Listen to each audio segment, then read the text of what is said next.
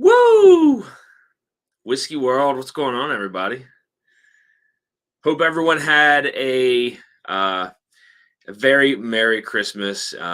Happy holidays to everybody out there. I was contemplating on skipping. On skipping this one, but I decided not to. I wanted to hop on here and just talk to you guys and see how you guys enjoyed your holidays and When you order from Domino's, oops, you let can me get turn that down. It's on a major delay on my phone, so don't mind me. But let's say hi to a couple people in the chat. Got not too many in here. I don't expect a lot of people to be in here tonight. But we got Bourbon is in the house. Bourbon, what is going on, my friend? We got Daniel C501 says, what's going on from Gary? I love your content. Thank you very much. That is much appreciated. That's great to hear. We got John in the house. Top Dog, what's going on, man? Happy day after Christmas. Everyone, let's get this party started. Cheers, all. Cheers, my friend. Great to see you. Who else we got in here? Story time is in the house. What's going on, man? Said happy holidays. Let's go. I'm ready, man. I'm ready to get into it. Cam Lochner says, yo. What's going on, man? Shredwar's in the house. Cheers, y'all. Bourbon says, no one should ever order Domino's unless it's 3 a.m. and you're desperate. Oh, Ben, it's still early. Kelsey Dime is in the house. Cheers, buddy. Cheers, man. Great to see you. Eric Damaris. Cheers, all. Cheers. Kelsey Dime. Mark Mace is in the house. Happy holidays, everyone. Cheers. Richie Z's in the house. Cheers, Dan and Whiskey Friends. Tim Corney's in the house. Cheers, guys. So really quick, I have to ask, guys, is the camera look any different? Because I am using a webcam. Do I come out grainy or yellow or pale white? I just need to know so I can try to get the lighting right. But I do have a webcam hooked up to this right now. So hopefully it has a little better quality than the grainy laptop camera. So let me know in the chat, guys, if it looks okay or if you can hear me okay. Hopefully you can. All right, Richie Z says looks pretty good. All right. Mark May says best beard in the biz. Looks great. Thanks, Mark. I appreciate that. Oh man, I gotta get these girls 69 out of here. Got anybody that can get them out of here?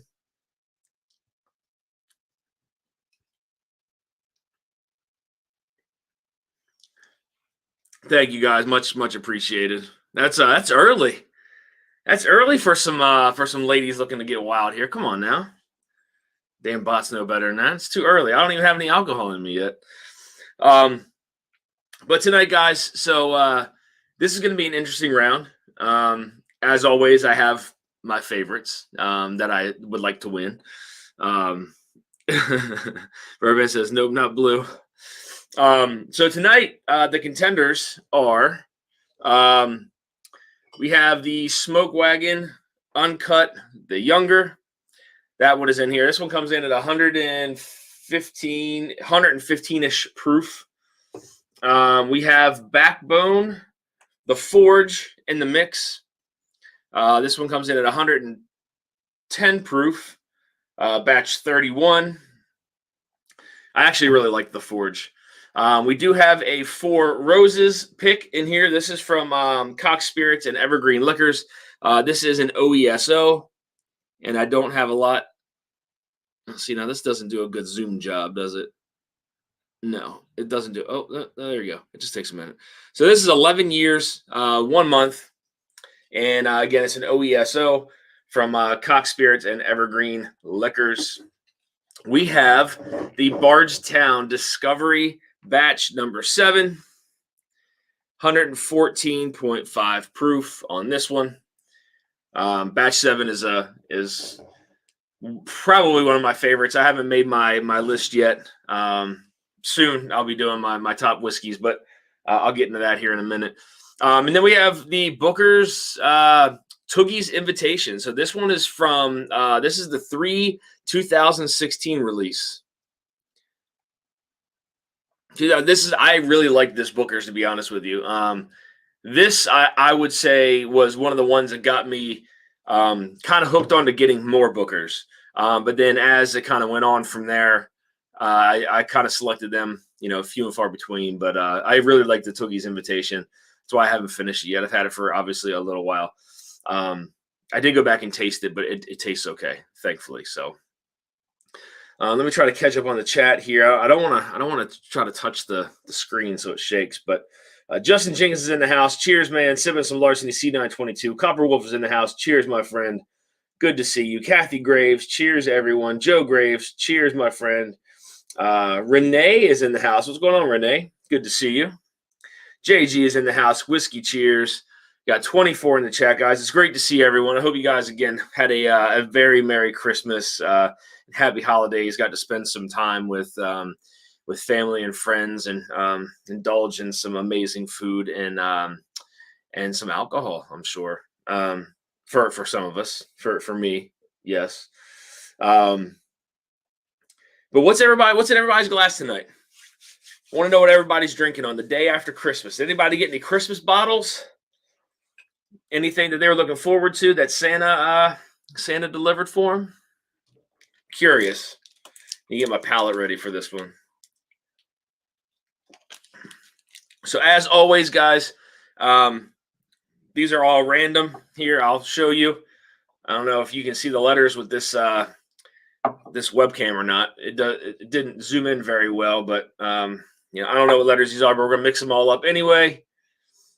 Just so you guys can see, they're all pretty much mixed up.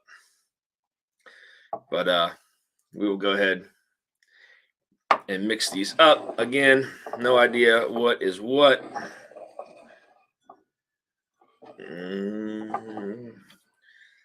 Try not to play bumper cars here. Knock shit over. That's not a good idea. Oh, there goes a cop car. All right. We are mixed up. And as always, I have the results back here behind me on this paper right here, folded up. Mark May says the Barrel King M&J pick. Very nice. Just poured some Sagamore rye. Special bottle I received. Yeah, man. Yeah, I mean, if you guys have had the pick out there, I hope you're enjoying it. I know I have. I have done a few head-to-heads with the Sagamigos, and the first two times the Sagamigos beat it, and then the third time my pick beat it. So I'm gonna go back. I'm gonna go back for another one here, maybe in the next couple days. So the Sagamigos took the first two, and then my pick took it over the next time I did it. So it can always be a toss-up. Just depends on your palate, really. Tim Cornett says, my kids got me a Jack Daniel's store pick. Haven't cracked it. Hell yeah, man. I tell you what, those Jack store picks are amazing. Richie Z says, Yellowstone limited edition 2022. Just snagged it. Schreber says, taking the night off. Hit that story time. Russell's Reserve pick too hard last night. Roscoe P. Coltrane is in the house. What's going on, Roscoe? Renee says, Sippin' Parker's Heritage 8-year heavy char rye. Ooh, I haven't had that one before. No, I don't think I've had that one.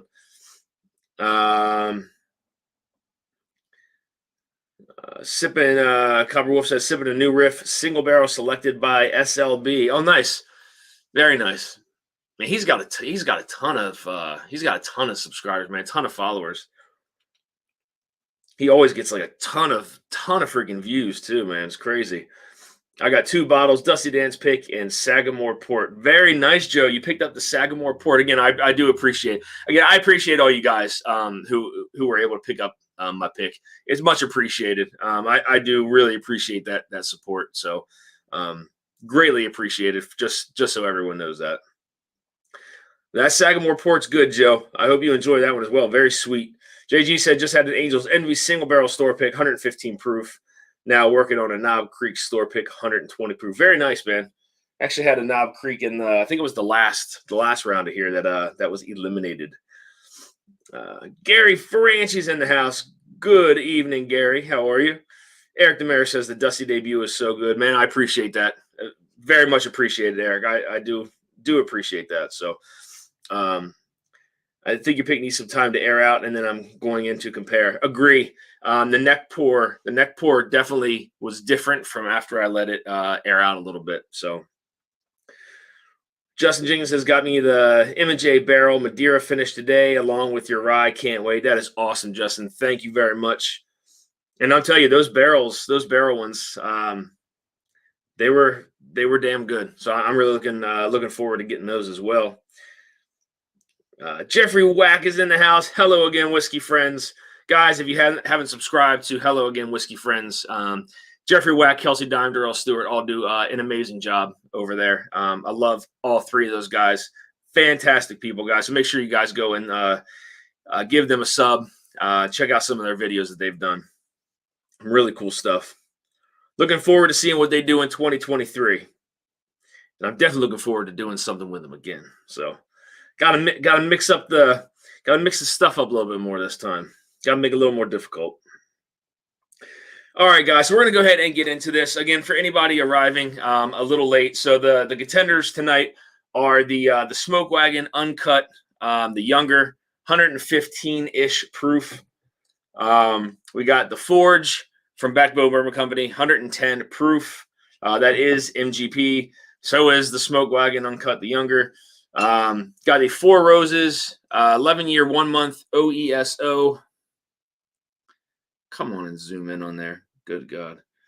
Anyway, it's from Cox Spirits and Evergreen Liquors. That one is 107 proof. And then we have the Bardstown Bourbon Company Disco Series number 7, which again is fantastic, and I really hope I hope that one pulls through here. And then we have the Booker's Toogie's Invitation from 3/2016, which again this is one of the Booker's bottles that really kind of led me down the Booker's path, and then I've kind of steered away ever since. So Gary Fringe says howdy and 877 Mash. Xmas to you, JG. Thank you, Richie, for dropping the link in there to Hello Again, Whiskey Friends. Top Dog says Renee and I, Sagamore pick is almost half gone. So good. Much appreciated, man. It is, for 110 proof, I will say it almost doesn't drink like it's 110 proof, to be honest with you. I mean, maybe a little over 100, but to me, it doesn't drink like it's 110 proof. The Sagamigos drank hotter to me, but, it goes down so easy. And, I mean, I don't know if you guys have, how much you guys have actually poured into a glass, but that is dark as hell for a 7-year rye. It's almost 8 years. I know it was borderline 8 years. I got to ask Brian, how close it actually was to being an 8-year rye. I think it was very, very close. So it's almost an 8-year rye. Copper Wolf says, Jeffrey Watt, great review of the Nulu earlier today. Cheers, Gary. Did you get the blunt? All right, guys. So we're going to go and get into this one. Again, everything's mixed up. Have the key behind me. You guys know what the lineup is for tonight. Let's go ahead and get into it, guys. Again, hope you guys had a great Christmas. Happy holidays to everyone. Thank you for joining me tonight. Looking forward to seeing what comes out on top here tonight. So cheers.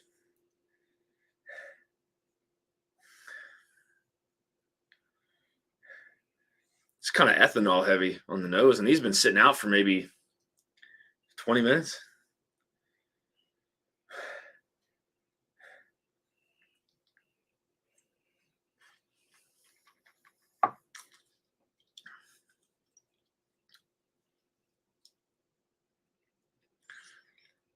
That definitely has some that has some citrus to it. Finish isn't very long on that one though. Kind of sweet kind of like orchard fruits on that one. On like the mid palate, it gets very sweet, fruity.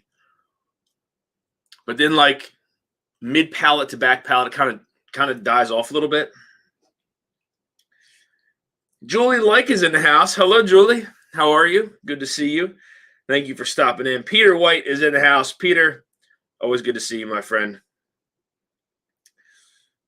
Jeffrey Wax says, thank you, Copper Wolf. Really loving all the, how do you say, the Ambriana finishing. I hope others give it a shot in 2023.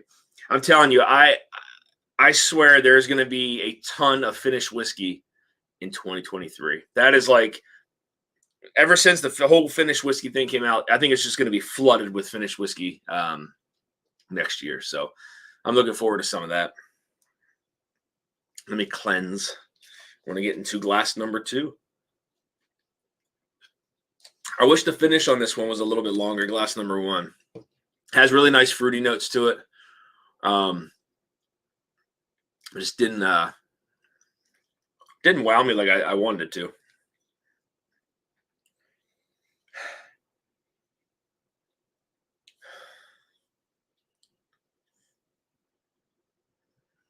That's oily.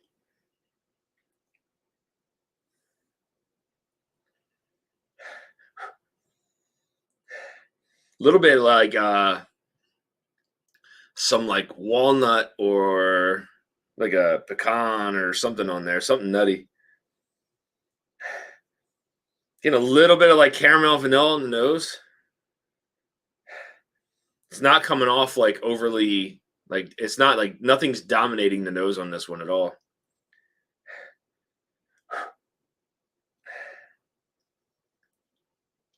Who Flung Dung is in the house. Cheers, man. Missed my first, so we got to go do it again. Cheers again, Dan and all. Cheers, Who Flung Dung. Good to see you, man. Gary Franchi says, finishing is the hedge against youthful whiskey for many places. Yeah, agree. I tried to angle this laptop like up a little bit more. It's just a little bit hard to read rather than having to look at my phone. Julie Like says, Jesse is with you. I think you left last night before seeing that. Thanks to you, I got some GTS. Thank you, sir. Uh-oh, Julie. Got some GTS. I don't know. I stuck around for a little bit, and then I had to hop off. But I did not see that part.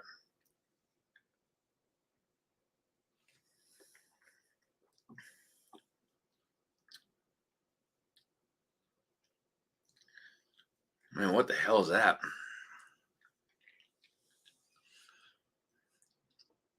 That got like very kind of rye, spicy on the sides of the palate there. It has a really nice like creamy vanilla like kind of undertone. Kind of like flows all the way back. It's still kind of spicy though, like on the mid palate and into the back of the palate. Finish is pretty decent on this one. But there's that like nuttiness on the back end and into the finish. Some of that nuttiness appears. It's pretty good. Dusty Dan influenced Julie into pouring a great GTS. I love GTS, man. That's probably I just haven't had enough of the William LaRue Weller to kind of fall in love with it. I've had a few, but not as many as I've had as GTS. Oh man, I hope I don't get the hiccups again. I can feel it coming on. My God. Darrell Stewart is in the house. Cheers, y'all. Cheers, man. Good to see you. Justin Jenkins says, curious of some of your disappointments this year. For me, Maker's Mark BRT 01 and the Old Forester King Ranch missed the mark. Some disappointments. Well, I could tell you, I just released one today, a video of the Puncher's Chance, the left cross. Not a fan. Not a fan. And not only that, but at the $150 price point, that is a hard pass. It's like it has really nice flavors on the front, and then as soon as it gets to the back, it's just like putting a piece of paper in your mouth and absorbing all of your saliva. It's so drying on the palate. Like I couldn't get over that. I only had a sample of the BRT 01. It's really hard to find those around here, but I can't say that was a disappointment. I can tell you the Hidden Barn for me was a disappointment. I bought that bottle thinking that I know it was their first batch and whatnot, and obviously they needed to put some stuff out. But that was a major disappointment. The nose was beautiful. It was butterscotchy and toffee. You can get a little bit of that youthy grain there on the nose, but as soon as you took a sip of it, it was like, Wow. I mean, it's just a turnoff. I'd have to think about it. I'm going to put out a video of my top 5 most disappointing of 2022. Again, so what I'm going to do with my top 10 whiskeys, right, is I'm going to get my top 20 whiskeys, and I'm going to blind them, not on screen. That way I can concentrate. It's going to be too hard to blind 20 whiskeys. And I want to find the whiskeys that were most impactful on my palate, where I get the best experience from them. So I got a whole bunch of gold Glencairns coming in. That way I can't see anything, can't see the color or anything like that. And after I go through my top 20, I'm going to do my top 10 live and do the same thing, do a top 10 blind. And that's going to determine what my top 10 whiskeys of the year are. Again, it's going to be the ones that were most impactful to me, that were, that gave me the best experience. The overall, again, the finish, the mouthfeel, the flavors that I typically enjoy the best off of those. So that's kind of what I'm going to do with my top 10 whiskeys of the year. So I do have to wait a couple more days before I make that list, though, because I've pretty much reviewed everything. I just have like my videos in the queue, just waiting to release. But there's like 2 more that I have to review in the next couple days. So what I'm thinking is I'll finish this next round next Monday, and then I'll go ahead and probably do my live the following Monday or something like that. Or maybe I'll do my top 10 whiskeys on the 2nd and skip round 6 and then do that the following Monday or something like that. Or I don't know. If I want to drink a lot, maybe I could do top 10 and then round 5. I don't know. We'll see. We'll see. Cheech Ardolino's in the house. What's going on, Cheech? Good to see you. As always, man, great to see you. Dan WLW is hitting the fountain tomorrow for pours. Uh-oh. Copper Wolf with a super chat, man. Thank you, Copper Wolf. Much appreciated. $20 super chat. I think it'll be a fascinating year for sure with all the different wood types that aren't XY. Yeah, agree completely. Dan, I have a BRT one if you need a sample. Cheers, Cheech. Cool. Yeah, guys. So, all right. So let me do this before I get into glass 3 here. We'll do some giveaways tonight. Okay. So one of the giveaways, what we'll do is I'm going to give away, let's see. What else do I have here? So we'll do, and by the way, I've sent everybody's samples. Everything was out from when the last live was. Everything is out, been shipped. Let me know if you guys get it. If I owe you a sample, please let me know. Send me an email if you haven't received something from me. But be honest about it. What else do I have down here? Okay, so I do have I have another old charter besides this one and besides the big gallon that was Bernheim distilled. Yeah. So we can do a sample of that. We'll do 2 samples of that. We'll do 2 samples. Let me write this down. I get a little all right, so we'll do 2 samples of I want to say it's a 73. I think it's a 73 old charter. We'll do a sample of the JW Dant, the 69 Dant. We'll do 1 sample of the old Oscar Pepper from 1933, which 2 people won last week, I think. They should be getting that soon. So we'll do a sample of the old Oscar Pepper. We are going to, I have enough maybe in here for an ounce, and then I'll finish the glass. We'll do one of the last samples I have here of the 1937 Old Quaker produced by Shinley. So we'll do that one. Distilled in what is now MGP, Lawrenceburg, Indiana.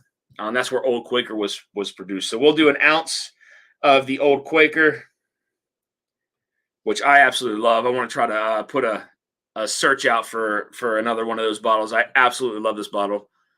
This is a fantastic pour, in my opinion, man. Very, very good. And then, let me see, 2, 3, 4, 5. We're going to give away a bottle of the Sagamore pick that I did as well.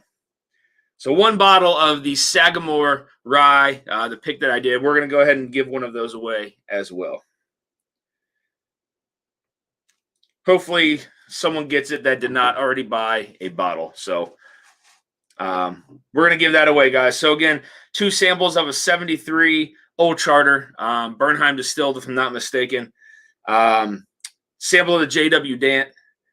We got a sample of the Old Oscar Pepper from 1933, which I cracked not that long ago. Had a great feel to it. An ounce of this Old Quaker, and I'll probably finish this off tonight after that. And then we're going to go ahead and give a bottle of the Sagamore away. The Sagamore Rye I did. So that's what's in it tonight, guys. JG with the super chat, $10. Thank you, man. I appreciate that. It says, early Happy New Year's, Dusty Dan. Your Sagamore pick is amazing. Highly suggest people get a bottle that haven't. Whiskey cheers. Thank you, man. That's much appreciated. JG sent me a picture of this bottle.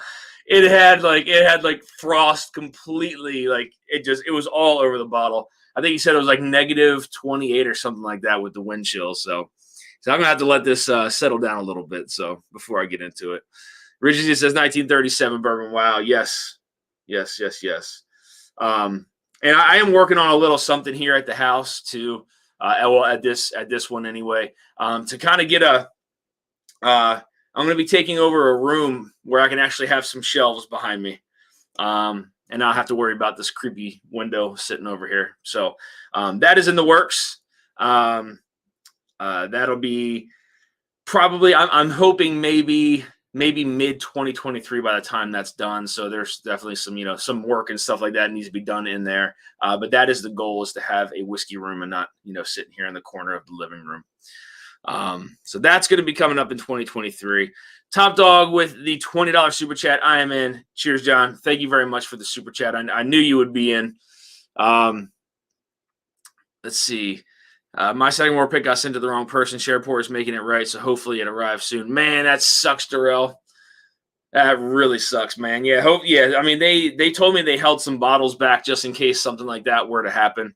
I know Todd Ritter had one that broke on him. They replaced it, and I think somebody else had something happen to one of their bottles. But they do hold some back just to make sure that they make it right for people. So that's good to hear, though. Thank you, Darrell, for letting me know that.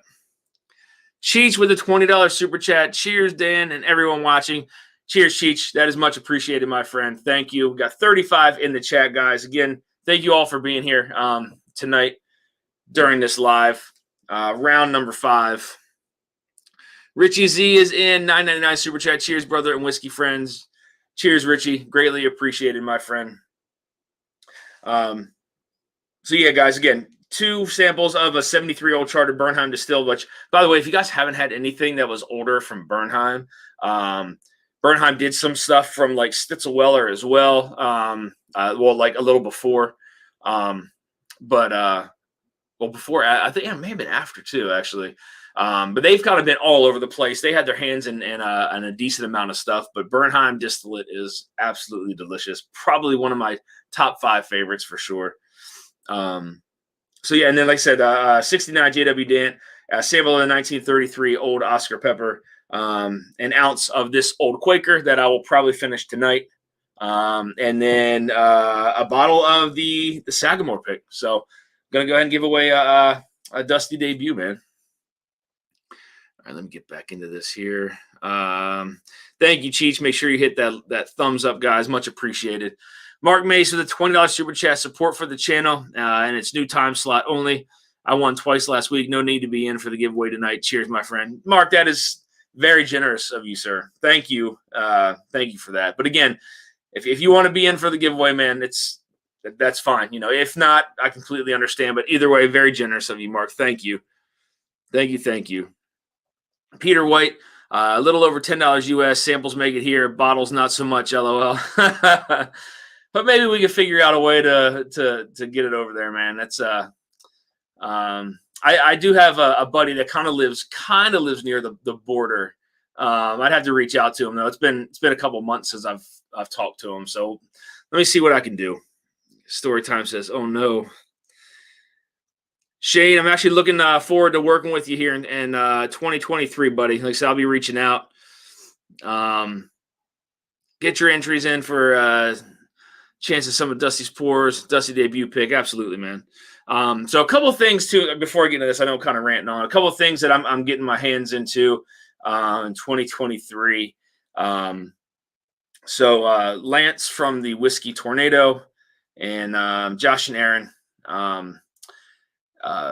We're going to be doing something a little special. I don't think it's been released yet, any kind of details. So I really can't go into anything that I can think of like detail wise. But we're going to be putting together something that's going to be quite special and unique. So be on the lookout for that. Was also invited to the Ascots. So I'm going to be an official Ascot judge with Fred Minnick. So that should be exciting. I mean, I know they just had him, but I've been chatting back and forth with him, and so next year when the Ascots pop up, I'll be an official judge when the Ascots with. There's a couple. I know Jason from the Mash and Drum, ADHD Whiskey is one as well.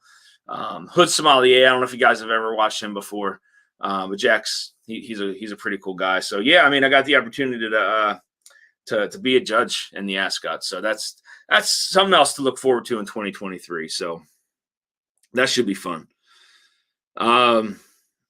Peter Weiss says, have a buddy in Western New York. He is still digging out. That sucks. Yes, Richie Z. Thank you for hitting that.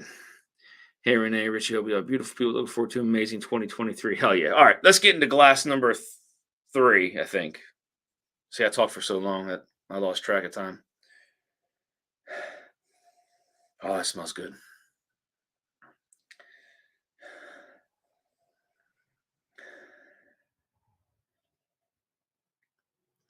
Mark May says, Lance did drop a teaser video about some great things going on in 2023. Congrats on the ads. Thank you. Thank you very much. It's much appreciated. Yeah, that's, again, I can't really give away too many details. I don't think it's all been put out there yet, but it's for the greater good. So we'll say that.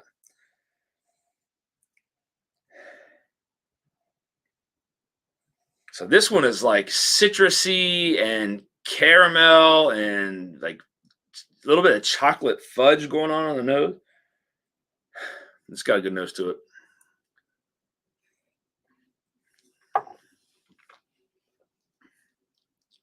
Ooh, that's spicy. Yes, thank you, Richie, for dropping Josh and Aaron's Stuff of Whiskey on YouTube. Only if you get to wear an ascot. I don't think Fred would mind that too much.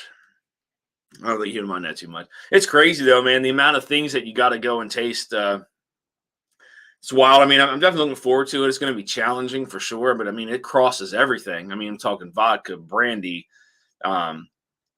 Armagnacs, and again, bourbons. Obviously, just covers a very broad spectrum. And then also another thing that they're going to be doing next year is they're going to be judging barrel picks as well. So there's going to be a barrel pick category. So if you enter, if your store, whoever it may be, enters, you could be. Like I said, they're going to be doing the judging for barrel picks, which is pretty cool. That's for next year too. So. Julie, congratulations, Dusty. Whiskey Reviews, big things coming up. I appreciate that, Julie. Much appreciated. I really like glass number 3. This is pretty good. So it's chocolatey and citrusy. I'm trying to hold back these hiccups. I don't know why I keep getting them.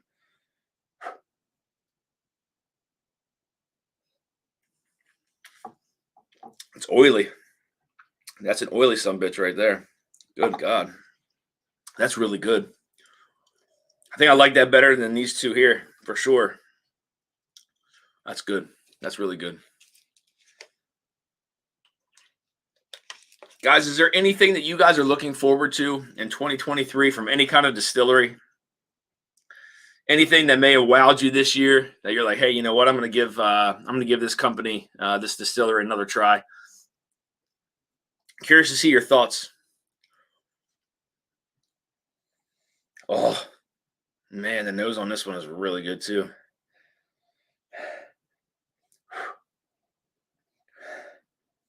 That's like a like creamy, like vanilla fudge,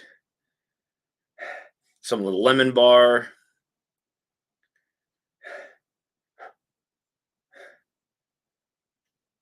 Man, there's like I could pick up a little bit of the rye, like a little bit of the graininess on the nose on this one, but it's not bad. Further away, it's almost a little earthy, and then like further in, it's very, very sweet and like again, like vanilla fudge, like a lemon bar.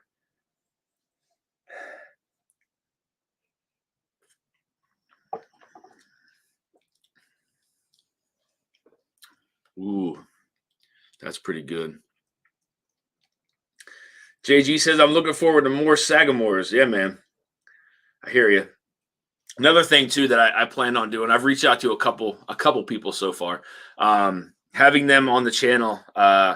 So as I'm doing more lives to have a couple people hop on from different distilleries. That's something I'm really looking forward to.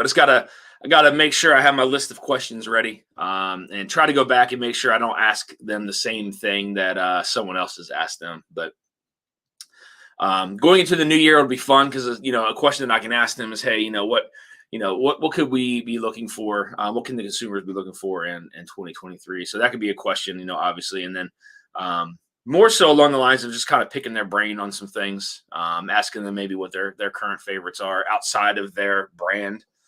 So things like that. So I've talked to a couple people so far, and they're looking forward to hopping on the channel, which is going to be great. So I'm looking forward to it. I'm going to be nervous as hell, but and then the guys too. Then 2023, we're talking about the Mash and Journey meetup. Like I'm excited to meet all you guys. Like I can't wait. That's going to be so much fun. That's gonna be a lot of fun. Hopefully, it'll be at Sagamore. I'm pretty sure Brian agreed to it, so I think it's just getting the time and date set, possibly in spring of next year. So right around the corner. Roscoe says, "Haven't seen Green River yet." Richie says, "Haven't seen Green River yet." Cracked and poured Yellowstone 2022. I look forward to more Sagamore's. Ben Dram is in the house. What's going on, Ben? Sagamore has earned an everyday spot on my shelf. You're damn right. Dan Like is in the house. We got both the Likes in the house. That's what I'm talking about. Julie and Dan. Again, if Richie, could you drop a link over to them? We're Like Time Whiskey. Dan and Julie are great people. They put on a hell of a show too. A hell of a show. Have a lot of fun watching Dan and Julie over there. Justin Jenkins says, "Thanks, Green River has been interesting. Love to see what Bardstown partnership brings." Absolutely, man. I mean, I know, Bardstown has their hands in just everything, man. Like, who knows what they have planned for all those barrels they just put in those rick houses. I mean, and they just put out the Origin series too, which I've been really excited to try. Storytime, I'm looking forward to new riff, really finding the rhythm, as well as more distro for the smaller distilleries, Driftless, Cedar Ridge. Yeah, Shane, I completely agree with you. I think, when I tried Cedar Ridge for the first time, I wasn't a fan of everything they put out, but their double-barreled bourbon was really, really good. The quintessential single malt, I think I enjoyed for what it was. Again, I wasn't really big into single malts. I do enjoy them now a little more than I did when I tried that one. That's something I do plan on trying to get into a little bit more of, as well as some more single malts. So JH, I didn't see you, man. What's going on? Good to see you. All right, so we're going to get into this last one here. This is glass number 5.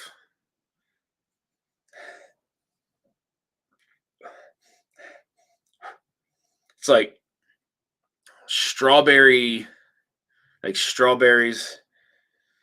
like a Pop-Tart with some like vanilla frosting. Man, this could be that OESO. OESO is very fruity on the nose.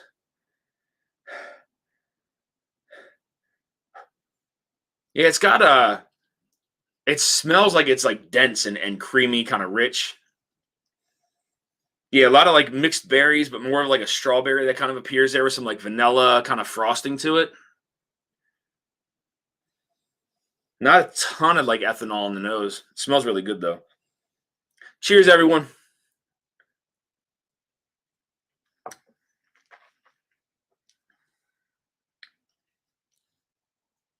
Oh man, that's really good. Wow, that may be my favorite out of all of them so far. Whatever the hell that is, man, that flavor profile on that is just excellent. There's a citrus thing going on. Then there's this little bit of like toffee sweetness kind of on the front, and then this like fruit starts to appear there on like the front to mid palate with that like that citrus. Back of the palate, a little bit of like some black pepper kind of, and it's very viscous and oily. My cheeks are all oily. That's really good. Whatever glass number 5 is good. Probably my favorite so far. We're gonna go backwards. Cobber Wolf says, I'd like to get my hands on that 20-year corn whiskey from Heaven Hill. Oh shit. You knew who else put out a really old corn whiskey was Dancing Goat. I saw they had, I think it was a distillery release only. I think it was a 20-year corn whiskey, if I'm not mistaken. But I really like what they're doing over there for sure. Richie says, Roscoe, I haven't had much experience with Yellowstone. Their standard isn't great. Store picks are good. Yeah, I've had a store pick of a Yellowstone that was pretty good. I don't really go down the their standard releases though, but I will be releasing though my top 20 whiskeys of the year. That's going to be in contention for the top 10. So I'll post that on Instagram here again, probably in the next maybe 3 days, 3 to 4 days after I review these 2 more things. Then I'll go ahead and drop my top 20. Definitely have an idea. Again, I'm not going to have any kind of like small sample bottles or anything like that. Like it's only going to have to be a bottle that I've had. Maybe not even necessarily reviewed, but something that's more than just a little sample.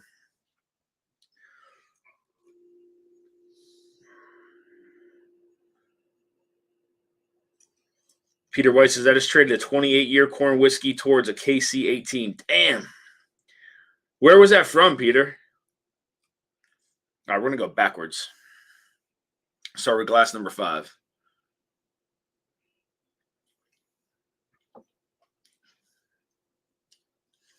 Man, the viscosity on that. Some of those kind of mixed berries start to, like, that's that fruitiness I get, like, on the front going into the middle with some of that citrus. Like a slight hint of, like, toffee on the front, maybe.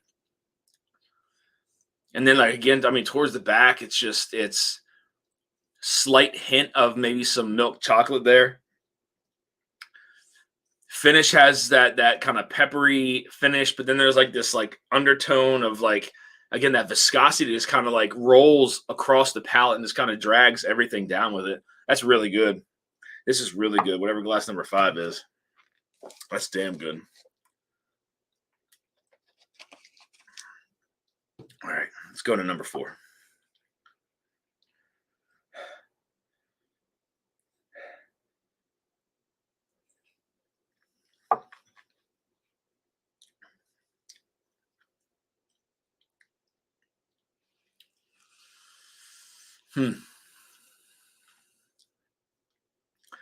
See, to me, like that one kind of came off flat. It had like a lot of sweetness on the front, and then it kind of just like died off towards the back.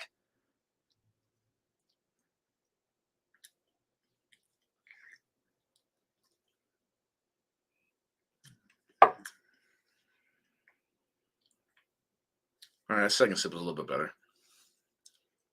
A little spicy though, too.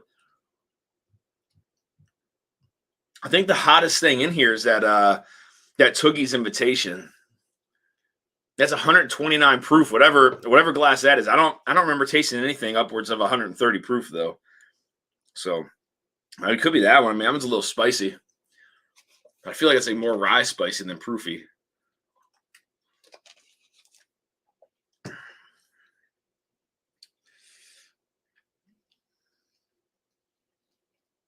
Peter White, is that a Canadian corn whiskey? Hiram Walker Distillery. Okay.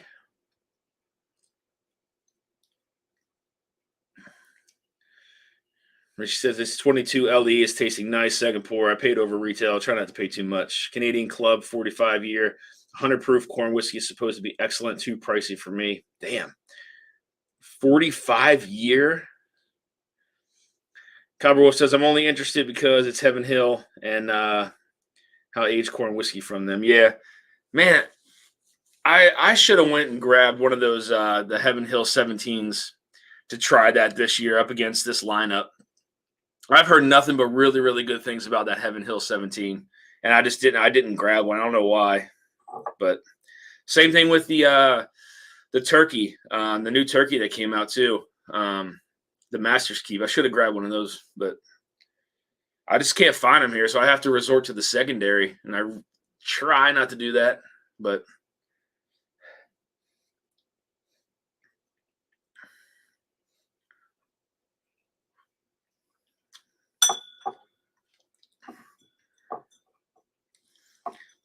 That's kind of citrusy and fruity and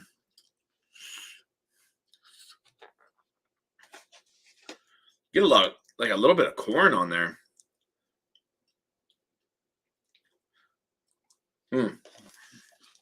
So far, I like these two over that. That's good, but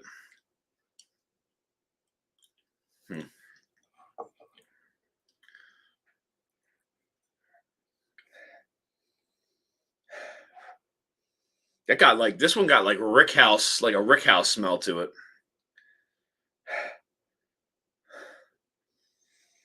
Little bready. Still has some of that nuttiness to it too, though.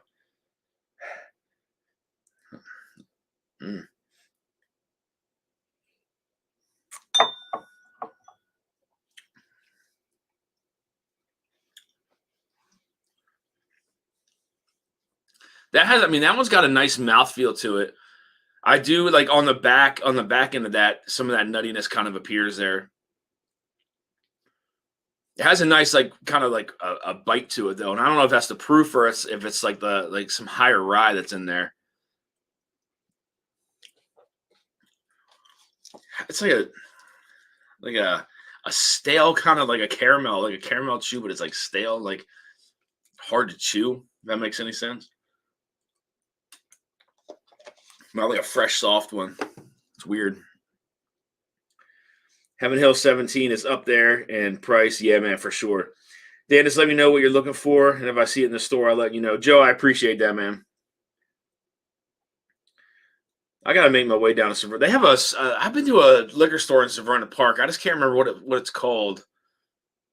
I don't know. I can't remember if it's on East West Highway or something like that, maybe. I can't remember what it's called, but they usually have some pretty nice bottles there.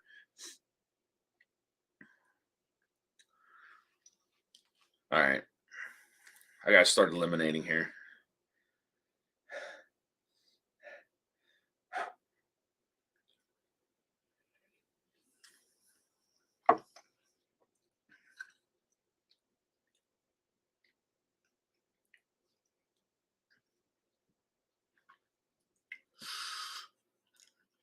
That's very citrusy and fruity.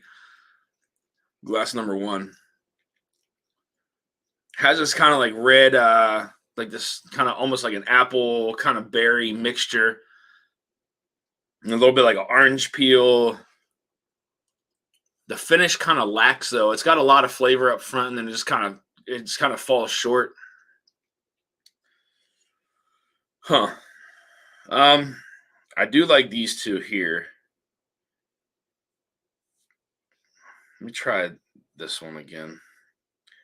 Take a sip of water.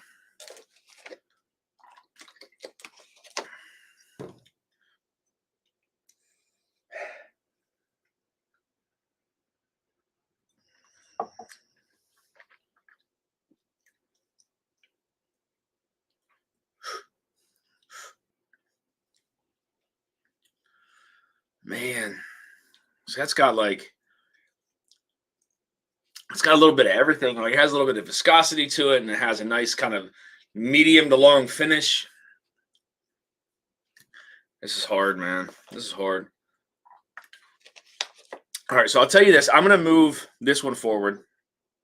I think I still like this one the best out of all these.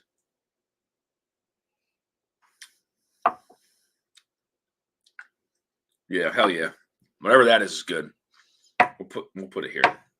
That's good. That's really good.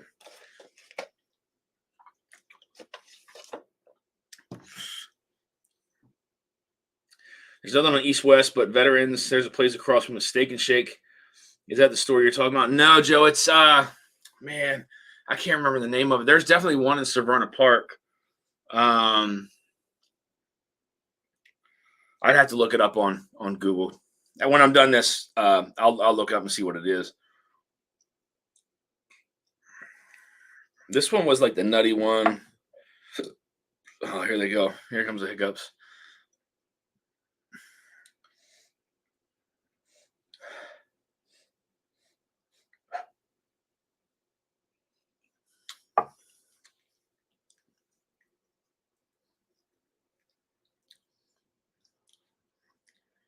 Man, I don't. This is hard. I'm having a hard time picking. Some of these kind of taste similar, like a lot of like citrus and fruity. This one was kind of like the one that didn't taste that way, and this one too. This one was kind of different as well. I don't know. Let me go back to this really quick.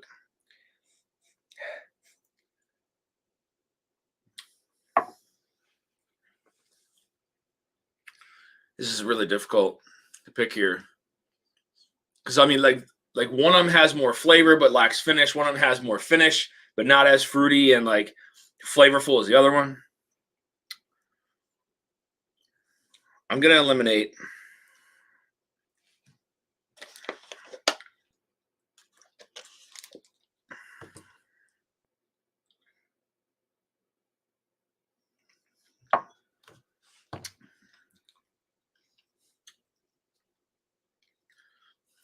See, that got a little weird. That got very oaky right after that sip of water. Very oaky.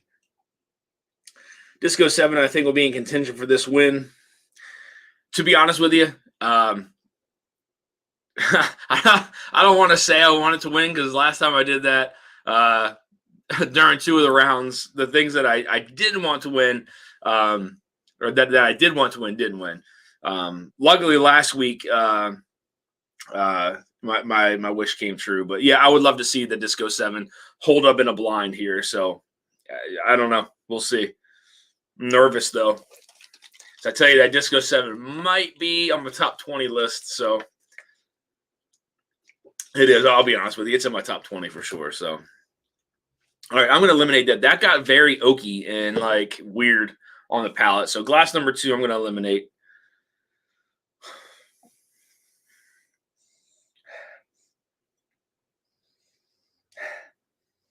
Man, the noses on here they're almost identical.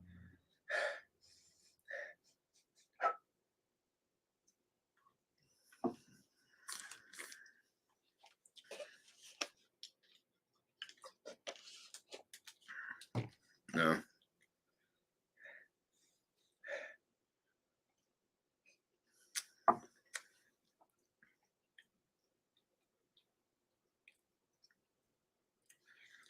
All right, so I'm going to say glass 5. Shit, I don't know where I pulled this from. I think that was this one, right? Yeah. So I'm going to eliminate that one. So I'm going to move forward. I'm going to go with this one. The rest of these are eliminated. So I think glass 3 and 5. I think if I'm not mistaken. Let me catch up on his chat here, guys. I'm sorry. Oh god, here they go.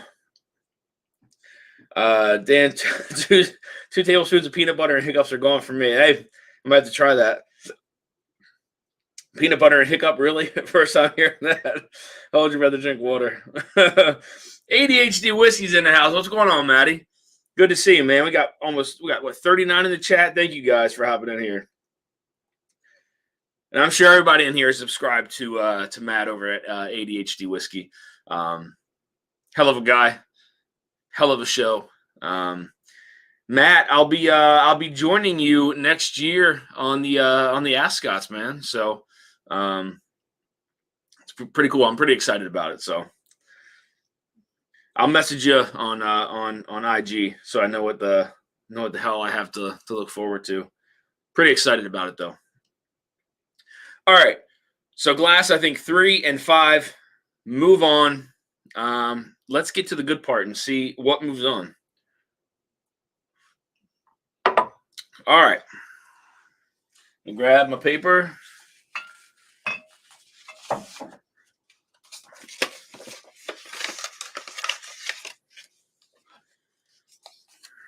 All right, here we go. So we'll start with the eliminated. I think this is glass number 1. Was C. Wow, that's crazy.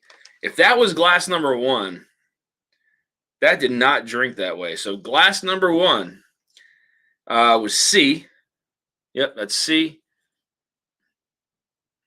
And that is Togi's Invitation.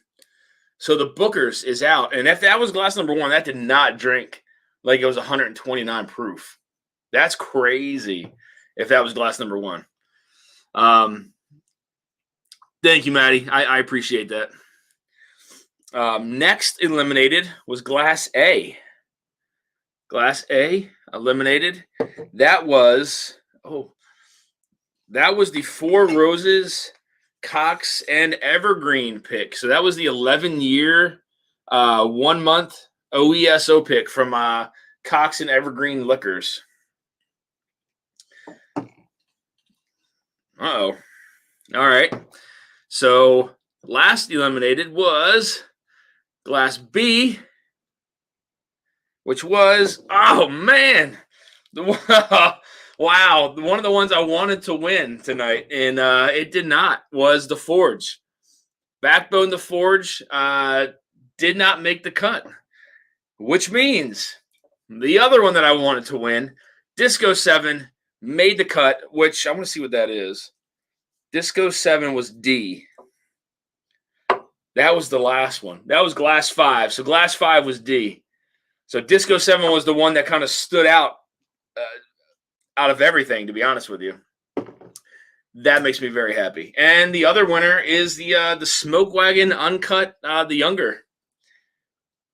That's surprising because I honestly thought that either the Bookers or the Forge would have taken this one over, but this stood true. I'm very surprised, to be honest. I did not expect that to make the cut. Very, very surprised. Oh God, here we go. That's awesome. So here you go again. So again, glass A, the Four Roses, B, the Forge, C, Toogie's Invitation, D, the Disco 7, and E, the Smoke Wagon Uncut, the Younger. So Disco Series 7, Smoke Wagon Uncut, the Younger, they move on. They move on to the next round, which means the left side of the bracket is now complete. And let's see here. So what moves on then? I think it was, let me see. I got to find a picture of it here.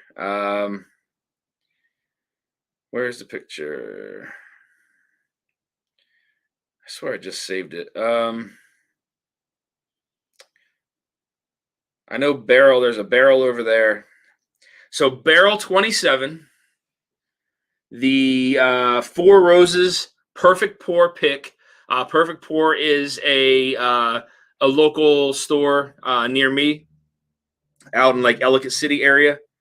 And then the Smoke Wagon Uncut, the Younger, Disco Series 7, and I thought that had the other bracket on there. Trying to remember what won from number 3. I want to say it was Country Ham and the Russell's Iceman pick. So we have Four Roses Perfect Pour, Barrel 27, the Booker's Country Ham, the Russell's Iceman Pick, Smoke Wagon Uncut the Younger, and Bardstown Disco 7, all in the final 6. And I'll be picking 2 from that final 6 to move on into the finals. So that's gonna be a pretty good bracket though. That's got some pretty solid pours in there. Looking forward to that. And then still on the right side, we had the Barrel 33. I think it was Kathleen's batch that made it on the right side. The ECBP 128 proof. The Four Roses Mash and Journey pick made it. And then next week's bracket is going to be there's some heavy hitters in next week's bracket. You got the Stellum Bourbon. You got the Bardstown Disco 8. You have the ECBP B520. The Nashville Barrel Company's Houdini's Mash and Journey pick. And what the hell does that say? Oh, the Old Carter Kentucky Whiskey Batch number 1. So that's gonna be a pretty good bracket. So looking forward to that. Smoke Wagon Uncut the Younger. Yeah, man. Whiskey Nose is in the house. What's going on, Marty? Good to see you. Great to see you, man. Copper Wolf with a $9.99 super chat. Copper Wolf, thank you very much, my friend. Again, guys, so for the giveaways tonight, we're gonna have 2 1973 Old Charter samples. We're going to go ahead and go with one of the J.W. Dant samples, the 1969 J.W. Dant sitting here behind me. One sample of the old Oscar Pepper from 1933. 1 ounce of this Old Quaker from 1937. I'll go ahead and pour myself a pour and then pour out the rest. This is really, really good stuff. I think I've sent a couple samples of this out, if I'm not mistaken. Again, this is from the old MGP out of Lawrenceburg, Indiana. So made there from Shinley, Old Quaker Distillery, there in Lawrenceburg, Indiana. I love this stuff. I do want to find another bottle. I've seen some on the market, but not Shinley produced. That's the mark of Shinley, if you guys have never seen it before. Let's see if this thing will zoom. There we go. Shinley. It's only 4 years old, and it's super dark stuff. Again, this is old, basically old MGP, but really, really good stuff. And then we're going to go ahead and give away a bottle of the Sagamore Dusty Debut pick. So give away a whole bottle of that tonight. Thank you, man. Eric, thank you very much. Awesome giveaway. I do appreciate that. I wanted to do it, on the live before Christmas, but I knew it's just a bad time to do it. Obviously, there's more important things than whiskey, during Christmas and the holidays. So I didn't want to run any kind of thing, anything during that time. So, guys, what's everybody have in their glass now that I'm done this? JH says, I love that label. Yeah, man. Some of the old school labels on these things are wild. I wish they'd bring them back. I'm curious. So I meant to ask some people this. Have any of you ever seen any old bottles out in the wild? And if you have, did you pick them up or did you pass on them? Just curious. Yeah, again, the label's really cool, man. Some of the labels are really bright and kind of colorful back then. But I'm going to go ahead and pour a little bit of this, and the rest of it is going to go. It's going to go to whoever wins it in the giveaway here tonight, guys. Tim Cornet, keep it up, Dan. Thank you, Tim. Much appreciated. Peter White says we should take the Shinley stars off the cheap pint bottles and stick them on stuff. That's hilarious. Yeah, that's again. I mean, anything. I still have a couple bottles of stuff that Shinley produced. Again, that's another one where the stuff is just amazing. I mean, what they did, there is just it's so good. The back of the bottle is really cool, man. It's got no, it might be hard to see, but it has the picture of a side profile of the old Quaker guy, and it's embossed. Old Quaker, really, really cool. I mean, the way they made bottles back in the day is just amazing. So, my first bottle, Murray Hill Club Batch 55. Top Dog says just poured the Russell Single Barrel. Nice. I picked up a 2015 handle of Wild Turkey 101 Christmas Day. Not that old, but a few years back. Yeah, man, absolutely. 2015. A handle of it too. That's all. It's crazy to think like some of that stuff still sits on shelves. Like it just blows my mind. Ben Drama says drinking Disco 7. Dude, I was like, I had such high praises for Disco 7. And when this got picked to go up against, I mean, again, luckily, I'll say luckily, it didn't go up against some like real crazy stuff, but it held true in this blind. And I was rooting for this bottle, and I'm very, very happy that I liked it.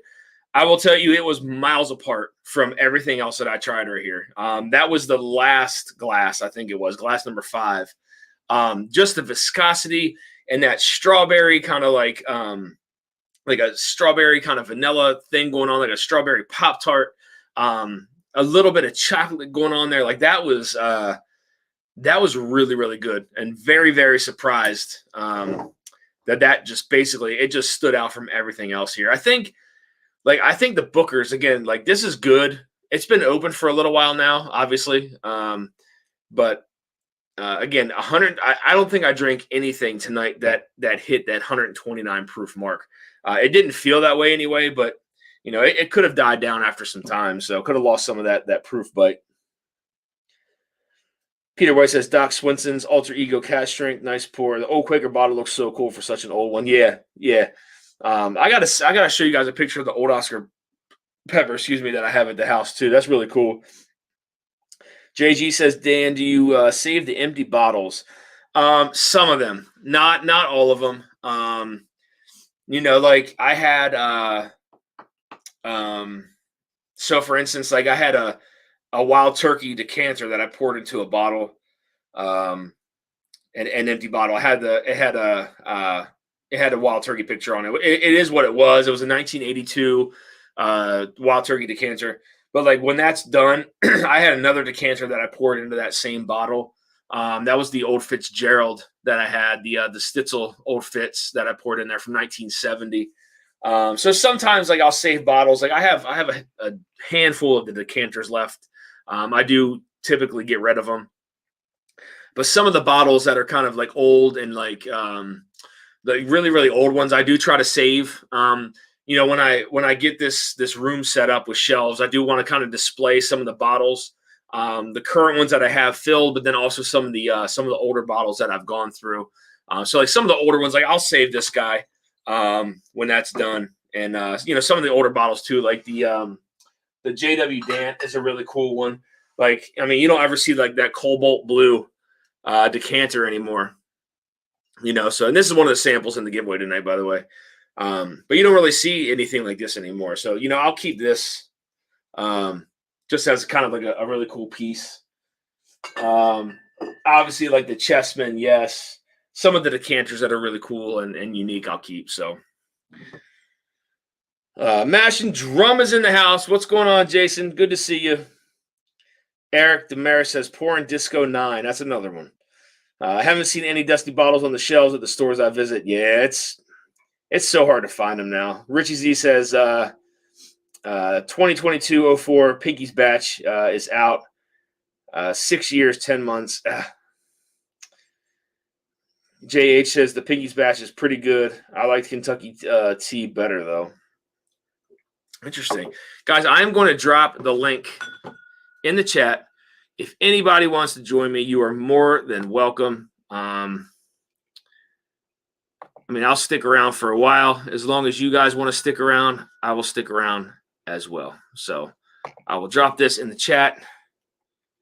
If anybody wants to join, you are more than welcome. I'd love to shoot the shit with you. So there's a link. I'm going to pin it. Whoops. I don't want to enter my own thing here. Pen message. There we go. Anybody wants to hop on, more than welcome. Love to chat with you. Top Dog says I display all my old bottles of Dusties or make them into lamps. That's really cool, man. I've seen a couple people who have turned some of their things into lamps. I think that's a great idea. All right, so we're gonna finish this bottle off tonight. I'll pour some, and then whoever gets the sample, a 1 ounce sample of it.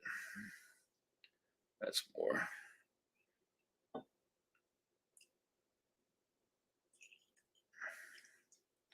Perfect. And again, this is great stuff. I know I've sent some samples out of this, but if you guys have tried the Old Quaker, let me know how you liked it. I love this bottle. I do want to. I'm going to put a search out for another one if I could find one. So, Justin Jenkins says Kentucky Tea was one of my favorites this year. Who Flung Dung says I downgraded from some Coy Hill to a Garrison single barrel. only 138 proof, man. That's all. Hey, Who Flung Dung? What was the proof of your of the Coy Hill that you were drinking? I got the one behind me here. It's like 141.6 proof on that one. Cheers, guys. Much appreciated. Thank you guys for hanging around. I love it. Monday nights are great. You guys make it great. I love to chat with you. I wish I could sit and chat with all you guys on the, to put some faces to the names. So cheers, guys.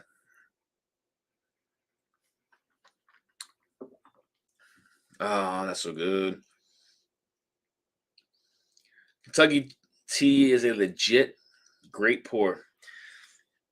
See, I just don't. I mean, I might have to go travel out to some liquor stores.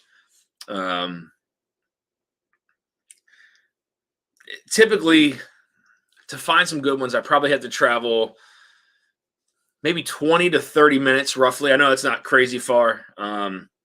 Just all the stores around me are they're all the same.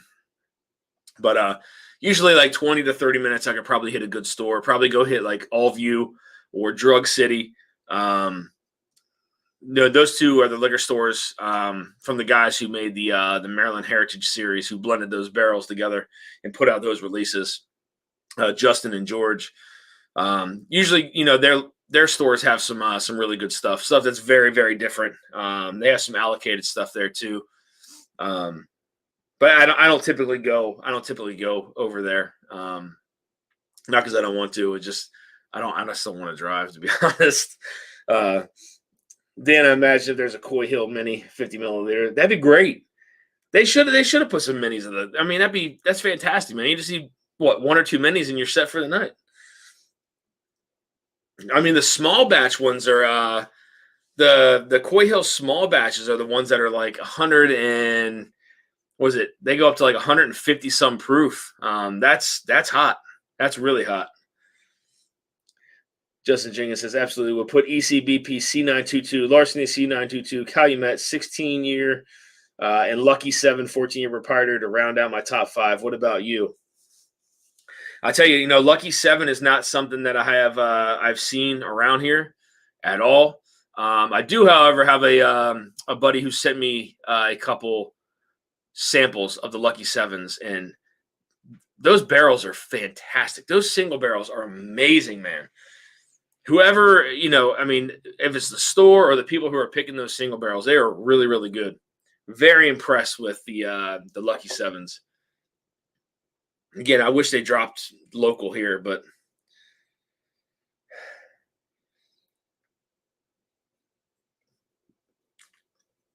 man, this is really, really good. Again, so whoever wins it, again, you're getting basically the end of this bottle here. Old Quaker, 90 proof, old MGP, basically. And again, we'll do 2 samples of the 73 Old Charter, which I think it's a little older than this one here. Yeah, it's a little older than this one. And then we'll do a sample, like I said, at the JW Dant. And then the old Oscar Pepper we will do a sample of as well from 1933. And then we'll give away a bottle of the Sagamore, the Dusty Debut, which I think I have all of them at my house, if I'm not mistaken. I may have one here. You know what? I think I do have one here. I'm going to go do a pour of that after this right here. How long are we in? An hour and 50. Man, it seems like I've been going on for longer than an hour and 15 minutes. Damn, that's crazy. Did I do this blind fast? Was this a faster blind than the last couple of weeks? Because it seems like I've almost been on for 2 hours. That's wild.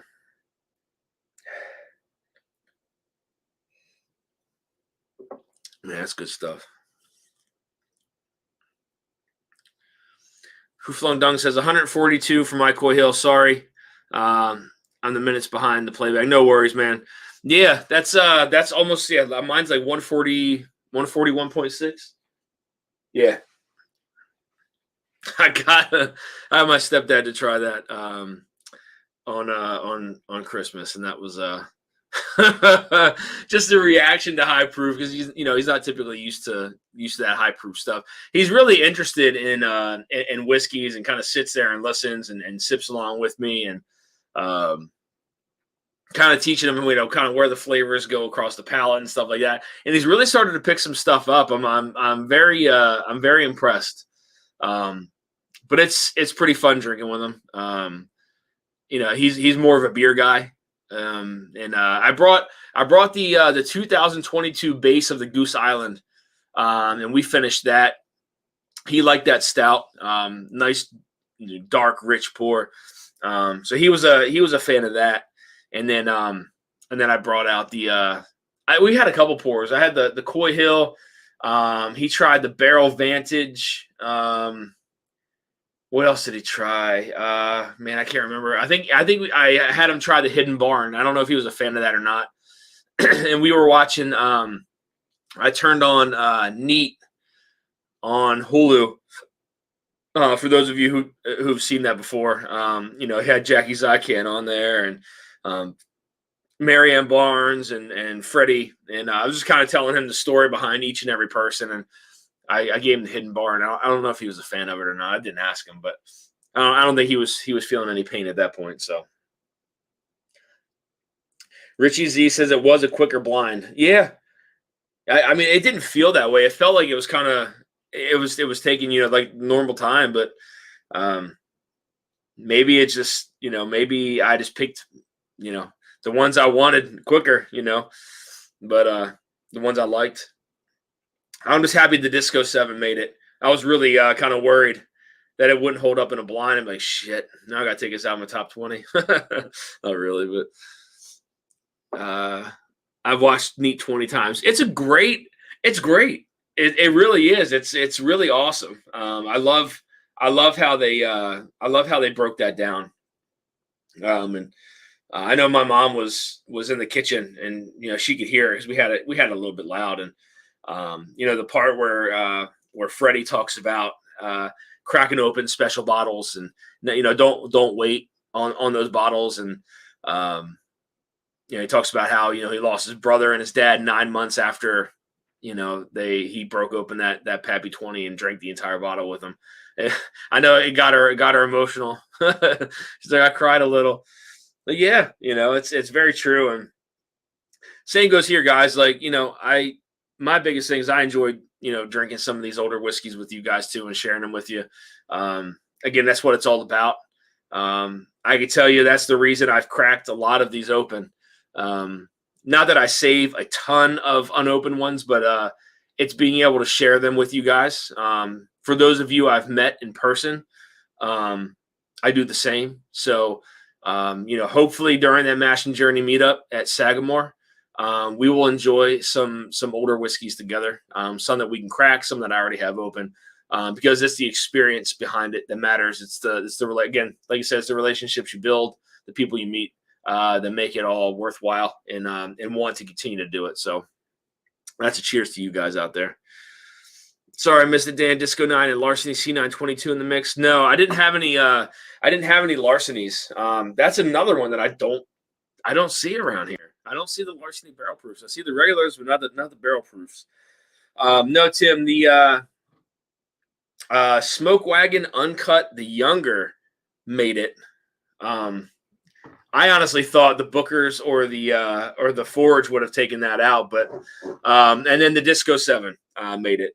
Thank God, because again, it's in my top 20 this year. And if I would have lost to a Four Roses single barrel, which don't get me wrong, some of those are great, but if I would have lost to like a Smoke Wagon or a Booker's, I would have been kind of upset. So, Copper Wolf, hit the like button. Thank you guys. Oh, hold on, we got somebody in here. We got Eric in the house. Eric, yo, what's going on? What's going on, man? Good to see you, buddy. Oh, good to see you. What are you drinking? I got the Disco 9. No, you know what? I actually have that right here, and I think I'm going to pour some of that with you. I'm going to finish this old quicker real quick. Oh, God, we got another sex site in here, man. These ladies just can't stay away from me, man. I don't know what it is. There's way too many good-looking people in this chat, and I think they're just attracted to it, man. That's what I think happens. Thank you guys that's the second one. Does that typically happen? More than one bot? I don't know. Yeah, I feel like people cancel it too quick. They get rid of it. Yeah. Like maybe leave it up for a minute and then, let it go. Maybe somebody wants to click on that. Justin Jenkins says, Sharon is way more rewarding than selling. Met a lot of good people in the bourbon community. Absolutely, Justin. Again, Eric was one I got to meet when we went to the Sagamore meetup, and I'll be seeing him here soon in a little over a week. At a local meetup here with the fellas from 21090. Oh, speaking of 21090, Andy with the super chat, $20 super chat. Merry Christmas, you filthy animal. I appreciate it, man. Good to see you. Great to hear from you. Thank you again for the super chat. You are in it to win it, my friend. Thank you, Richie, for taking care of the bots, man. That's it's frustrating to see them in here. BT is in the house. Hey, Mr. Dusty. Happy New Year. Happy New Year's to you as well, my friend. Great to see you. Looking forward to talking to you a little bit more here in 2023. So thanks for hopping in the chat, BT. Much appreciated. Eric, I'm gonna pour some Disco 9 with you, buddy. Nice. God, that old Quaker's so good. Did you ever want to sample that, Eric? I did not. No? Okay. Nah. So one thing that I do is, and I know this sounds really crazy, but for bottles that I typically enjoy, which tends to be probably more than not, but I do save samples of just about everything, especially like dusty stuff, some old stuff. I'll usually save at least 1 to 2 ounces of pours. I'll save you. I do have a sample of this Old Quaker at the house that I'll save you. So I have your JTS here sample that I'll give you when we meet up. And I think there was something else too that you had one that I had put off to the side, and I can't remember what it was. Nah, that's it. Is it? Yeah. All right. I won 2 of those, but I said send one to Marty from Whiskey News. So gotcha. Okay, maybe that's what it was. Yeah. Richie Z says yes. There's usually a bot or 2 on Whiskey Lives. Yeah, it's frustrating, man. It really is. Only 1 or 2 bottles on my shelves not open, ready to be shared and hear the stories. Absolutely, Mark. One of the biggest reasons that I crack a lot of these bottles open is to share it with you guys. I mean, it really is like I will never be able to drink the amount of whiskey that I have here in my house. Never, ever in my life. Those dusty bottles again. I keep cracked for keep sealed for reasons like these meetups where I'm able to meet people that I've built these relationships with and chat to in these lives and stuff. but being able to talk with you guys and meet you and hear your stories and grow those relationships, that's one of the main reasons why I keep these bottles sealed is to crack them with you guys. So Peter B coming in late. Cheers all. Cheers, my friend. BT with the $10 super chat says, is there a meetup in Maryland? When, where? I want to go. BT, yes, there is. I don't want to reveal your true identity unless you are okay with it, but thank you for the super chat. Yes, there is a meetup. There is a meetup in Maryland at a place called Sagamore Distillery.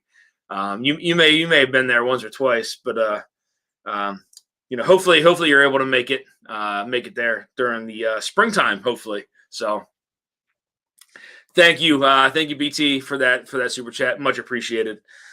Off topic, but Eric's stone backdrop is awesome. Yes, it is. I meant to comment on that. The last time I saw you live, I was like, that's a solid backdrop, man. Is that part of your fireplace or no? So it's like my dining room wall. So my house was built in like 1800, so it's like old stone farmhouse. Damn, and everything. So, nice, man. Yeah, so I have some exposed stone like inside the house in a few spots. So it was built in the 1800s. That's wild. Yeah. You ever have any crazy, creepy noises going on in there? No, man.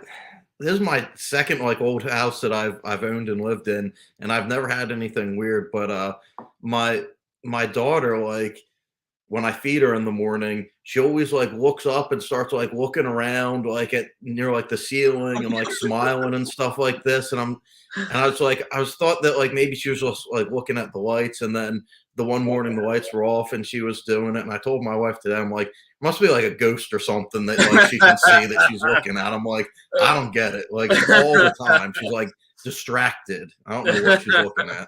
That's funny. Yeah, that kind of stuff freaks me out, man.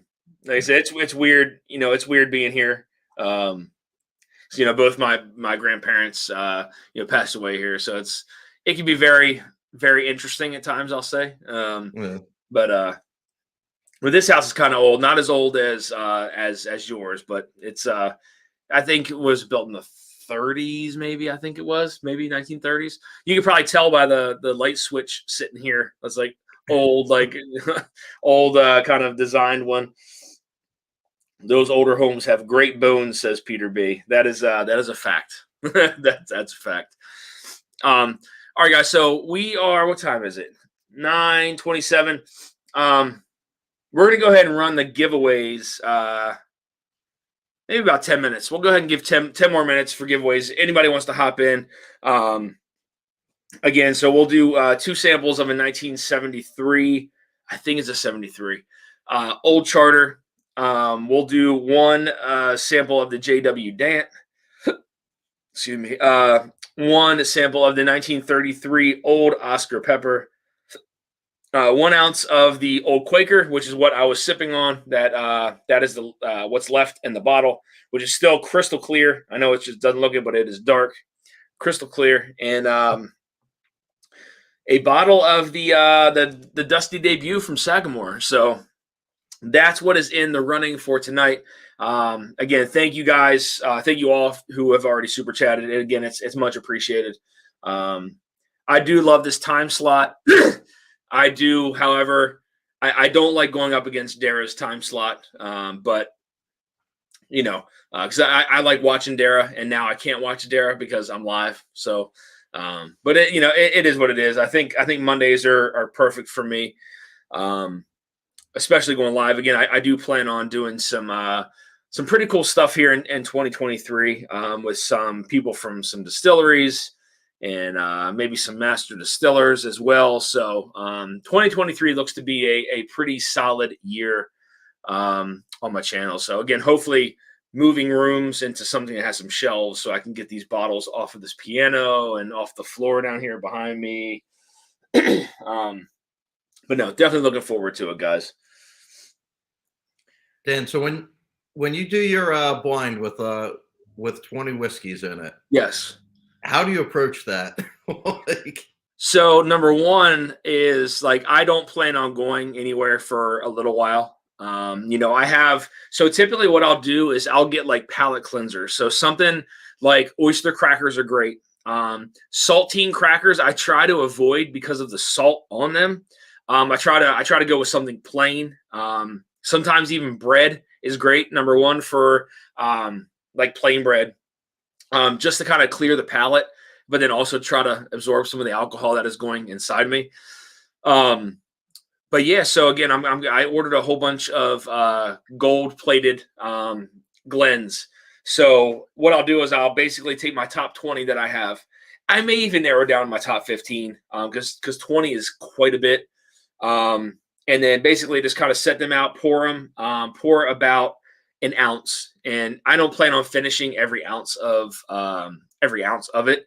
It's just the ones that hit my palate that are most impactful, ones that have, the best flavor punch, the best profile, the best finish, the ones that are, I love whiskeys that are viscous and oily.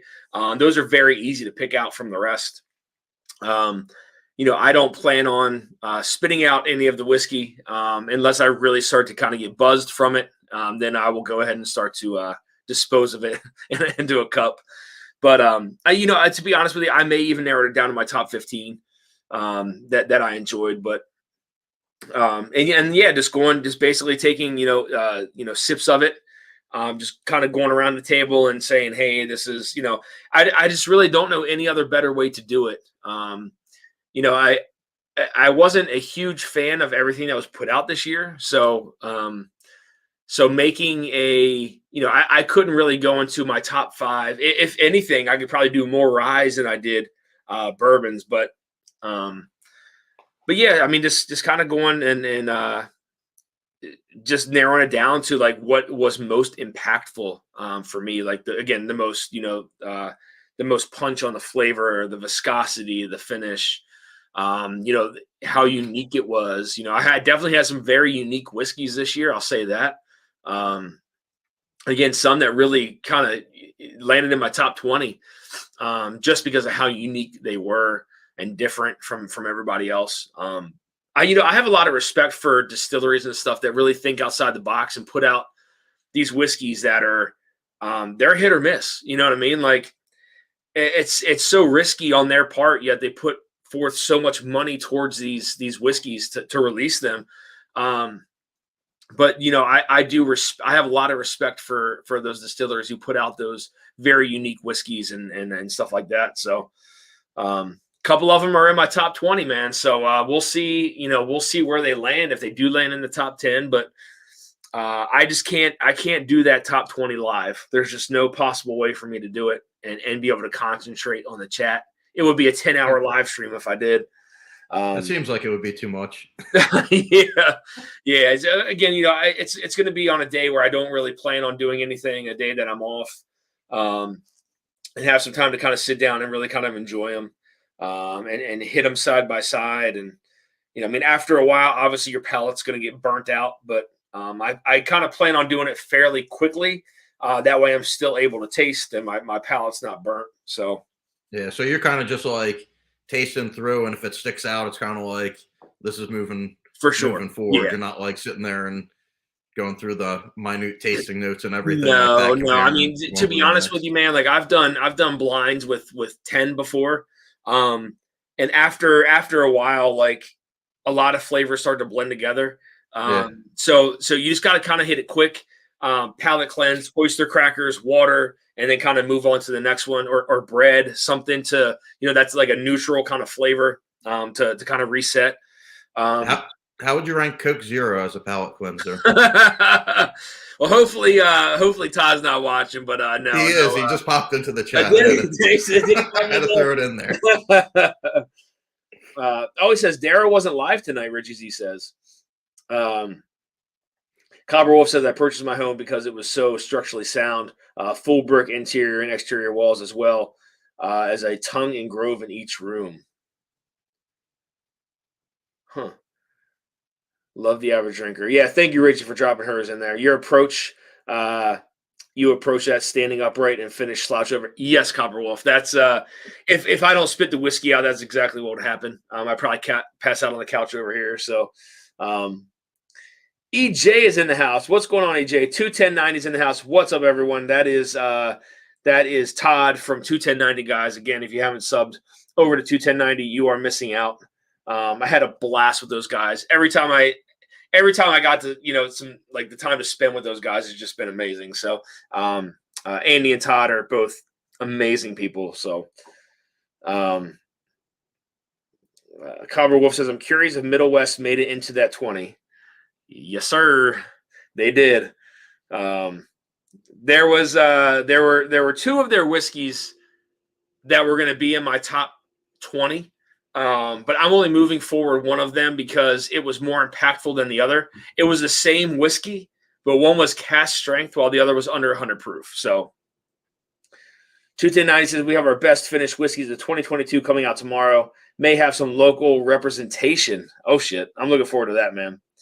Bourbon of the Week is in the house. Chris, what's going on, man? Good to see you. New camera? I do. It's a webcam.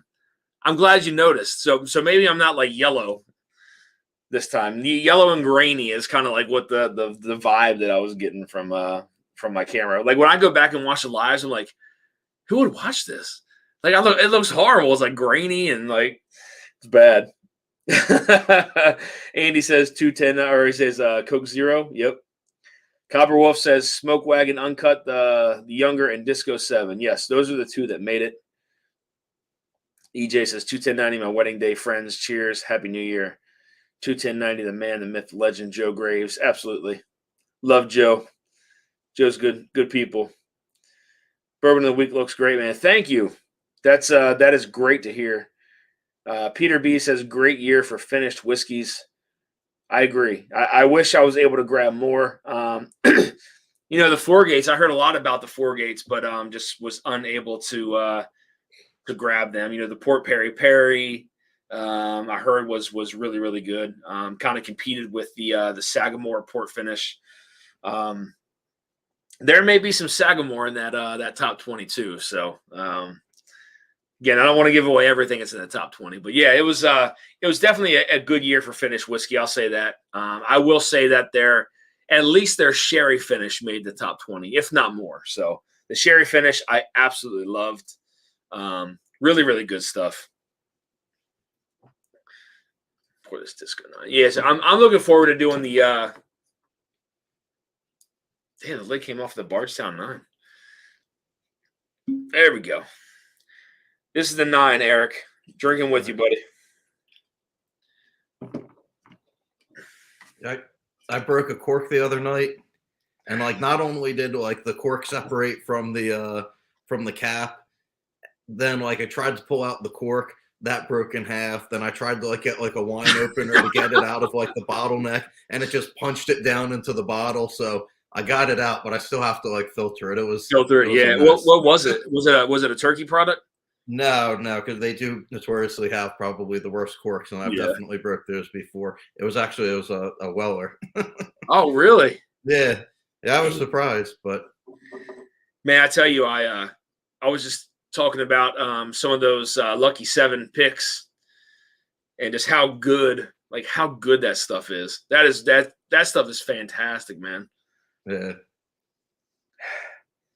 Yeah, this Disco 9 it's so good. Oh god, the nose is so good on it. Cheers, Eric. Thanks for coming on with me, man. Yeah, man. Happy to. I've been trying to do more blinds here recently in preparation for for the 6th, but yeah. Yeah. Are we gonna be doing some blinds on the 6th? Is that what's going on? Yeah, that's a deal. I think they do like it's like half-ounce pours, but I think they said like 2 rounds of like 8 pours or something like that. Woo, I don't know. Okay. Yeah, something good crazy. thing I'm getting an Uber. Damn. Right? How are you? You driving there? No, that was my plan until he said that like 2 rounds of 8, and then I was just like, no, I'm just gonna get a hotel room and sleep over. Joe says that Sagamore Manhattan finish is awesome.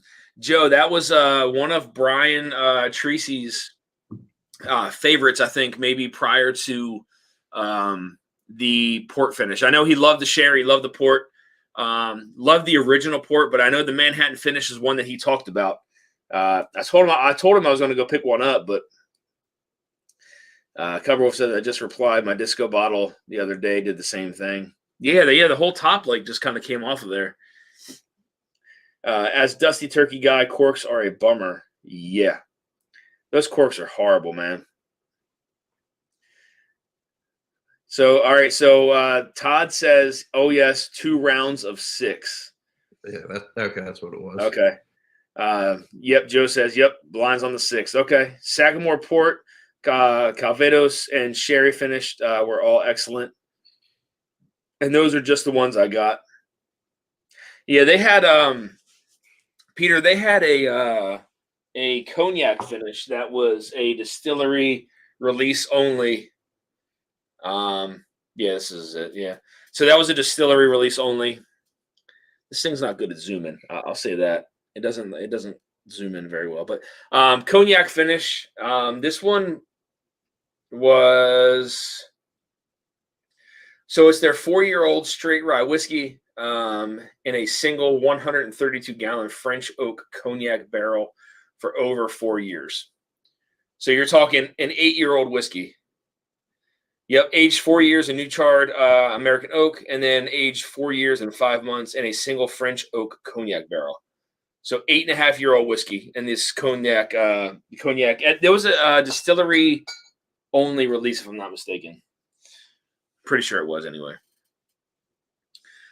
Gary Franchi with a $10 super chat. Gary, thank you very much. Hope everyone had a great Christmas or Sunday, if that's what you call it.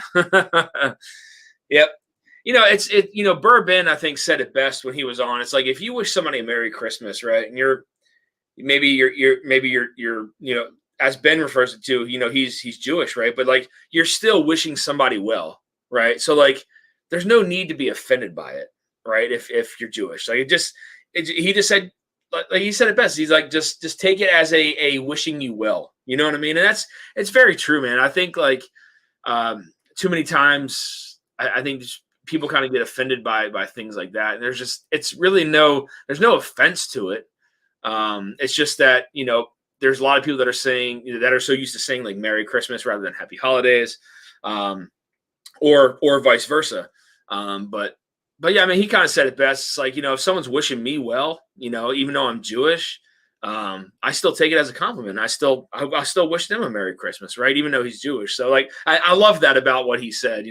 It's nothing that's that you shouldn't take offense to, but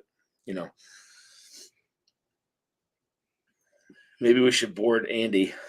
What do you mean? What do you mean, Joe? We're talking about water. They said they're going to board the dog that night, okay, so he can focus. Andy's scared of dogs. They smell his fear. Oh, that's funny. Gary, your bottle is out, by the way. Oh, somebody's in. Who is it? Oh, Mark. Hey, fellas. What's going on, man? How are you? Name with a face, right, Dan? Name with a face, buddy. What is going on, man? Great to see you. I'm all good. Hey, top of the evening to you, Eric. Hey, let's go. Mark, what you drinking, bud? Well, let me show you. Oh, I know that guy. I might know him, man, from somewhere. I just wanted to jump on a few minutes, say happy holidays, drink a pour with you. And hell yeah, man. Absolutely. I'm much appreciated, man. Great to put a face with the name. So love it. Thank you again for being a great supporter of the channel, and I look forward to a great 2023. Anytime you ever want to hop on, Mark, hop on. Shoot the shit. It's all good here, man. We can talk about anything and everything. So well, I appreciate that. I was on with Burr Ben the other night, and we were having a couple of laughs over your chest hair on the bottle. Can you see it on there? Burr Ben said he could. I didn't notice that, man. I got a bottle in there. I might have to go grab it and take a look. That's hilarious. Richie says, Dan, I hope you're tracking super chats. Boehm and Adriana aren't here. Oh God, Richie, I'm not keeping track of super chats, but I can go back and take a look. I thought he was keeping track of super chats, but I can go back and look. Peter B says 21090. Just saw rum finish Sagamore. May need to get that. and would probably buy the cognac or Armagnac finish on site. Peter, I have the rum finish. I have the rum finish here behind me. That's a hell of an easy sipper right there, though. I'll say that. The Armagnac finish. Armagnac. I'm trying to remember if they put out an Armagnac finish. I don't know if they put out an Armagnac finish. Not that I'm aware of. They may have, like, a while ago. I can't remember though. So Dan, I think the new time slot works really, really well. You like the 8 p.m.? I think it works great. There's not a lot going on. Certainly not in your time slot later in the evening on Monday, but I think it's a nice selection. Okay. Yeah, like I said, I mean, I always enjoy watching Dara. I enjoy watching her show, and like now that I'm on the same time slot, I'm not able to watch her, but I usually go back and watch her replay. But yeah, I think the 8 o'clock works for me because typically I don't go 1 to 2 hours. That's yeah. It goes by too quick, So I think having being able to go maybe up until 11:30, 12 o'clock is good for me. So I know a lot of people are off for Christmas through work, so I just figured I'd run it a little longer tonight. So yeah, good, it was a great stream tonight. Yeah, I was as I said, man, I was very, very happy that the Bardstown 7 made it because, again, that was in my top 20 this year. Really, I hope it makes my top 10 when I do the blind, but it's just such a fantastic pour, and like I said, it stood out from everything else that I tried tonight. Now, really a great way to kick it off with this these brackets. It's a lot of fun following it. It's when I originally did it, I was gonna do more, and I was like, man, I don't think people are gonna follow this for 10, 11 weeks, and the time has just gone by so fast. I mean, it doesn't even feel like I've been doing this for 5 weeks now. We got one more week until we go down to the final 12, and those 6 in each bracket I'm going to do at one time. So it's one more whiskey, one more whiskey basically per live, and that'll narrow down to the final 4. So it was fun, and like I said, going into this is going to go into 2023, but going into 2023. I do have a lot of plans to do a lot of different things. So, I do plan on bringing on some people, Brian Treacy being one from Sagamore, and a couple other people that are, again, looking forward to coming on the channel that I continuously talk to. Some master distillers, some CEOs of companies. So I'm really looking forward to kind of like just picking their brain and just having a good chat with them. And just the fact that they're looking to hop on the channel who has 2,200 subscribers. Like I'm a nobody in the whiskey world, man. And there's so many people that have way more influence and than I do. And to me, I'm just about having a good time, and I love to kind of shoot the shit with people. And so that's kind of what I'm going to do with them. I do want to go back and like watch some of the episodes that some of the other channels, when they had them on, and just make sure I don't ask them the same questions. I want to like ask questions that are kind of like outside the box and a little different, just to kind of get their opinions on things and kind of, make them feel comfortable. So I'll be nervous. I'll be nervous as hell. I'll tell you that. But I look forward to it, man. So I've had an opportunity to view the majority, if not all, of the whiskey channels. They all got their individual niche that makes them unique and exciting and enjoyable. Yeah. I think Richie Z said it best tonight. Where else can you go and get a bottle share in the stream and end up with a 1933 bottle? Where else can you go? I mean, it is very true, and it's again, it's never something that I brag about, man. Like, I don't ever brag about like anything that I have. And I mean, half the time I don't discuss anything that like I really have, like, in my bunkers, but just being able to crack those bottles and enjoy them and send them out to you guys is more meaningful to me than having 60,000, 100,000 subscribers. Like, I'll take the relationships that I've built with you guys over that any day of the week. Any day of the week, man. I'm a huge people person. Me too. Yeah. And getting to know people and their stories and their backgrounds, and that's more meaningful to me than having a ton of subs or ton of money and all that kind of stuff. Again, it's nothing against those channels, like nothing. They found their niche, they ran with it. They have a shit ton of fans. Hey, I would love to have a shit ton of fans too, man. But that's what community. There's room for everybody, and that's what makes it a community. And yeah, man, I agree. But being able to share these older bottles with you guys is the best. One of the best experiences I've ever had in this community, and it's something I continue to do. I'll continue to crack bottles and send samples out to you guys, and hopefully meet all of you guys in these meetups. And that's the things I look forward to, man. So let's talk a little bit about this Dusty Dan's first barrel picks. Pretty damn good whiskey, man. Let me tell you. I got a note on this that I don't get very often, and it's on the finish. It's a strong, savory note with sweet oak, and I'll tell you, those two work really, really well together. Yeah. I mean, and Mark too. Like, if you pour that out and you look how dark that is a very, very dark whiskey. It is. It's a very dark. And again, I'd have to get with Brian to see the very fine details, but I'm pretty sure that it was just on the cusp of an 8-year-old rye whiskey when that was actually picked. So it's good enough. It's going to put me to bed tonight. I hope so, man. Again, it's awesome. Again, like, I can't thank you guys enough for the support. To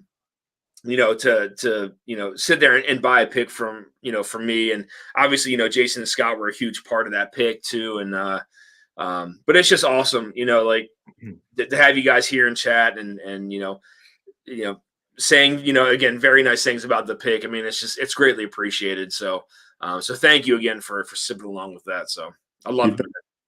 Hey, congratulations on the Ask Scott, your place in the slot. I think it's going to work out great. Yeah, I mean, that's I had talked to Fred, every now and again. I know he gets bombarded with a ton of, I'm sure, trash talk and all this kind of stuff, but I mean, it comes with the game, I guess. But yeah, I told him, whiskey is a great passion of mine, and I have a lot of I'm very passionate about it, and like I said, we got talking back and forth, and I had sent him a message saying, "Hey, Fred, hey, Merry Christmas to you, and thanks for everything." And he was like, "Hey, did you send over your bio and all that for your Ascot spot?" And I was like, "No, but I can." So I mean, having the opportunity to judge some whiskey is going to be great. I know he gave me a shout out on his channel when he was doing his top 100. So. It's pretty cool that he watches some of the stuff that I do, and I mean, probably not all of it, but some of it. But just the fact that the ability and the opportunity to be a judge on some of this stuff is going to be quite fascinating, man. So I'm really looking forward to it. It's going to be a pretty cool experience. So. I think Fred represents the foundation of the community mindset, which you do as well. The way you described it tonight was as well as any. Yeah, I appreciate it. Yeah, that's really the great thing. That's the thing I enjoy the most about it. I can't have people at my house all the time drinking whiskey, although the holidays, I get a lot of company. I'll be replenishing. That's great. But that's what it's about. It's about the community, and that's what really gets me involved and engaged. Yeah. Again, it's again. I mean, Eric. Eric, I've met in person. We met at Sagamore for the Penny's Proof, and a lot of people came to that. Bourbon came there. Andy and Todd from 21090. We had Renee.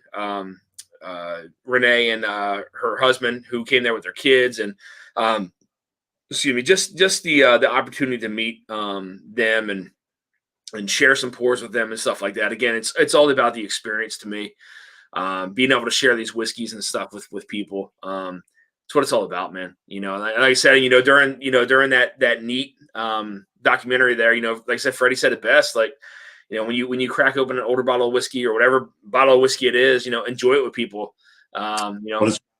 Yeah. And really, I mean, in all reality, man, that's what it's all about. So that's how you build those relationships and keep the community going. So when you guys, when you do have people over for something like holidays, party, whatever, and they want to get into some whiskey, what do you see people typically gravitating towards when they're at your house? Me or Mark? Yeah, anybody. Mark, go ahead real quick. I gotta filter through this chat really fast, man. I'm behind. Then I'll give you a few minutes to do that. I find that Eric, I find that many are interested in whiskey, but I'm a cigar connoisseur as well, and you can certainly pass out the wrong cigar to the wrong person at the wrong time and make them deathly ill. So whiskey's somewhat the same way. So I keep a if I can sense there's an introduction to whiskey and not a lot of experience with it, I really like that Evans William Bottle and Bond 100 to start them out. There we go. And they may end up from there getting into a Jack Daniel's single barrel proof, but it may take them a little bit to get sips of that to adjust their palates to those things so they don't get ill. But I try to start them out small, and then there's other guys that come to visit that that's the first place they go. That's what they want a taste of. I got some old Fitz on the shelf. Some of the 14-year Blue Run on the shelf, and there you go. Some of them I got 14-year Lucky 7 on the shelf, along with a 6 proprietor and along with the Holiday Toast. I'm a Lucky 7 fan. So but some of those that's had some experience or been here with me, family, if you would, drinking with me and doing blinds and having fun and smoking cigars, they're a bit more. But I'm really cautious of those first time enjoyers of whiskey and making sure I don't make a mistake with their future and starting them out. Yeah. Yeah. That's the best part. I hear that, man. Making a mistake. That's funny. I mean, typically, again, like for the holidays now, a while ago, it used to be a lot of family, and now it's very, very just kind of, tight knit, and everybody kind of goes their own ways. And I had some family members kind of move out, but typically I don't really, we don't do it at my house. We'll actually come here. This is where my mom is going to be moving into. So that's one of the reasons why I have to move rooms. I can't sit in the corner of the living room and do this. But again, my mom will take some sips of whiskey that we pour, anyway. So my stepdad, he's kind of gotten into it. I kind of pour him some crazy stuff, and I've poured him some high proof, some of the Jack Coy Hill, and but I've also let him taste some of the older whiskeys, and he's kind of slowly kind of like getting into it. Doesn't really know like too much behind like the history or the mash bills and stuff like that. So still very on that beginner kind of level. But it is funny watching him drink some high proof stuff because his eyes get all red and watery and kind of chokes it as it's going down. But it's fun.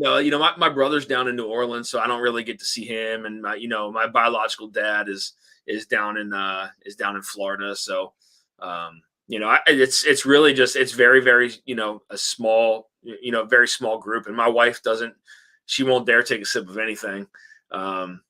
So yeah, it's really just me and my stepdad, man, during the holidays. So it's it's whatever he's willing to drink, and I'm willing to give. So I'd ask Eric a question. I think I know the answer. Okay. But do you find that your shelves are with your favorites are on the higher end of the proof? Oh yeah, for sure. That's the hard part because those are the bottles I get. So barrel picks and that kind of thing. So I always have to keep, that one that's people seem to enjoy that's different and very unique is that Jack Daniel's triple match. Okay, nice. It's kind of soft. yeah. I got to tell you a story when you're done, though. It's very unique in terms to anybody that's had whiskey before. And that's what I find. I find when people visit me, Eric, they come here and I'll pour that triple mash for them. And they'll have some bad experience because somebody started them off with their wrong future. I love it. Taste that and they find themselves going, well, that's totally different. I said, yeah, let's try that for a little bit. Before we get into some of the higher proof, but like you, Eric, and I'm sure Dan's the same way, mostly higher proofs on our shelves. So you always got to keep a few of those bottles around. Russell's 10, that kind of. Yeah. Yep. Even so, basically, when people come over to my house, like it's basically like you can have whatever you want, and if somebody wants suggestions, I'll point them in the right direction and stuff like that. But I always put some stuff like to the front of the shelf that like a bottle of Blanton's or something like that, or some E.H. Taylor or something like that. And I'm like, okay, people want to drink these or whatever, and then nobody drinks them, and they're like going for other stuff. So I always find it's interesting what people want to try and what you have in your collection. It's always don't you find it funny a little bit, Dan and Eric, that people come and see your collection? Mine is minute compared to many of these whiskey channels. I got 127 bottles opened and one not. That's a CYPB Weller. I don't have it opened. I don't tend to open it. Probably not till after I retire, which is wrong. But I'll say it before you do. Anyway. That's awesome. Hey, that's 127 bottles. That's a nice collection, though, man. Yeah, that's nothing to that's nothing to shake a stick at. That's hey. Yeah. But I find that people get intimidated by it. They see it and they think it's like off limits because you have a lot of bottles. Yeah. That's not it. That's not the case. It's just the opposite. Let's sit down and tell me a story, man. Yeah, that's again, I mean, being open to that, you know what I mean, and making sure that your guests kind of know that too, is it's open. Other than the Weller, being open to that is again, I would love for people to come over here or my house and just have some pours, man. But that's something again I didn't really chat about, and but I do want to plan on having some kind of get together on my own and just having like a dusty kind of tasting, where we'll just sip dusty stuff. I'll go into the bunker, I'll pull out 10, 12 bottles, and we'll just go to town on them. So I just got to figure out a good time and place for that to happen. But I would really, really like to make that happen. So, well, I think, you're moving pretty quick as it is. I think Eric would agree. Yeah. I mean, again, I appreciate it. Again, I mean, your guys' support is. You had like 55 in the chat tonight at your highest. Was it? I didn't even see that, man. Yeah, that's awesome. I haven't seen. I don't think I've ever seen that number. So yeah, it's pretty awesome. That's great. That's awesome to hear. Are you still drinking the Dusty Debut? I am. All right, I gotta go get it. Give me 1 second. It's right behind me, so give me 1 second. I gotta get it. I gotta get it. Eric, have you had that yet? I have. Yeah, I got a bottle. It's delicious. Awesome. Yeah. Sagamore, I'll tell you, it's really tough to beat Sagamore on the rye side. Tough to beat. Yeah, they're putting out a lot of interesting releases, and everything seems to be good. So I mean, they're underrated too as a distillery. Yeah, I really like their stuff. The Sagamore. I'll tell you my favorite bottle. I think I've had. I'm going to say maybe 5 of their releases, all of them different different finishes or cast strength. My favorite is the cast strength. Yeah. I really enjoy that bottle. I back it up, keep it, although it's readily a find here, but that's not like that all over the country. I get it. Well, a lot of people say, like, oh, I can't get Sagamore or whatever. So if you're in an area that gets it, consider yourself lucky. What we didn't get this year that the whiskey community got for me, it was actually Greg McDonald, if you know him, and Shane got together and got me a bottle of 922 ECBP, and I couldn't find it nowhere. I had the other 2 from this year, but I couldn't find the third one, and it never dropped. So they were kind enough to find me a bottle of that, and that's what's beautiful about this community. Yeah, absolutely. That's a good bottle to have too. You know what? That's my favorite of the year. I don't have one here, I guess. I thought I did. Well, you got one you're giving away. Yes, I do. I do have one at the house I'm giving away. Yeah. But I do not have one here. I thought I did. But you said triple mash. I will drink the triple mash. I'll tell you, that's a bottle to share with folks that are new to whiskey. That's kind of exciting. It's difficult for them to, I don't think they've ever tasted whiskey like that before. It's a very unique bottle. It's very, it's actually, so let me go to the story that I was, so when Fred was doing his top 100, I had saw that, the Jack, the Bonded made the number one whiskey of the year by Whiskey Advocate. And I had made a comment that I don't see how, that could make number one. And I had one of the guys from Jack Daniels comment. I was like, I'm sorry you feel that way. And I was like, oh, like I did, I had no idea that he was in the chat. And he was one of the ones that supplies you with the samples to review. But I told him, I was like, look, like I sent him an email. I was like, look, I didn't mean any kind of like anything like that, but like I think your triple mash is like where that bondage should be. I was very honest with him. I told him, I was like, my words, didn't mean any kind of like harm or whatever. And like, I honestly think the triple mash is way better than the bonded. Yeah. Because I talked about, I told him how like unique it was, and it was very different for Jack Daniels to kind of like think outside the box and go with this, kind of single malt deal and stuff like that. So, I was just honest with him, but I don't know if I'll be receiving any samples from Jack in the future. It's whatever though, Comes with the game, doesn't it? yeah. It's whatever. So yeah. I just like what you like. You got to leave room for you like what you like. And some of the principles that go on today, you can be angry about, but as long with whiskey and the pricing of especially bourbon. But you know what? As long as people keep buying it, they keep feeding the source, man. Yes, they do. And so you can't keep people from doing what they want to do, or entrepreneurs to do what they want to do. That's very true. It is. Yep. But I try not to partake in too much of that. I'm lucky. I got a supplier here in town with a third generation liquor business. So I'm able to get stuff, or he is. And normally, I have to pay a little bit more than MSRP, but I don't really mind doing that. But when it gets up to some of those bottles like the CYPB, that bottle's going for $800 to $1,000. I'm not paying that for it. So no. I got to work on money for that. Buying dinner and buying drinks. Yeah, I completely agree with you, man. Flowers. That kind of stuff. Doug H, thank you so much for the super chat. Much appreciated. I'm trying to catch up on chat here. Renee says all of our bottles are open except for 6. All are able to be tasted by our guests, even the rare bottles. That's awesome, Renee. Ready to share. Yes, absolutely. That's fun seeing them try some unicorns. Yeah, for sure. Justin says breaking out the Dusty. Oh, Dusty Turkey. There we go, Justin. That's what I'm talking about, man.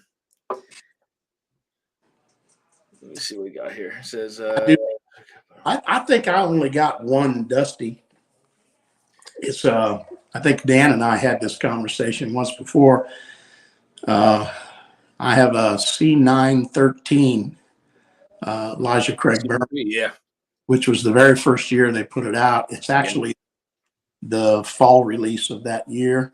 I sip on it maybe twice a year. I was blessed enough to be with Shane and a bunch of others that were on. I'm trying to think what channel we were on. I think it was Cheech's channel. I think, and we poured something special. Everybody got their special bottle. That was really nice. That was really cool. Yeah, we all had a special drink. Right, that was Christmas Eve. That's awesome. Yeah, it was great. How much of that bottle do you have left? Oh, look, I couldn't even see that collection behind you, Mark. Oh, you still got a lot left, man. Yeah. I don't hit it too much. It's absolutely delicious. Yeah. 5 o'clock every night, I come home and that's what I want, but I don't pour it. That's funny. Yeah, those things, those things vary on the secondary. I mean, you see some of them go for, 500, 600 all the way up to close to 1,000, depending on which release it is. So it's actually an interesting story. I was telling you about my buddy here in a little small town I live in. He went to get me an Elijah Craig Barrel Proof from this year. So I bought an A122 from him. He bought that at the same time, and he said, "Would you have any interest in this?" And I said, "Well, as a matter of fact, I might, depending on what you want to sell it for." He said, "Give me $250 for it." I said, "Sure." Dang. I went back the next Friday to have dinner. I stopped there every Friday on my way home from work, have a drink or whatever. I went back the next day. He said, "You dirty bastard." Well, I paid for some stuff secondary from you, so we're all leaving. Let's just keep it alive. I'll give you a hug. You'll be okay. That's crazy. That's where you got to pause and think it over before you're like, "Oh, okay, it's more than I would normally spend, but all right." Okay. I'm gonna tell you something, guys. He just recently sold. He's got all 3 OFCs from Buffalo Trace. 94, the 90. 93, Yeah. 80, 1980, 93, 93, and there's one other. Yeah. I can't remember what year it is. Yeah, that's pretty wild. Yeah, he just sold one of those just a couple of weeks ago for $6,700. Yeah, Peter says he loves the old Pyro bottles. Yeah, man. I got the so I have 3 left. I have the 128 proof. I don't remember what release that was, but that's still in this bracket. I have the Hazmat at home, the 140.2 proof, and then the I think it's the 135.8 maybe. 133. I think maybe you can see that. 133.2. 133.2. Yeah, that's the. Is that batch number 1 or number 2? I'd have to look that up. I'd have to Google that. No, See, that's like one of the first ones, man. Yeah, this is their first release of their first year. It's batch 1. You know how much those things go for on secondary? Yeah. They're a pretty penny, man. Yeah, I know. Last week, the neighbors opened up their CYPB to share. I really enjoyed it. I was lucky enough to score a Stag Junior batch 18. Oh, damn. Nice, EJ. That's awesome. Yeah, that's great. Justin, I'm curious as to which Dusty Turkey, man. Doug, great to see you're still in here, man. Doug, Friday Freds, man. Those guys are great, man. Doug, thank you so much for being in the chat. Love it. Excited to hear your take on the triple mash. Dude, I'm a fan. I'm a fan of the triple mash. I'm not going to lie. It may be one of the top 20s that I've had this year. I will say it is in the top 20. How it blinds, though, is going to be a different story. So, and I'll tell you another one that I was very impressed by was where is it? Let me see. That's not it. It's the High Toast. This one, the Jack Daniel's High Toast rye. Yeah, I've never had that. Wow. Yeah, this is so surprising on the palate. You haven't had this, Mark? No, I have not. Now, Eric, have you tried this? No. No? All right. Noted. When I tried this, man, I was shocked at how much marshmallow sweetness is on this thing. Blown away. It is so it's really good. So, yep. And for I think it's $35 or something like that. Something crazy cheap, fantastic. Now, the maple, on the other hand, as you see, I have not really indulged much in this one. Yeah, right. The maple, not a huge fan of. Yeah. I just have to Overly release sweet a or review on it. Huh? overly sweet or It's just the overall experience of it, man. It just doesn't have the flavor profile that I like. I think it lacks it lacks the flavor that high toast rye offers by far. It's just, I mean, the mouthfeel of that high toast is very different from the maple. The finish on the high toast is very different from the maple. So, I still have to drop the review on it, but just not. It wasn't for me. And I saw they had a pecan. I think it was a pecan finished one, but I think that was a distillery release only, if I'm not mistaken. So that was just recent.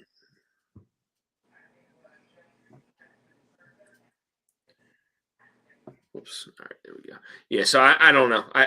For me, the high toast is where it's at, man. Yeah. Matter of fact, I don't know that I've ever even heard of the high toast. I don't know. I never heard of that particular term in Jack Daniels. I wasn't even aware of it. Yeah, and they started to release them in these 375s too. So like I said, it's a 375, but that's what they started to release these things in. Yeah. Very, very, very underrated pour this year. So Eric, pretty big fan of that one. Did Eric have a favorite bourbon this year? Oh man. Eric, let's go top 5, man. What you got? Put me on After your top 5, we'll do the giveaway real quick. I know people are kind of waiting for that, so we'll do. Yeah, okay. I would say the Kelvin Collab 4 is on there for me. Yeah, man. Lucky 7. I mean, I have a couple of the 14-year proprietors, but they're all good. Yeah. Then for rye, definitely the Maryland Heritage Series. I like the Sherwood the best, and then the Sherbrooke would be the second favorite for me. But all 3 of those releases were awesome. I'm starting to get a feel for your collection. I wish they had brought it up.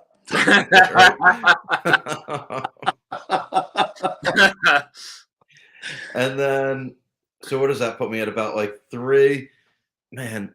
Then I would have to say, even though it's a pick and not a standard release, the Houdini from Mash and Journey did it for me. My number, Houdini. That's your number 1? That's my number 1 this year. Dude, that Houdini is ridiculous. It is like nothing you taste anywhere. I hope to God, because that's in my next round. I hope to God that I can hold up well in a blind. I mean, it's got a ECBP in it. Like, I don't know. Yeah. So sorry to influence you, Dan. Sorry. I just hope it. I hope it can stand tall and kind of separate itself from the rest. Yeah. Now, Eric, that's a great top 5, man. Yeah, I'm going to tell you something. His collection is pretty vast. Oh yeah, absolutely.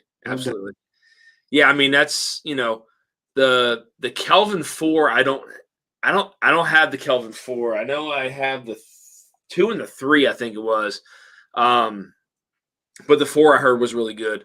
Those Lucky 7s, man. Again, I love them. I don't want to say who shared some of those samples with me, but those are fantastic. I would love to come across some of those again. So you got to hunt them down, that's for sure. They get hard to find. Man, that stuff, they're so good. Yeah. That's sourced Barton, right? Yeah, I thought so. Okay. And so is, what's crazy is so is this. Where'd it go? Eric, that was great. That was great top 5. That left cross, this is Barton. Really? I'm 99% sure this is Barton. And this is like, when you compare this to like the Lucky 7s, it is night and day difference. Like this is, they'll never send me anything again. I'll tell you that. I promise you that. But those Lucky 7s though, man, they're on another level for sure. Your face in that video was hysterical. Like when you're going there I mean, I had to be honest, man. I got to be honest with it. Like it just. It's like eating a piece of paper on the back of the palate, and it just like absorbs all your saliva. It's just so dry. Renee says, I like the triple mash, marshmallow, and vanilla frosting. Hell yeah. Yeah, it's unique. I think the triple mash is underrated. I really do. It is a very underrated pour by Jack, for sure. EJ with a $10 super. I got to do the giveaway. Yeah, go ahead, brother. Want to try a sample of my Old Elk barrel picks? Hell yeah, I do, EJ. Let's go, man. I do want to. So I have. Where is it? I don't know if I have it here. I don't have it here, but I know I had shared an Old Elk pick with Richie. I think I sent him the last of what I had. It was an Old Elk pick by, I think it was like Bourbon Enthusiast. Who I talk to every now and again. He does a lot of great picks. That pick was phenomenal. Some of those Old Elk picks are just really, really good, man. What does that say? BT says, smash that like button. Thank you, BT. Much appreciated. I can tell you Whiskey Nose is a big Old Elk fan. That's for sure. Yeah. I love, dude, I'm telling you, Marty, when I met him in person, he made me laugh. He's awesome. He's such an amazing person, man. He is. He's so genuine. We had met each other at Old Carter when we went down to Kentucky, and just got to telling stories. And him and I, he had saw me outside sitting there. He's like, man, I knew you from somewhere. I just couldn't tell where. And then I heard your name, and I was like, oh man, that's you. And I was like, oh God, but just to sit there and listen to him tell stories, he's such a great guy, such a character. I'll plug his channel at Whiskey Nose, man. I'll tell you that, and MC Squared, where he's on with Rob McLeod. Yes, absolutely. They're just great guys. Great people. We picked 4 barrels, 2 single barrels, 2 blended. EJ, what was it? What was the blend? Curious on that one. 44 total entries. Okay, cool. All right, guys. So we're gonna go ahead and get into the giveaways now. I know it's kind of late. 10:20. So we're gonna go ahead and start with the 2 giveaways for the 1973 Old Charter. Mark, do you want to go ahead and pick the first number? 1 through 44. 1 sure. through 44. Good luck to everybody tonight, and I'll choose 18. What was that? I'm sorry, 18? 19. 19. Richie Z. 19 is going to be for the a sample of a 1973 Old Charter. And that was Bernheim distilled, if I'm not mistaken. Pretty sure that's Bernheim. Richie Z has called the number. Absolutely. Still got 19 in the chat, guys. Thank you so much. It's what, 10? It feels later to me. It feels so much later than it is. And Mark, you're in Indiana? Yeah, that's right. Okay. All right, Indiana. I know Eric. Yep, I know where you are. Yeah, Eric, where are you? Pennsylvania. Yeah. Pennsylvania. Great state. Yeah. So EJ says we blended a straight wheat with a wheated bourbon, cast strength version of their double wheat. Oh, damn. Double wheater. Wow. Interesting.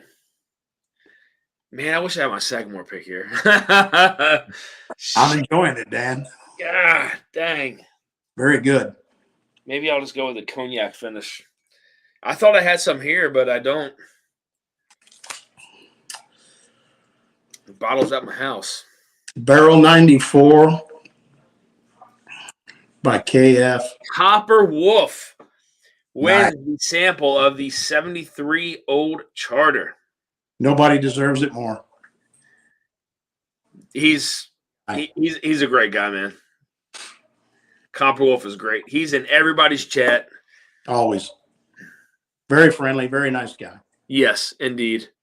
Copper Wolf, if you are still in the chat, man, I'll give you a couple minutes to respond to that if you're still here. And if not, we'll go ahead and get Eric to go ahead and pick a number for that Old Charter. EJ says, of course. Congrats, Copper Wolf. Yeah, he does. He does. Got some luck up his sleeve, man. Congrats, Copper Wolf Yes, 187. indeed. Pour some water in here. So do you guys have any predictions as to what may win this whole blind barrel proof? Because I don't, to be honest with you. Well, so hard to say. Whiskey of this year.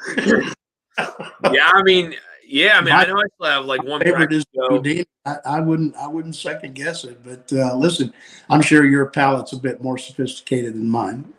Yeah, I mean, but it's blinds are tough though, man. Like, Sure.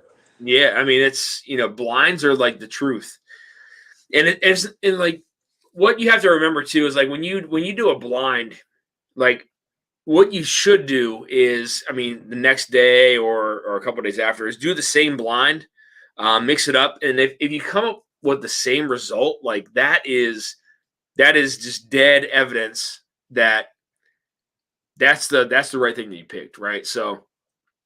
Again, I may not have picked on a different day. I may not have picked that Bardstown 7. I may have picked the Bookers or the Forge or whatever. But it's hard to say. So I typically try to do more than one blind just to give it fair justice.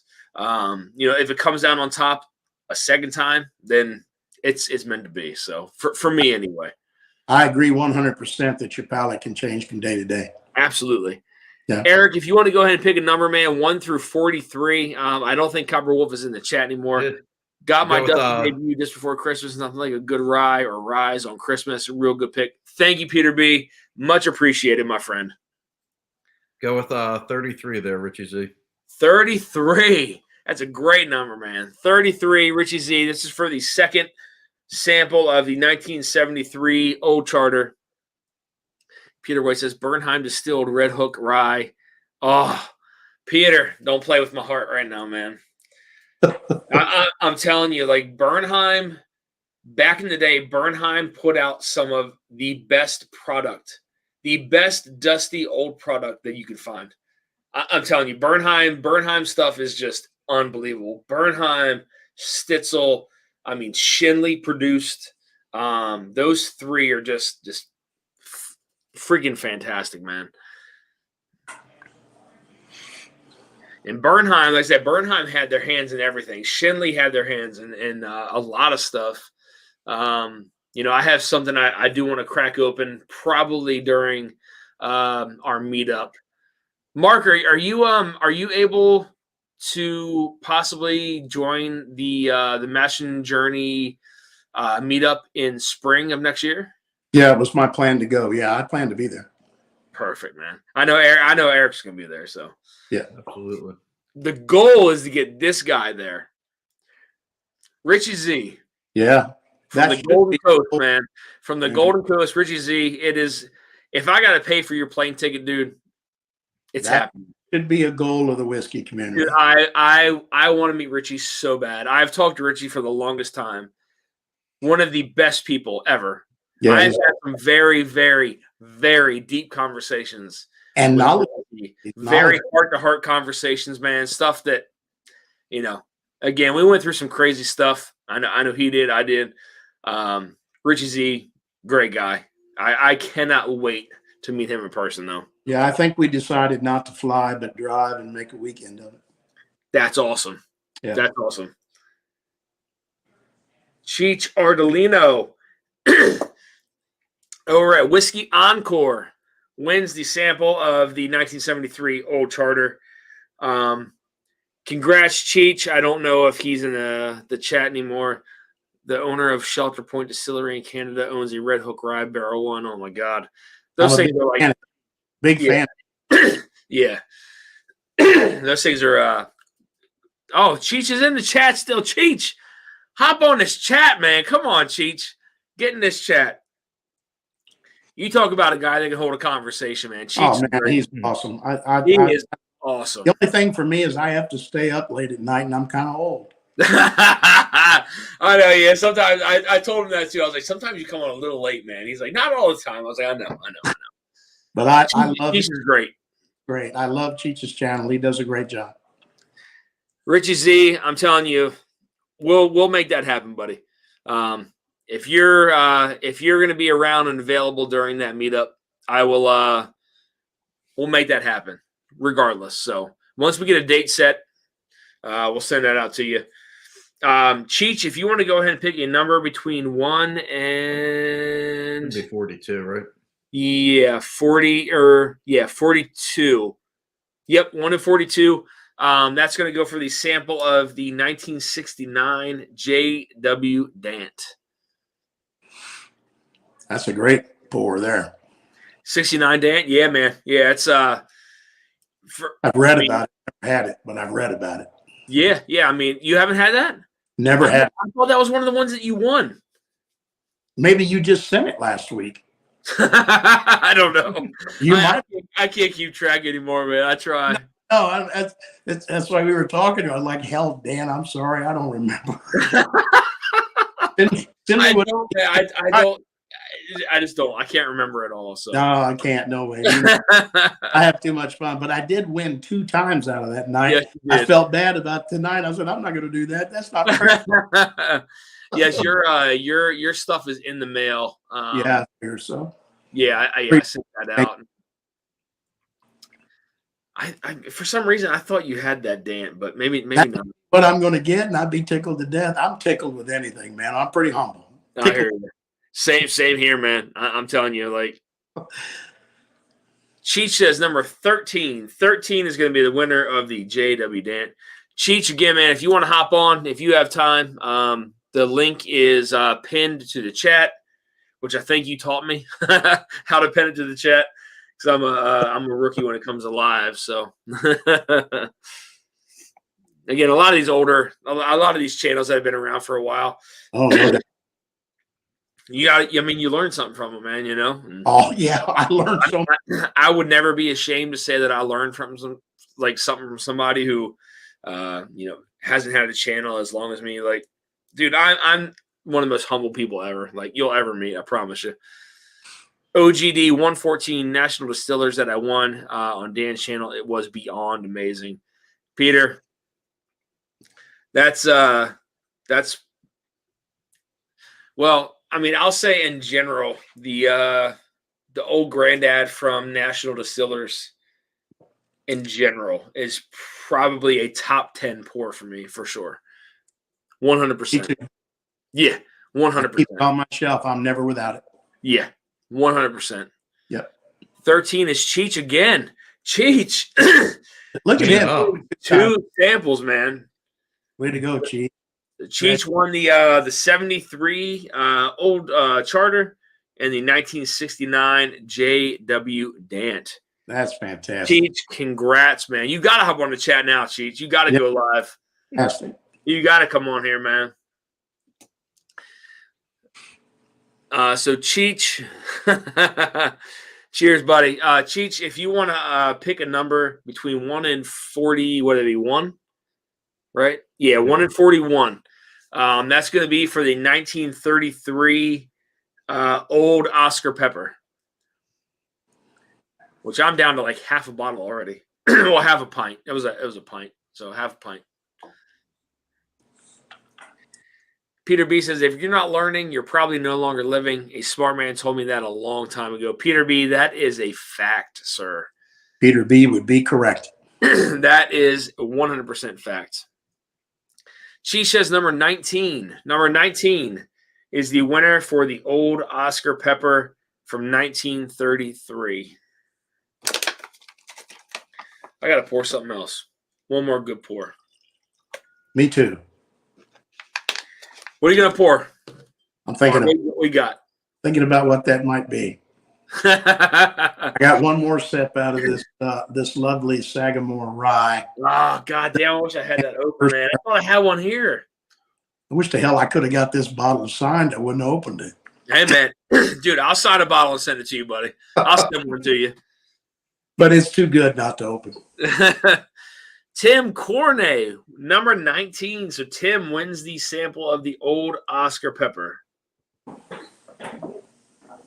Tim, congratulations. I don't know if he's in the chat anymore.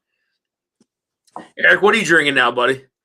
I got to move on to something else now. I I just finished my last sip. So was that the disco still? Yeah, the disco. Yeah. Let me know what you're pouring. I'll see if I have it. Oh. Can't be any Lucky 7, man. I got that at my house. All right. I've got I don't have any of that. Mark, what'd you grab? I grabbed a New Riff single barrel store pick. 170 or 107 proof. Okay. It's from the guy here in the town I live in. He bought a barrel, and I helped him select the barrel he picked out of 4 different barrels, and we came up with. Whoops. Hold on. Let me zoom in on you here. Hold on 1 second. Let me zoom in. Solo layout. There we go. Stokely's or Stookies. Yep. Okay. New Riff. You put a little hurting on that bottle there, Mark. I put a hurting on all. That's great. I'm buying put a hurting on all of them. That's funny. Peter says, I will pour number 5 tonight, a record breaker for an old guy like me. Peter, thanks for hanging out, man. Much appreciated. I got to figure out a way to get some of that Sagamore to you some way, somehow. Regardless, man, if it's not a bottle, I could try to get I know I can get a sample to you regardless. Maybe like a 200 ml. I'll figure out a way to get it to you. One more good pour. Not a good quote. I put that on my gravestone. This particular is a 6-year too, which some of the single barrels coming out of New Riff now are 6-year. I think some of them are much younger than that, a large majority of them. But this is the number 6. I'll tell you, it's pretty viscous. Unlike I find New Riff to be a little thin. Yeah. But this is actually good. You got a great mouthfeel. And see, like that, that to me, like, yes, a finish is great. Like, yeah. Hey, man, I talk about a finish on every review that I do, but like the mouthfeel on whiskey to me is so important. Like, yeah, me too. That viscosity, that density, that richness, like that's just something that I really look forward to when I taste whiskey. So. That's something, again, I kind of put it like the top of my list. Again, I mean, a great finish is great, but like, for like sometimes when the finish isn't that long, but the flavors are amazing and it makes you want to go back and drink more, right? Like that's great. Like that's what I want. You know what I mean? Like, but I also want a whiskey that like will last a long time, great finish, kind of lingers on for a while. And you got to kind of sit back and relax on it. So, like, I love a finish on a whiskey, but then, like, having a mouthfeel on a whiskey that is just amazing and just so enjoyable, like that to me is right up there too, as well as having a very long finish. So. Yeah, he ended up with a bunch of bottles, and he sells them to me for $40, so you can't go wrong. Oh my God, that's a freaking steal, man! That's why great. You listen, there's a large supply. I'm like the animals. There's more of them. That's funny. Samples to Canada are usually okay. Yeah, I agree. Yeah, getting a whole bottle there, though, is kind of tricky, man. You got to be careful with that. Randomizing again. Some New Riff picks are so good. I have 2 real good ones, says Peter B. I hope I win. So Tim Robertson gets a giveaway. So we are on the so Tim is not in the chat anymore. So this is going to be for the 1 ounce sample of the Old Quaker from 1937. That is all I have left of this bottle, this beautiful, beautiful bottle. Tim, or I'm sorry, Mark, you want to go ahead and call out a number on this one? Sure. Wasn't it 1 to 44? No, it's 1 to 41 now, I think. Hey, Richie, the 1 to 40? Yeah. Okay. This last one was 1 to 41, I think. I said Tim. Tim was the person who won a sample. Sorry, Mark. It's all right. Let's call out number 12. Number 12, Richie Z. Peter White says, Richie, I need to see you post a Trails End 10 Oregon Oak cast finish. I bought 2 backup bottles when they were on sale. I might be addicted to this bottle. What is that? Trails End 10 Oregon Oak finish. Never heard of that. I never heard of that either. Trails End in Oregon? Me neither. Yeah, I've never heard of that. Peter, what is that sourced whiskey or is it like what is that? I'm curious. Trails End. I've never heard of that. Nah, neither have I. Trails End. I have to Google it. Yeah. Yeah, Richie Z, 1-41. Mark called out 12, didn't he? Yep. Mark called out 12. Number 12 for the 1 ounce sample of the Old Quaker from 1937. This was such a good pour, man. Again, like. Yeah, somebody's going to get something special there, man. Yeah. I want to put a search out for this bottle, man. I mean, it's just so cool. There's like so much detail on the bottle too. Like, I don't know. It's kind of hard to see, but like, oh man, even the barrels have like writing on them.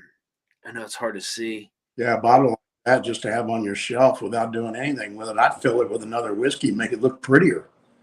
Yeah, I mean, I may do that with this one. Like, I'm not going to throw this one away. This is a really cool bottle. It's got a great embossing. It's historic even to look at it. Yep. Hey, look who won that.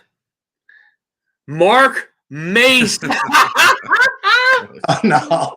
Remember tonight, guys. Remember, Eric, you got to pull another number for somebody to win that. I'm out tonight. No, Mark. Okay. No. Mark, that's going to you, buddy. That's going to you. There we go. Mark Mace, that is going to you, sir. Thank you again for hopping on this live. That's awesome, man. To finally be able to put a face to the name, well worthy of that Old Quaker. So again, this is going right into a sample bottle, buddy. This is yours, crystal clear, dark as hell, fantastic. This is old MGP right here, buddy. I know. I keep winning. I'm starting to get a Dusty Dan fetish. I think you're going to enjoy this, man. Again, it's very, this older whiskey is very different. So, yeah, I hope you enjoy that one, man. That's freaking awesome. What that's awesome. I'll tell you what, before you make up your mind on that, I'd offer that to Richie Z. He deserves it. I think I've sent it. Richie, have I sent this one to you before? I think I've actually sent this to Richie, man. That's very extremely generous of you, Mark. Doug H is still in the house. What's going on, Doug? Doug, you should hop on this live, man. Doug and Richie, thank you. Yes, but Doug, you should hop on. You two guys should get that pour, not me. No, I think I've real good the last couple of weeks. I've got him. I keep winning. It's like it's nothing wrong with that. Peter B says congratulations, Mark. So, Mark, if you want to pick a number between 1 and 40. This is for the bottle of the Dusty Debut, man. We're gonna give away a bottle of the Dusty Debut Sagamore pick. Well, I picked low all night. Let's go high. 37. 37. Richie Z, number 37, is gonna win the bottle of the Dusty Debut, man. Sagamore pick. Peter, if it's you, we're gonna have to figure out how to get it to you, buddy. Yes, yeah, I said Richie that. Yep, yes, yep. He says it's wonderful, and you need to taste it. So, all yours, Mark. All right, brother. I told you. I mean, Richie. I've had some crazy, very crazy deep chats too, man. So, Where are you pouring? Is that the more about me than a lot of people do, man. So. So, Eric, did you have a second pour? What'd you pour? No, I was waiting to see what Dan was going to pour. Is that the cognac? It is the cognac finish, man. Yeah. All right. I got a sample of that I can grab. You do that? All right. Yeah. Yep. Richie says randomizing again. Peter says if it's me, I donate to Richie Z. Peter, we got to figure out a way to get you something, man. I mean, you're a huge contributor to the channel, man. I I hate to do that. So love to try to get you something. Some way to get it across the border. See, I'll reach out to my buddy. I haven't talked to him in a little while, but Top Dog wins the bottle. I don't know if John is still in here or not. Top Dog wins the bottle of the Sagamore. I know he was halfway through his. Let me text him really quick and see. I know John and Renee are awesome, man. Very, very good. Top Dog does some of his own blending in them little. Yes, he does. Yes, he does. Let me see here really quick if he's still awake.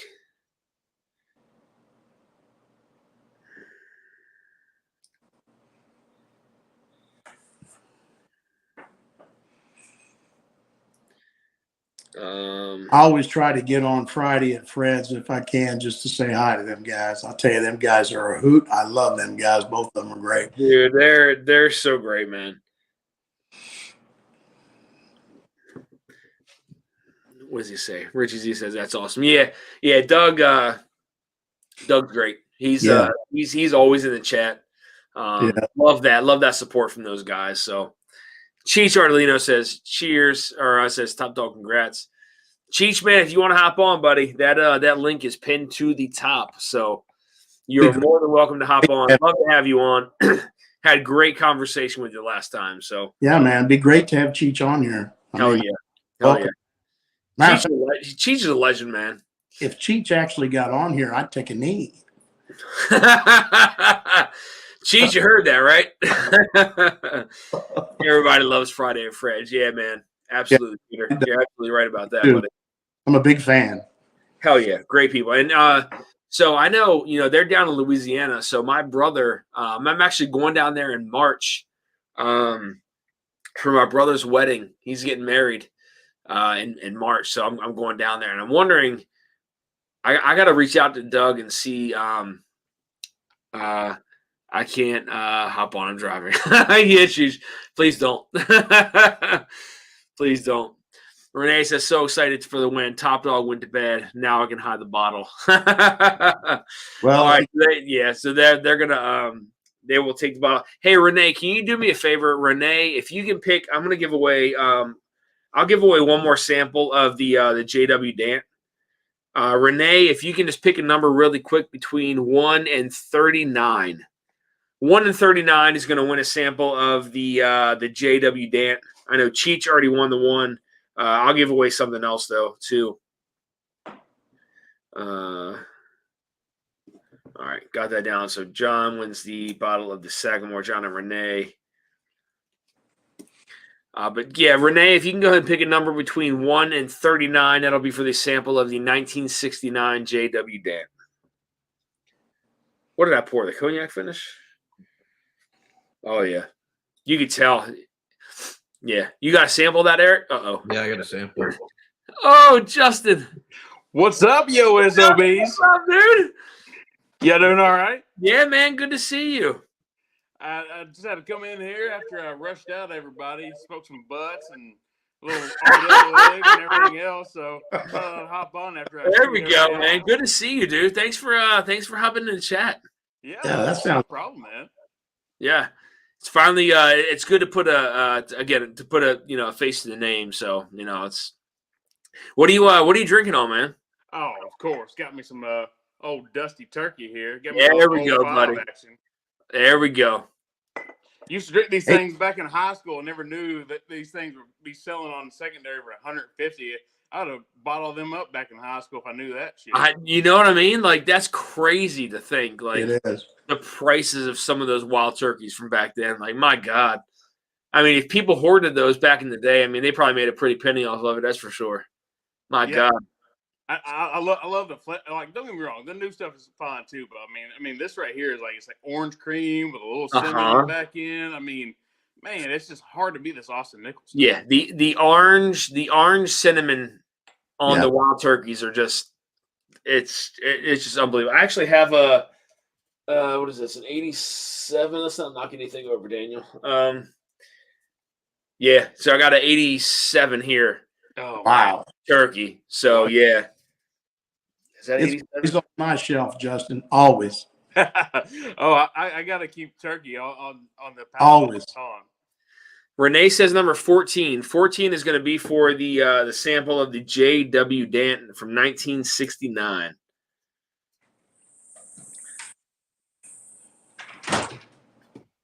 And those new Russell labels, I don't know if y'all have seen any of them or not. Them things are sexy. I don't know if y'all seen them or not. Which ones? The new Russell Reserve labels. Have y'all seen them yet? I have not seen any. I don't know if I have. I tell you what, I'll go grab it right now. Yeah, man, grab that. I'd like to see it. Copper Wolf wins again. Damn. All right. Copper Wolf for doubling up. Him and Cheech both. Nobody more deserving. Copper Wolf wins the set. Was that 1, 4, 5, 6, 7? All right. We'll do, since we're talking about turkey, we'll do one turkey. 1987 Wild Turkey. Oh. I don't know if Copper Wolf is in the chat anymore. Oh yeah. Okay. Oh, a little different with the gold deal there. The gold, yeah. And like the tree and everything like that. How about that? Hold on. Let me go solo, Justin, real quick. Hold on. Oh, I haven't seen that yet, man. Hey, Justin, did they only do that on their private barrels? Yes, and this one here is a newer one, a Warehouse M. I never got a Warehouse M before. Warehouse M. Dropped in Tennessee. I'm in Bowling Green, Kentucky, so I'm about an hour north of Nashville, and they just dropped in Tennessee, and so I had to hop down there and grab some while I could. Man, that's awesome. I really like that new label for is that just for the private barrels and not for the single barrels? Oh yeah. Warehouse M though. That's different. This right here, I've never had this one before. I've already went through one of them, so this is the second one I got. So I mean, it's like a caramel apple bomb. It's crazy how much apple and caramel you get on that one. I've never got that on a turkey before. Damn, that's wild, man. Yeah, it's awesome. So Copper Wolf is in the chat, man. Copper Wolf, number 22. Again, this will be for the last sample, guys. 22 for the 1987 Wild Turkey. We'll give away one more sample. 1987 Wild Turkey, number 22. Randomizing. Yeah. Peter B says Russell's labels, new Russell labels. Thumbs up. Awesome. Hey, thanks for sharing that, Justin. Yeah, no problem. Yeah, that's wild, man. I haven't seen that yet. Always wanted to share some turkey news. That's for sure. Yeah.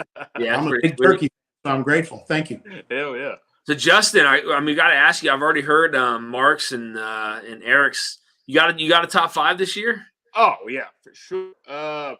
Definitely. You know, I'm always an ECVP fan, so I definitely love the 922. I think they got back on track with that one.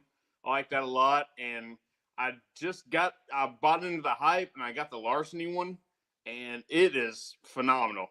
The new the C922. The C922 is a caramel bomb. I mean, I would love to do that one up against like a Weller Foolproof. I would love to do a blind against those two. The K-Met 16, and you know it's a little pricey, but I mean for a 16-year Barton Juice, I fell in love with that thing. I love the 15, but the 16 it was a little oakier.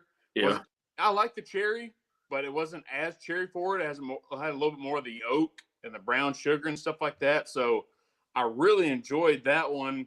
And I tell you what, this the Booker's Kentucky tea, man.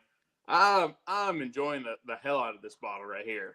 Is that the most recent release, or is there one more after that one? I think they had a Pinkies batch. I think. Okay, yeah, that's right. That's right. It is the Pinkies. I didn't know if the Pinkies was before that one. Okay, gotcha. Man, this Kentucky tea, it is a little off profile for a Booker's. It's a little bit sweeter, but I mean, man, that thing.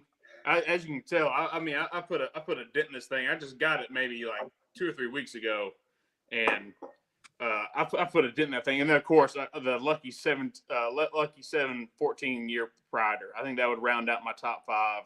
I really like those a whole lot. Yeah.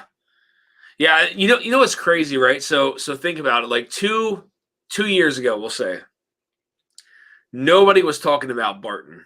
No, yeah. And now look what Barton has put out. And you're talking about, I mean, Lucky Sevens, and you're talking about like that.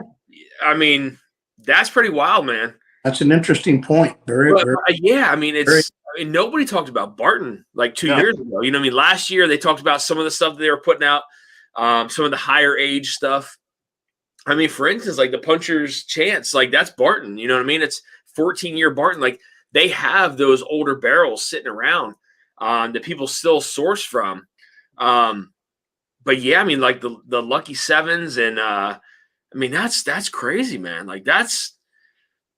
Yeah, it's interesting to think, like, you know, like when it comes to Barton, you know, I've always been a 1792 fan. I love the bottle and bond, the pull proof. I think that's one of the best values, those single barrels out there in bourbon. Hell yeah. I mean, the whoever's picking those barrels when it comes to Barton for Calumet and for Lucky Seven is doing a great job. And you go on the other side of the leaf with MGP. You talk about Barrel King, NBC, and and then poor Nulu. Like, don't get me wrong. There's some Nulu that's all right, but I'm sitting here like, whoever's picking those for Nulu versus like NBC and Barrel King, like y'all need to get on a different track than. I got to tell you, I got 2 Barrel King bottles this year from the M&J Robertson Journey Barrel Picks. They're phenomenal. The great. I got the great Bambino, and it's just like honeycomb. And like it's so unique, but still it's got that dark finish at the end of it. I love it so much. It's one of my favorite bottles this year. 122 proof and 124 proof. One of them is the one I like, the favorite that I'm conserving because, as Dusty pointed out, I get a bottle I like. It don't take me long to get through it. I actually held that one. That's that double oaked in Stag Junior barrels. Oh man, that's. I haven't got to crack mine yet. I'm waiting for it. I'll probably do it before the end of the year. Richie, you don't gotta send me another super chat, man. Richie, come on now. Somebody sending Richie a super chat. So that went to the 1987 turkey went to Tim Robertson, but Richie said to pick it again. Said, Dan, go ahead and do another giveaway, and I'll send you another super chat.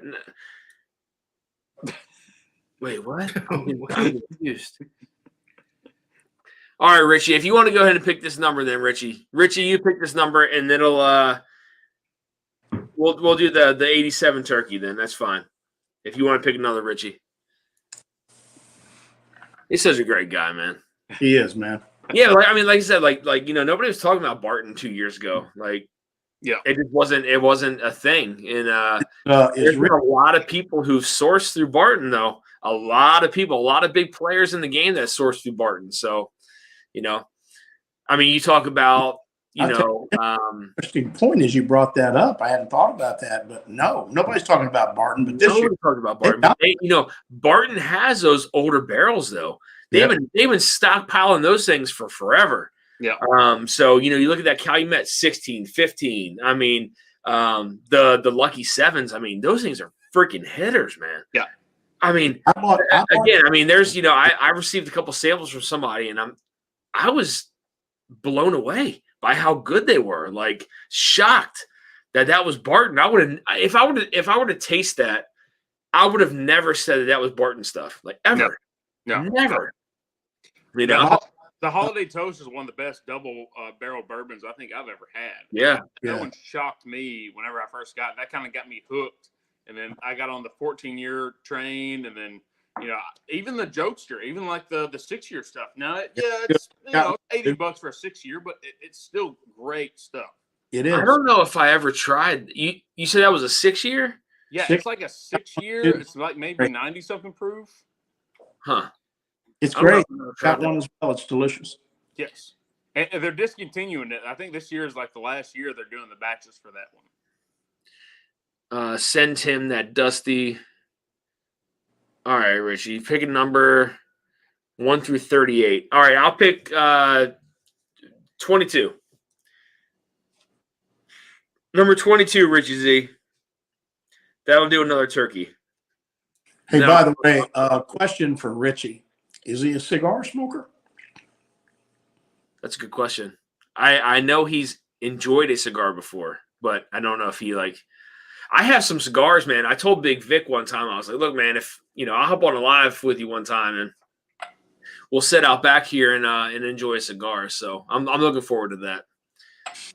I'm looking forward to cracking into those M&J's Cigar Club cigars. It's been too cold here in Kentucky. It's been about -2 here the last 3 days, so I got to go outside and enjoy. That's a little cold for a cigar, man. Yeah, it's chilly. I'm normally out in the garage smoking a cigar when I get on these things, but I'm not this week. Copper Wolf says, why do we not see any aged Barton then if they have stocks that good? Why do they not what Remus is doing?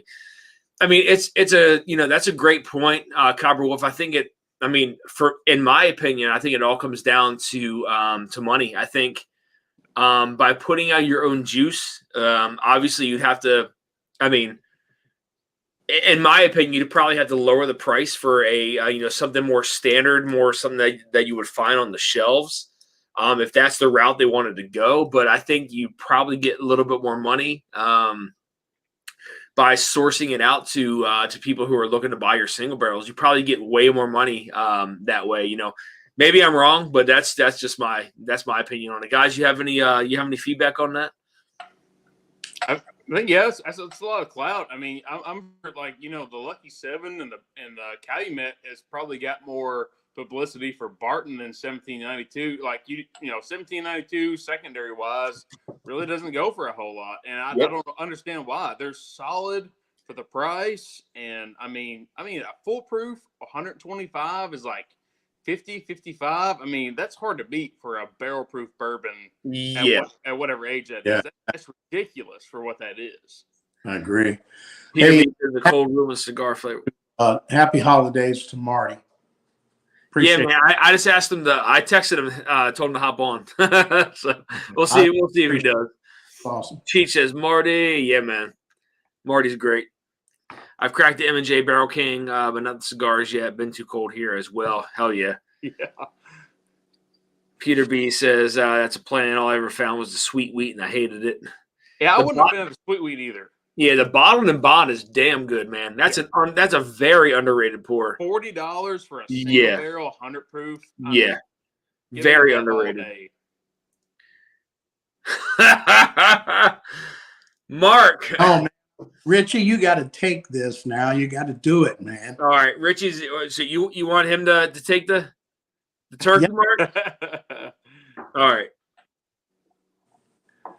And I need an answer to my question, Richie. Are you a cigar smoker?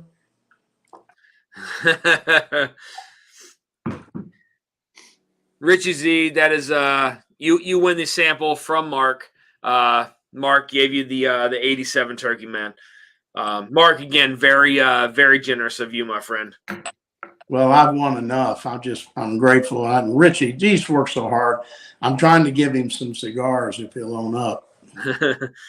Marty said he's out of town at the in-laws, or otherwise he'd love to. Mark, you need to go out and buy a lottery ticket, man. I mean, you're on a roll here. Yeah, right? It is. I'm channel, no place else. So here's a question, guys. If you were to come across a large lump sum of money, lottery, whatever, what would you go buy? Would you go down just go buy any and every whiskey that you could think of? Or, what would you do? What would you buy? Whiskey wise?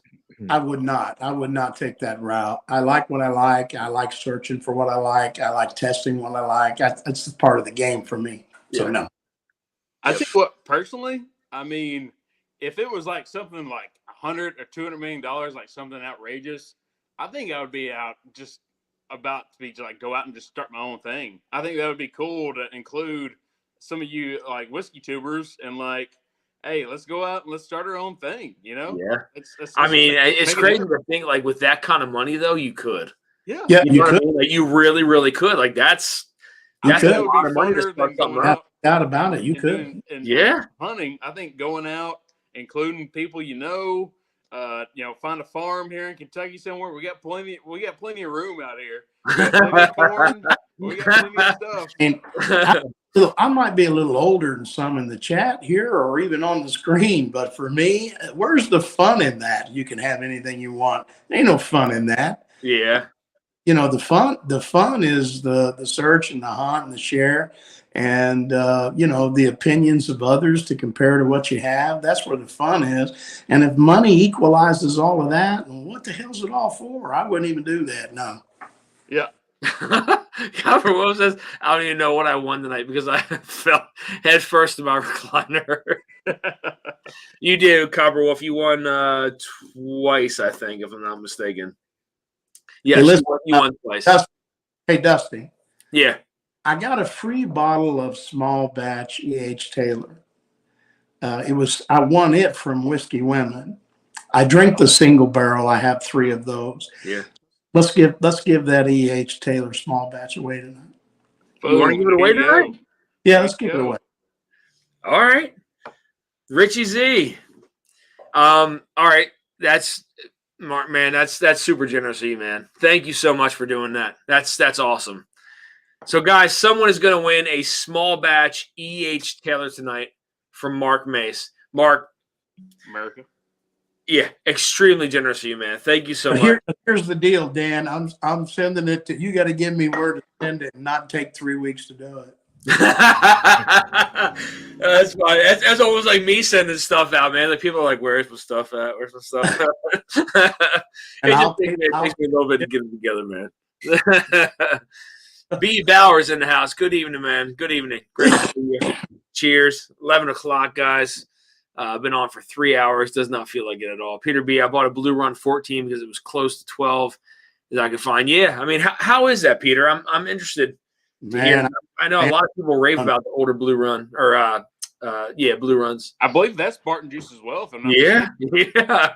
That's what I'm saying. Like, there's so many. Like, I had a pick, or not a pick. I had a one of their barrel strengths, man. Like, this wasn't. I guess technically it's not. Okay, so this was their Emerald Rye. That was Rutledge distilled. Dude, that Emerald Rye, I know a lot of people have a lot of hate towards Blue Run. But that Emerald Rye was damn good. It was damn good. I mean, I was shocked by the difference between Barton and then that. So I was a fan, man. So is that Emerald Rye? Is that their? That's all Jim Rutledge. That's all their stuff, man. Wow. That's Rutledge distilled. Yep. I enjoyed the Golden Rye. I didn't think it was too bad. I mean, it was a little overpriced, but I enjoyed it a little bit. Yeah, I mean, their stuff, it does get a little pricey. I will say that. But the stuff, I mean, you're talking about a Hall of Fame distiller, right? Like, you know what he's doing? Absolutely. And that Emerald Rye, again, for those of you who haven't had it, yes, it is on the pricey side, but excuse me, that stuff it may have snuck into my top 20 this year, man. I'm not going to lie to you. I was very surprised by, and I got a sample bottle of it. And then I went and picked up a bottle of it. I was that surprised by it, to be honest with you. I'll be very, I'm very honest with you about it. Like it surprised me, to be honest. So, now if it lands in my top 10, we'll find out. So we'll see. So really quick, so I know I want to do something with storage and security for whiskey collectors, insurance, and all. I haven't seen anywhere where you can store whiskey and know it's safe. Copper Wolf, I do know a couple people who insure whiskey bottles. If you want to reach out to me via email, I can probably link you up with somebody who does that. I have, we'll talk offline, Copper Wolf. I got a 12-gauge shotgun. That's my insurance. There you go. There you go. You hear that rack, man? That's enough for somebody to walk away. And if you don't, that's your mistake. You better go right. The Blue Run 14 is fine. Says I could not get a lucky 714. Again, I mean, Barton. There's a lot of people who source through Barton. It's a lot of older age stuff that people slept on for the longest time. And I'm not saying everything that they sourced was fantastic and phenomenal and top 10, quality, but they still put out a lot of solid stuff, man. I mean, you look at it this year, Lucky 7 is on a lot of people's lists, hit lists to find. And that's Barton, man. Like, I would say this. I do have a 14 proprietor. I have a 6-year proprietor. I had the 12-year, but drank it all. To get another one, but I did pick up the Blue Run Reflection 1. Yeah. I didn't think it matched up to any of the quality that the others were. It just didn't suit me. So. Yeah, that's a very low proof expression from Blue Run. Mark, I'll send you a sample of the Emerald Rye. I think that, being Rutledge distilled was very, very different from what they typically put out. And you can taste the difference when you do side by sides. Yeah, I get their marketing, and I, when you look at the age statements on some of these for the price, it's a little higher. I mean, we talk about marketing, right? We want to knock marketing. Like, I'm 40 years drinking the Four Roses, and Rutledge is a king, man. It's just what it is. There's no doubt about that, man. So, I trust that name, and if he's blending something, I'm going to try it. Yeah. And I mean, again, the Rutledge, distillate is that Emerald Rye. So, it's very different. And like I said, you can taste that difference when you do a side by side comparison from something that's sourced from Barton, as opposed to what was done by Rutledge. And they have Shayla, oh God, what's her last name? Shayla Gammon or Gannon. I can't remember her last name, but they have her over there now as well as I think almost like the role that that Jim was in as that like liquid advisor, quote unquote, is kind of what they have her in that role as. But it's really good stuff though, man, to be honest with you. Like I was very, very surprised with it. And it's like I said, I mean, it's in my top 20 this year. The Emerald Rye is, and that's the only one. So if that makes the top 10, we'll see if it was that impactful on the palate. The 14-year was my favorite. Yes. I'm not all sold on the damn butterflies and their pretty colors. I'm not sold. Yeah. But listen, I got to go back in history. I've been hearing about Jim Rutledge since I was 15 years old. I'm going to tell you, man, some of those old gold foil top Four Roses single barrels. Yeah, man. I'm a big Four Roses fan. Dynamite. Yeah. Dynamite. I mean, some of that stuff is phenomenal, man. I'm like in the boat to try some of his stuff without getting crazy. But if something costs $200, $300, $400, and I've had a taste of something before and it isn't good, I'm probably not going to buy it.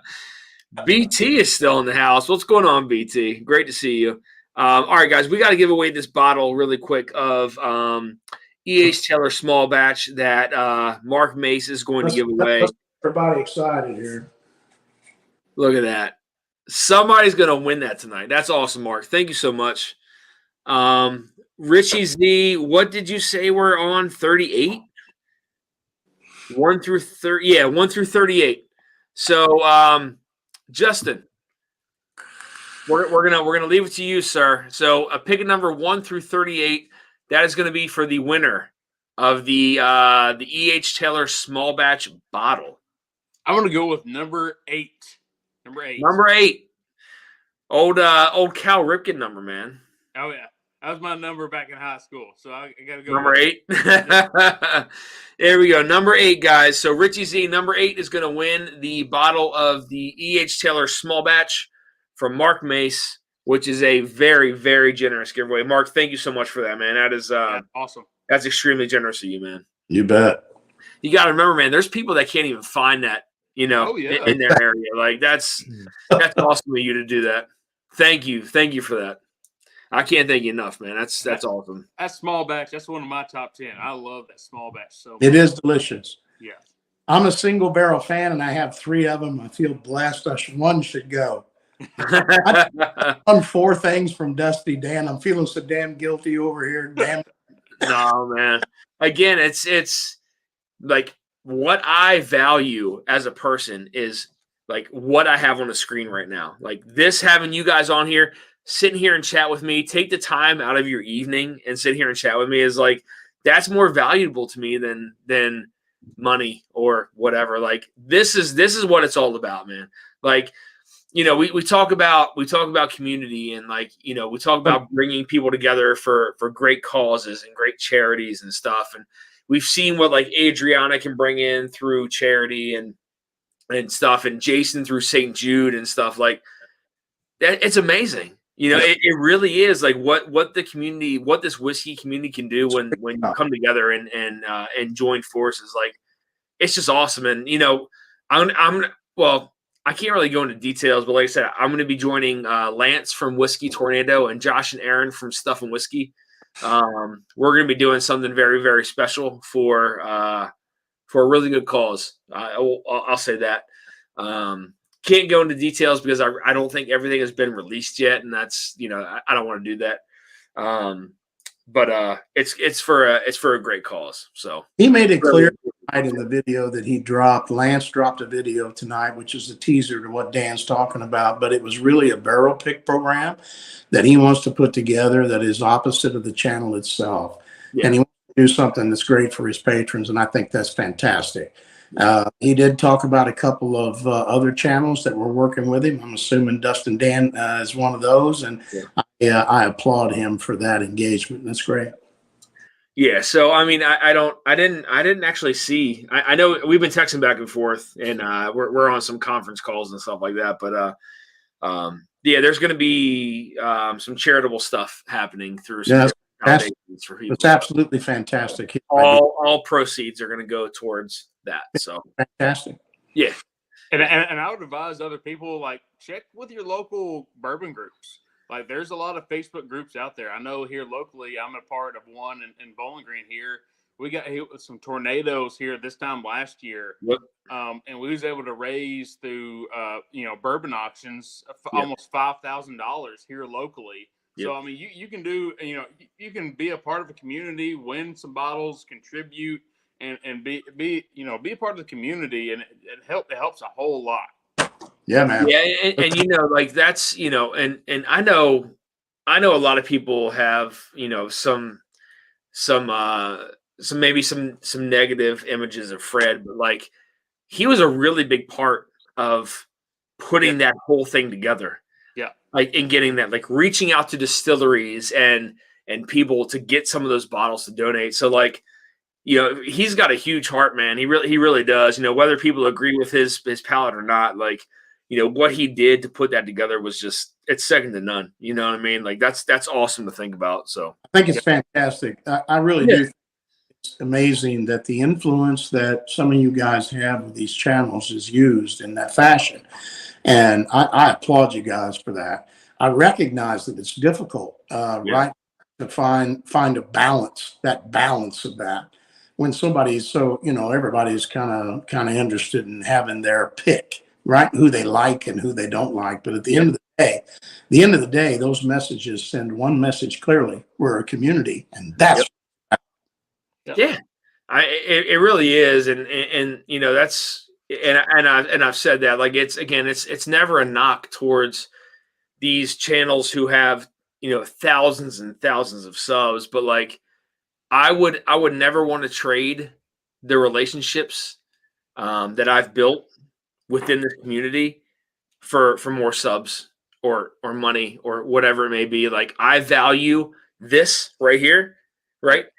I value this more than any of that. Like, money, I don't want to say that I don't care about it, but like I'd rather have this all day, every day over money. Like, it's the people that make it special, man. So yeah, man, I get it. I'm actually shocked about those words out of my mouth, drinking as much bourbon as I've drank today.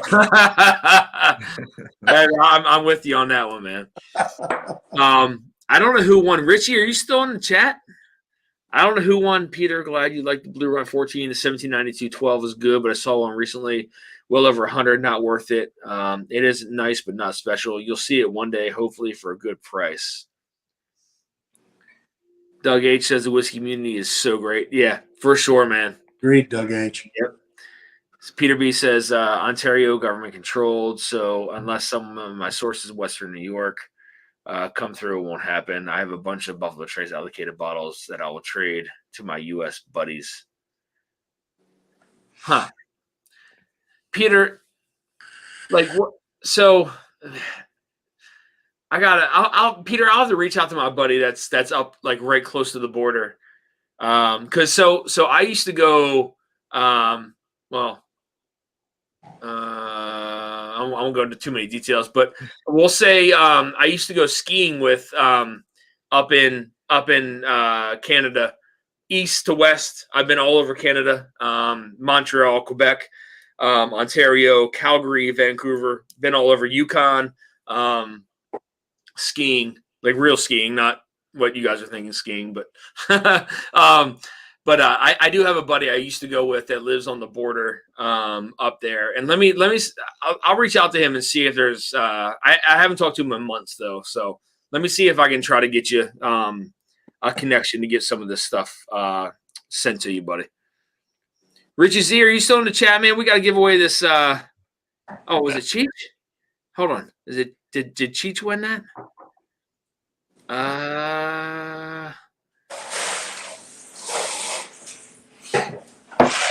Mark, no, that was Mark. So Mark gave away. I don't know. He won his own bottle. Congrats, Mark. I don't know yet. Hold on. Let me check with you real quick. That's hilarious. Let's pour a little bit of this private barrel. Oh, nice. What's the proof on that one? It's an 8-year, Dan. Let's see here. 123.9. 123.9? 123.9. This comes from who picked that number for the E.H. Taylor? I did. It was number 8. Number 8. Richie Z, number 8. If you can run that really quick, that's for the bottle of the E.H. Taylor small batch. Yeah, them years don't mean everything about them private selects. I mean, I've had some 11 year that was really high proof that was hot garbage. So you're absolutely right, Justin. BT says Trails End is a brewery in Idaho. Yeah, I never heard of them. Hey, really? Justin, 2 years ago, I picked up a bottle of private barrel from Kroger in Brownsburg, Indiana. I nursed that barrel for 2 years. It was that good, man. It was delicious. Damn. You just never know what you're going to get. This comes from the same place that I was telling you about, the Catfish restaurant that I got the new riff from. Same place. That's one of his picks as well. Hey, Catfish restaurant that sells bourbon. That sounds right up my alley, right? Yeah. 4 generations old, and it's also the best catfish restaurant in Indiana. For example, small town we live in is about 2,500 people where I live. It's called Thorntown, Indiana. Okay. They'll line up down the street as long as, let's call it 9 blocks, 10 blocks, just to come and eat there on Friday night. Shoot, yeah. Friday night catfish. You can't They beat come that. from all over, man. Fried catfish is the way to go, buddy. Catfish, steaks, onion rings, and then there's a hidden liquor store in the back room. BT is a great person to hang out with too. Been able to hang out with BT a couple times locally. So good people. BT, thank you for hanging out in the chat, man. Much appreciated. Really glad to see you're still in here hanging around. Peter White says Trails End is Hood River in Oregon. Let's find out from Richie who's going to win this nice bottle of look at that, man. That's beautiful. Orange. Richie Z, number 8, buddy. Number 8 is going to small batch E.H. Taylor. Yeah, man, that'll look all good on anybody's shelf. Hell yeah. I mean, just the fact that you're giving that away, man, like that's, there's a lot of people that don't ever even see that line. Yeah. That's why it's super generous of you, Mark. Thank you so much. And look, listen, damn support to the channel. You get people on here that are giving away small batch E.H. Taylors, they'll show up. Mark, you are welcome anytime I hop on this thing, man. Any of you guys are always welcome when whatever I'm live, man. As soon as I'm done this or whatever I'm doing, you guys are always welcome. So, Well, Eric, I know you've hopped on a couple times. Much appreciated. I know him well. Thank you for hopping on, man. Oh, Hey, yeah. look, I enjoyed this, man. It's I know him well. I speak for Justin and Eric. Listen, we're pretty excited to have Monday night slot filled. So you keep doing it, brother. Oh, yeah. Yeah. I'm again, I'm down for Monday night. I think every other day is just so jam packed with people. It's just, I think Monday nights were probably the best option. I know outside of football, it might pick up a little more traction, but I think Monday nights are my thing, man. And again, I have some stuff set up with some people.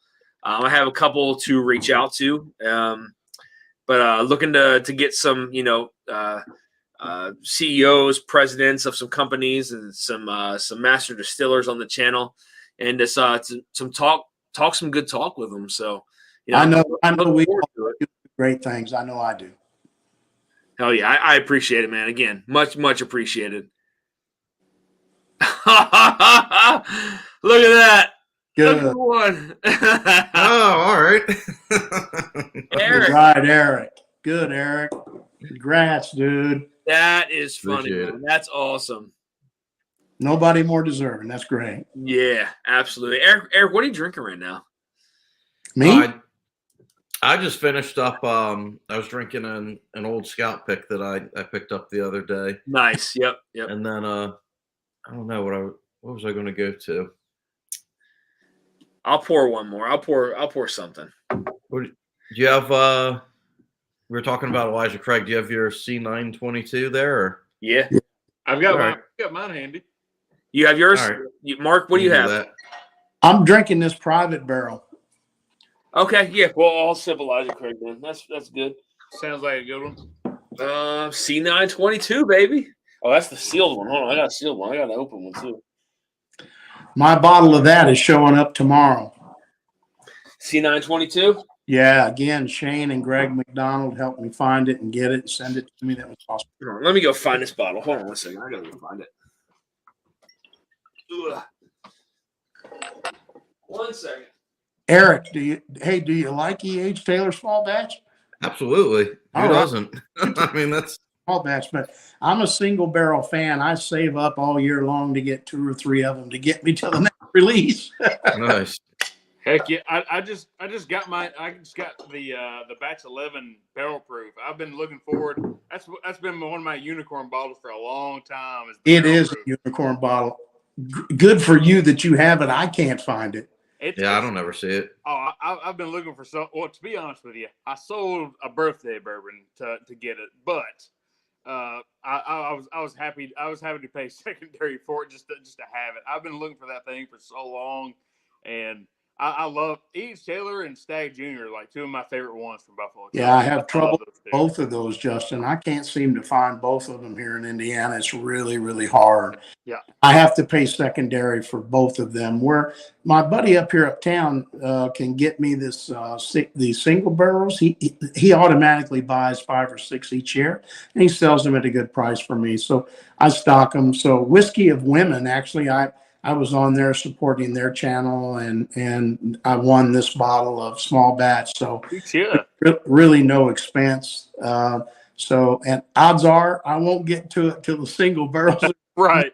I know that issue. You want to try so many things, and it's hard to get around to stuff. So I'm great that Eric got. That's great, man. I'm glad Eric. That's awesome. Oh, it's awesome. Yeah, I've been very fortunate. I got a liquor barn here in Bowling Green, so I've been lucky enough to find 2 single barrels there. But that's about the only 2 I've ever seen. Eric, hey Eric, I'm on Instagram at Mark Mace, MACE. Hit me up, shoot me your address, and I'll just send it to you direct because Dan's busy. All right, I can do that. I take a little bit of time. Listen, I don't think I'll do anyway, and I'd like to. That'd be great. I'll tell you, man. Every time I go to UPS, they're like, "What are you shipping out?" I'm like barbecue sauce. Yeah, I say art supplies. So art supplies usually works, man. an antique lava lamp. Antique. Nice. Okay. That's a good one. Somebody else said lava lamp not that long ago. Well, Yeah, that's a good that was idea. damn. You They said really ask you what you're shipping? lamps, that Well, works. sometimes, like the one time I had like 15 samples to send out, and it was all these like little small pouches, and they're like, what are you sending out? And I was like, art supplies, man. I get them at wholesale and I sell them at retail price. And okay. So hey, I got my little frequent flyer card and all that kind of good stuff. So I ship it out, man. Art supplies. So Yeah, I just do the label before I get there, and then just drop it off. Yeah, just drop it off, drop and go or whatever. Yeah, that's what I should do. That way I don't have to sit there all nervous, like pacing back and forth, like they gotta open my stuff, confiscate it. So tell me, don't care. 9:20 says Monday works. Keep it. Okay, that's good, man. Yeah, you man. guys are good with Mondays. I'm good with it too. Monday Night Football ain't what it used to be. Chargers did curb stomp the Colts, so hell yeah. That's a nice spot. Yeah, I agree. Like I said, I mean, I love Dara. Dara's an absolutely amazing person, and but I think if I went any later, again, right now I'd be in at 12:30 if I went an hour later. You know what I mean? So I think this is it's a really good spot. I think a lot of people are still up as far as East Coasters. I know West Coasters is still a little early. But yeah, I really do like this time slot. And again, I have a lot of stuff planned. Perfect time. Listen, if you're having a great time and you got a little after party after that people can stomach in time without going to work and all that, fits perfect at. Oh yeah, man! Hell yeah! I mean, again, that's what it's all about. Again, it's what I have here on the screen and what I have here in the chat, man. That's what it's all about. Nothing else matters to me. So I'm privileged to be invited on to these damn things. Dude, Mark, anytime you want to come on, man. If I see you down here in the box, you're coming on. That's all. You're invited, no matter what. I'm kind of no questions of who wants to hop on. You're invited. I just enjoy the camaraderie more than anything Hell else. Yeah, man. That's what it's all about. If you ask me to tell you the tasting notes of this private barrel, I probably could. But I'd rather just say the shit's good. I like it. You want to know my tasting notes? Shit's good. That's all you need to know. Shit's good. Hey, at the end of the day, that's all that matters. Yeah, man. If it's good, it's good. BT says, when in March, New Orleans Bourbon Fest is the best. Oh, BT, you're killing me right now. Hopefully it's there's a Sagamore meetup in March, April, sometime in the spring, maybe in the summer. I don't know. BT, I don't know if you have any more details on that, but that is definitely what I'm looking forward to. I'm gonna step away for a minute, guys. Yeah, buddy. EJ says always pickles. I ship a lot of pickles. That's a good call, man. Some sloshing around with that. Essential oils. I clean properties and sell red shit. B. Bauer, that's awesome. I drive to New Orleans about once a month. Nice, man. Yeah, my brother. Well, so my biological father lives in Seminole, Florida. My dad, who raised me, stepdad, who raised me, lives in New Orleans with my brother, right outside of basically right outside of Bourbon Street. He lives on the what is that called? Decatur, if I'm not mistaken. I think he lives on Decatur, and he works at a place called the Golden Lantern, which is a bar down there. Cool place, man. Really cool place. He's been down there bartending for years now, so goes through all the Mardi Gras and all that kind of stuff. I mean, it's crazy down there. Did you grow up in Florida, Dusty? No, I did not, man. I grew up here, right in Baltimore, right in Baltimore, and then kind of moved on to the outskirts of it. So, yeah, born and raised in Baltimore. Says Dusty Dan's, what's your views? I won. Sorry, I was on the phone with Southwest Airlines trying to get a Phoenix to Michigan game. What a mess. Thanks. What is your contact email? Tim, it's hold on, let me put it in the chat here real quick. 1 second. It is Hopefully, I don't get any of those hot girls 669 emailing me, man.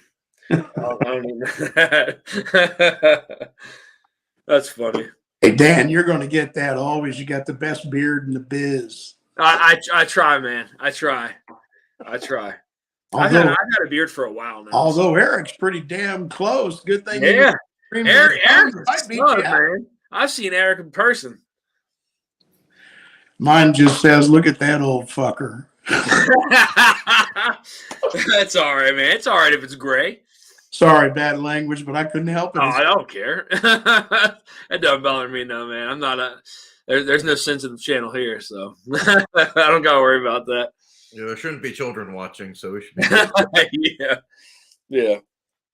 And if YouTube wants to kick me off, that's fine. I'll make another channel. So, Guys, like Ginger, took me 50 years to grow a beard. Yeah. 50 years. And nothing. Look at that, man. You talk about a helmet. That's just a helmet.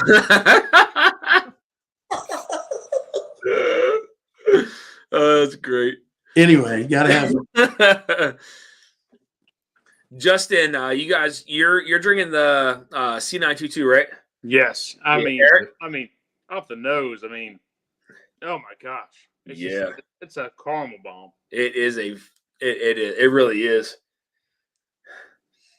Eric, what do you get on this one? So I get a lot of like darkness to this one. Like, so I get like a bit of like brown sugar, like You get any like leather? barrel char, that stuff. Like, yeah, a little bit of that. Yep. Some oak. I mean, You know, I've always wondered for like the longest time if some of the old Elijah Craig barrel proofs, like the old school, like Mark, like the one that you have, is actually older than age stated. You know, I've never gone back and like asked anybody if they like ever heard any stories or anything like that. But like, that's an interesting point. I swear, like the old ECBP profiles are so different from the new profiles. But like, why?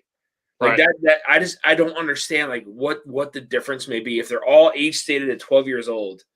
Like, why is there such a vast like flavor profile difference between 2013, 14, all the way up until, you know, the 20s? Like, how did it change so much? And it's not Heaven Hill pre-fire, right? So it's like that you can't really say it's that, but what is it? Older stuff? You know how turkey, you know how some of like the rare breed and all that had some of that older turkey in it. Like, do you guys think that maybe some of that old Elijah Craig had 14, 15 year stuff in it and it was just age stated at 12? that's possible. Well, I can tell you this C9 2013 is age stated 12. Yeah. It doesn't lend itself on the back. There's a written thing on the back that says it's 12 years. Old, yeah. Yeah, so it's specific. I don't know. Well, you know, because like one of the things that, you know, as far as age stating a whiskey, they have to put the youngest age Right. on the bottle. So, I mean, there's really no saying, I guess, because yes, you know, Wild Turkey did claim that they had older whiskey in some of those like certain batches of rare breed and some of the other stuff. So like I've always wondered if some of that old Elijah Craig had some older whiskey in it, but they just age stated at 12 years old because they had to. No, you're dead on right. That's right. You're right. They do have older stuff, but this one doesn't give. I mean, listen, most of them market that if it's in there, but I don't know that. No, it's specific. 12 years spelled out. Yeah. Maybe the youngest in it, but I couldn't tell you what else might be in it in terms of their blending.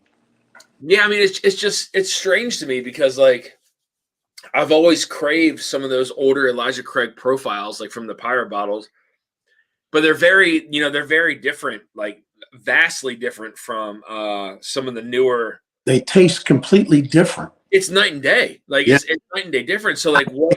So where's the disconnect, right? Like where's the gap? Like what happened? Because it's not pre-fire Heaven Hill. Like yes, that's different, whatever, but like it doesn't date back to that. So like where's that disconnect? Like where's the gap between that flavor profile? Like what? Yeah, I agree. You know, is it possible that you have? For me, I've never asked anybody, but like, you know, maybe I can reach out to some people and see if they have any stories on that. Like, I don't know if you guys know who Michael Veach is. He's a bourbon historian. Michael Veach he's been around for a very, very long time, and he knows a lot about whiskey. I'll send him an email and ask him if he has any kind of like details on some of the older Elijah Craigs that are non-pre-Fire Heaven Hill, dating back to like the very first barrel proofs that were released in 2000. I think it was 13, right? 2013 was the first one. Yeah.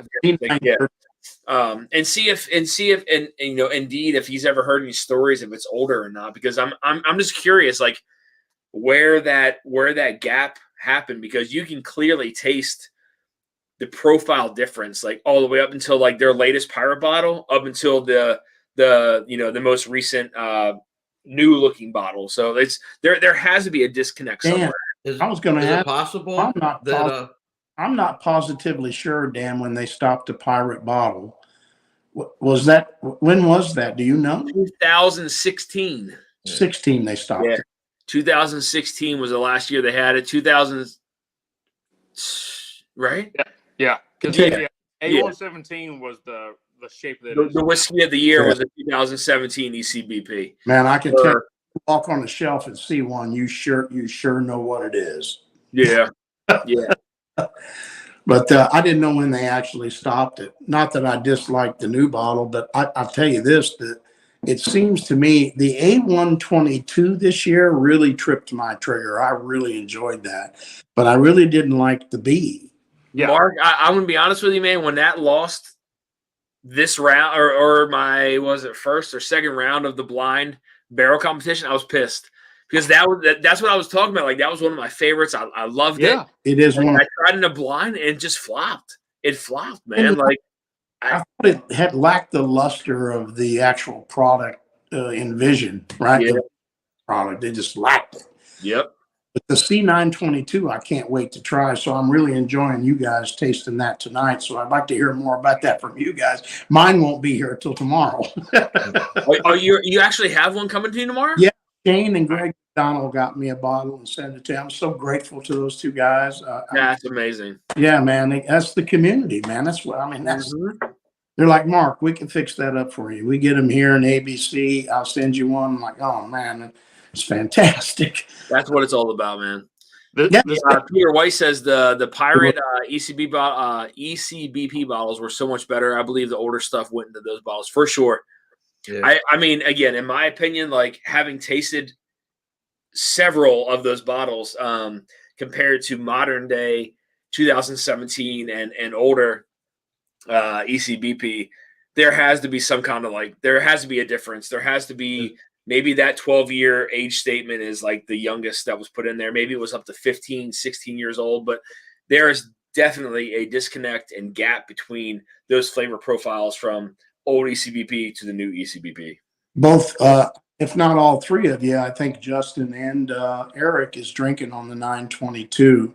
I've been hearing a lot of tales about the 922 that says reminds them of the old pirate bottles that they kind of recovered themselves from 520. I'm sorry, 522. So I'm wondering, what do you guys think? I believe the C922 is definitely back. Like, the last 2 years, I definitely, like you said, the A122, I really enjoyed that one. And it was a little bit more peanut forward. Yep. But I enjoyed, like, that uniqueness of it. It kind of reminded me of the old Heaven Hill profile, Booker type profile. But, I mean, this is kind of last year's batches, I didn't care too much for. I think B520 and C920 and C919, because that's probably C919 is the first one I've ever had. I loved those batches. Last year's, they're all right, but I think the C922 was like kind of going back to like getting back on track. Yeah, that's because I didn't think a lot of folks like Justin is saying, a lot of folks didn't care much for the 20.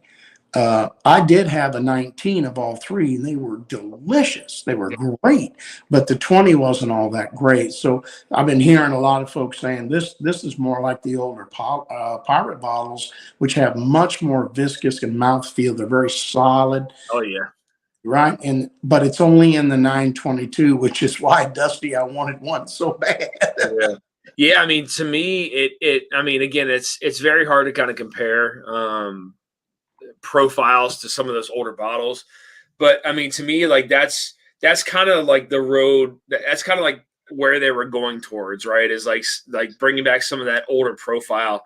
And I mean, honestly, if you really go back and taste some of those older bottles, I mean, it's not even necessarily that it was like peanut forward. It was just so dark and rich and dense and like leather, like a lot of like the leather and the deep rich caramels and the tobacco started to really appear on some of those. That to me indicated that there was older barrels inside of there because I mean, you taste stuff at like 12 to 14 years old now, and you don't even get notes like that. Yeah. Like it's kind of rare to come across a 14-year-old or 12-year-old that has some of those like those pipe tobacco notes and stuff like that. And like those old ECBPs had that, like almost all of them. So like and check this out. So another note that I always pick up on, not only we'll say a lot of the old ECBPs, it's like a almost like a hot pepper, right? Like I pick up like a hot like a baking pepper, very very hot and spicy. Not along the lines of like a bird's eye pepper where it's like fruity and spicy, but like more along the lines of like a jalapeno or a habanero pepper, like something that's very spicy, baking forward. And you don't get that too often in some of the newer batches. But this last batch, C922, I did get it. Yeah. It's interesting you bring that up. I was just on a live stream with someone. And we were, look who hopped on. Oh, Big Vic. Let's go, Vic. Cheers, y'all. What's up, baby? Just having some pours, bro. Yeah, man. I hear you, buddy. Good to see you. I was speaking on that particular stream where I was having that Murray Hill Club from Nancy Fraley, right? Yep. Blended that. So the unique piece about that kept having me drinking the bottle was a crushed red pepper on the. Yeah. That crushed red pepper just rounded it out to be just right. So you can taste that. Well, a lot of years with cigars. Okay. I'm gonna be honest with you, man. Like that is a note that I only get with the Elijah Craig Barrel Proof is like the hot peppers. Like that is the only whiskey I've ever tasted. And the beauty of that's impressive that you can taste that. The beauty of a red crushed pepper is it's not really hot, but it is very pronounced. Yeah, exactly. Exactly. And it's something that's just so identifiable that you say that's what that is. And that's what I loved about the Murray Hill. We were talking about that with peppers and whiskey. You know, you get a lot of black pepper and white pepper. Sure. But, but it's kind of rare for you to find something you can identify as a crushed red pepper. Yep. Now, I don't know that I have found that in any other bottle on my shelf, but I'm limited, right? I'm not to some of you guys' collections, but I'm kind of limited. But that red pepper note just keeps bringing me back to that Murray Hill. Yeah, I mean it's just funny you say that because typically there is another whiskey that I actually had a note of that on, but typically those old Elijah Craigs, that older profile, that's kind of geared towards, like I said, the older stuff, if you will. I get that red, that hot pepper, and it's very pronounced. It's very kind of, but it doesn't. Yeah, you're right. It's pronounced. You taste it. It's there. And you're like, wow, and then it's gone. Yeah, that's what's great about a crust. Yeah, completely agree. And a lot of cigars are speckled with pepper, depending on the blender's intention. Yep. But the thing with cigars is they're subtle, where whiskey is much more of a blast. So it's really harder for me to discern the whiskey than it is to cigar, only because of the experience. I have so much experience with cigars and not whiskey, but I'm learning those things and I'm learning to discern them. But I have to take really small sips for me to really discern the blender's intent. Yep. And I really love that about the whiskey. Yeah, it's. I mean, you speak of Nancy Fraley. That might be someone who comes on the channel in 2023. So I talk to Nancy every now and again on Instagram. So and I can tell you, she said that she's honored to come on the channel. I said honored. Awesome. Nancy, yeah, I got 2,200 subscribers. What do you mean honored? What are you talking about? But she's just really she's really down to earth. I mean, great people. Obviously a Hall of Fame blender. I mean, whatever you want to call it. I mean, she's just she's top notch. I mean, any way you look at it. So yeah. So she'll be at some point next year coming on the channel. So I got to find good questions to ask her. Hey, Vic, or anybody else been able to pick up the Knob Creek 18? Yes, No, I've got one. Haven't. Justin, you got one? Do you? Yes, yeah. I I really reviewed enjoyed the it. other night. Justin, what's your thoughts on it? I really enjoyed it, and I think like at the proof, like at first you're thinking like, oh man, that's 100 proof. Like, come on, all your picks are 120. Oh, hold on, guys. I'm sorry. I didn't even see this. I got people sitting down here in the chat room. Oh my god! I was gonna tell you got the Rat Pack in the bag. Dang, man. Hold on. I got a crew here. What? Oh, man, Where'd you come from? I can only fit. Hold on. I can only fit 6. Shit. Yeah, the channel. Hey, Dan, the channel's being blessed. All right. I'm gonna say hi to everybody and then roll me off and let the next guy on. Are you sure, Jeff? No, yeah, man. I'm sure. Like, just put us in the Hey, back, everybody. bro. Just rotate us in the back. Get the next Got room person in on the here. back. Roll out. Just swap us around. No problem. All right. Yeah, I'll rotate around. I didn't realize you guys were sitting down there until I saw it. I was like, wait a minute.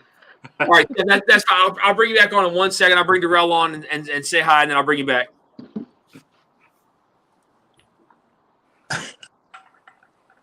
All right, so I'm interested in your Knob Creek, Justin. Yes, but with the Knob Creek 18, I think if it was any proofier, I think it would have been like too oaky. So I think the 100 proof was actually like a perfect like proof point for the Knob Creek 18. I enjoy, which I like an oakier profile. So I really enjoyed it, and I love like Knob Creek 12. That got me back on like the beam bandwagon, where like I had so much 4-year beam in college, I swore off Jim Beam for the longest time until I got back on Knob Creek 12. Kind of got my interest back up. Yeah. The 15 was a little bit of a letdown. I definitely would prefer the 12, but I really enjoyed the 18 year though. I think that was a nice profile for what it was, especially for the age. It was oaky, but it wasn't over oaky, and I think the proof was just about right. I felt the same way. I didn't think it was over oaky, but I tell you, I picked up a caramel sweetness, just a touch of vanilla on the mid palate, but it finished with the sweet oak, but it wasn't over oak. Yes, and I thought it was really, really good. I enjoyed it. Yeah, it's a I wouldn't call it an exceptional bottle, but it is. It's certainly something to keep on the shelf to try from time to time. That is better than average. That's what I would say. Right. You talk about them older whiskeys. I'm wondering at the same time is like, at what point, like the trees they're cutting down. Like back in the day, you had these older trees that probably were 180 years old versus like now they're probably cutting them down so fast. I wonder if that's having an effect on the whiskey they're being barreled in. For my sweet spot, that 10 to 15 year, that's my sweet spot, it seems, from at least what I've experienced, which is not near what you guys have experienced, but that's my sweet spot. When it gets over 15 years, I get a little nervous. Yeah. Mark, you can't even say that, bro. The bottles you pull out every time. Whoa.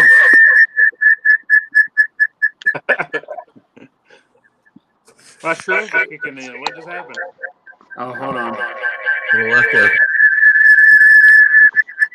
Man, Space Odyssey 2001 right here. Bowie in space. Looks like it's My boomers kicked in just in time, or did anybody else hear that? Yeah. You put Durrell and Whack in the mix, and everything gets all fucked up. Woo, that's Oh, everything. we got 7 frozen. That's a joke. Is that better?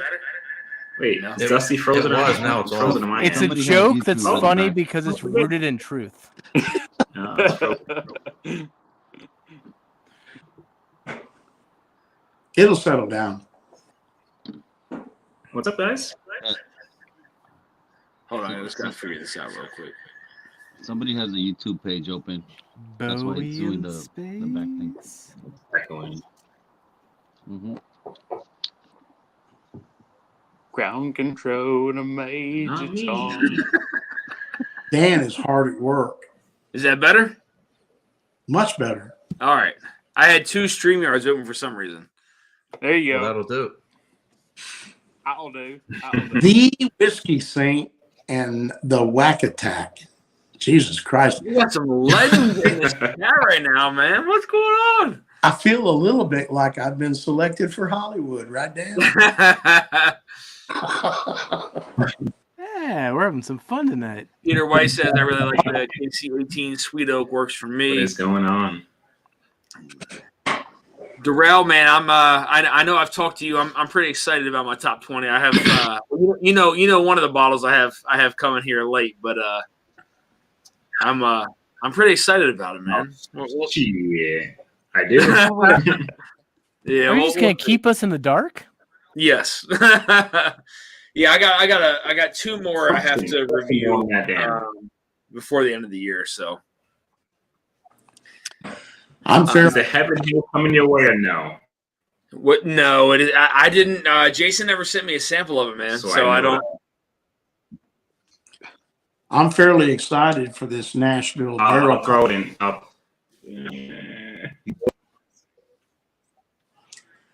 I'm hoping it's going to deliver another. I'll get it to Houdini. you before the end of the year.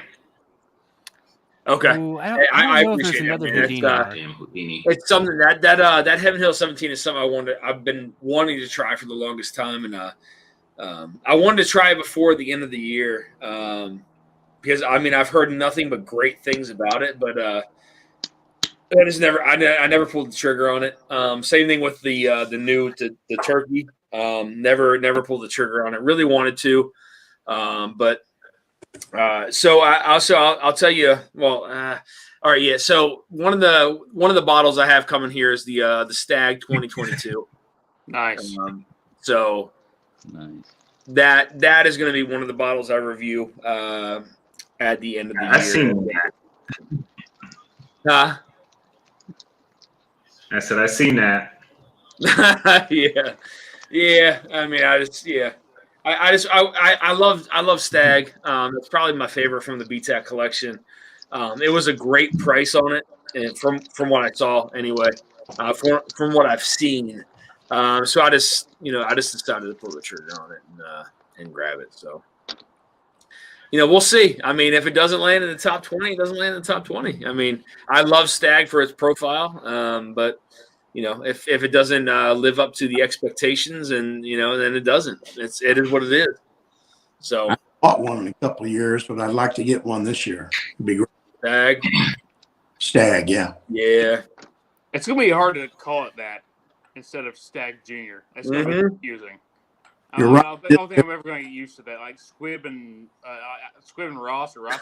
Yeah. No, I'm going to Yeah. call that MGP for the next 10 years. Yeah, exactly. Yeah. Ross and Squib. What is Matt called? Rachel and something?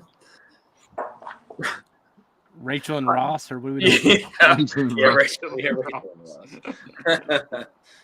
I got to pour something else. What are we going to pour here, guys? What's in everybody's glass right now? Bro. And Eric, are you still on ECBP? Yeah, I'm still on the line 22. Yes. Mark, are you still on ECBP? Did you pour my blend, bro? Private barrel. Hold on, Jeff. Hold on.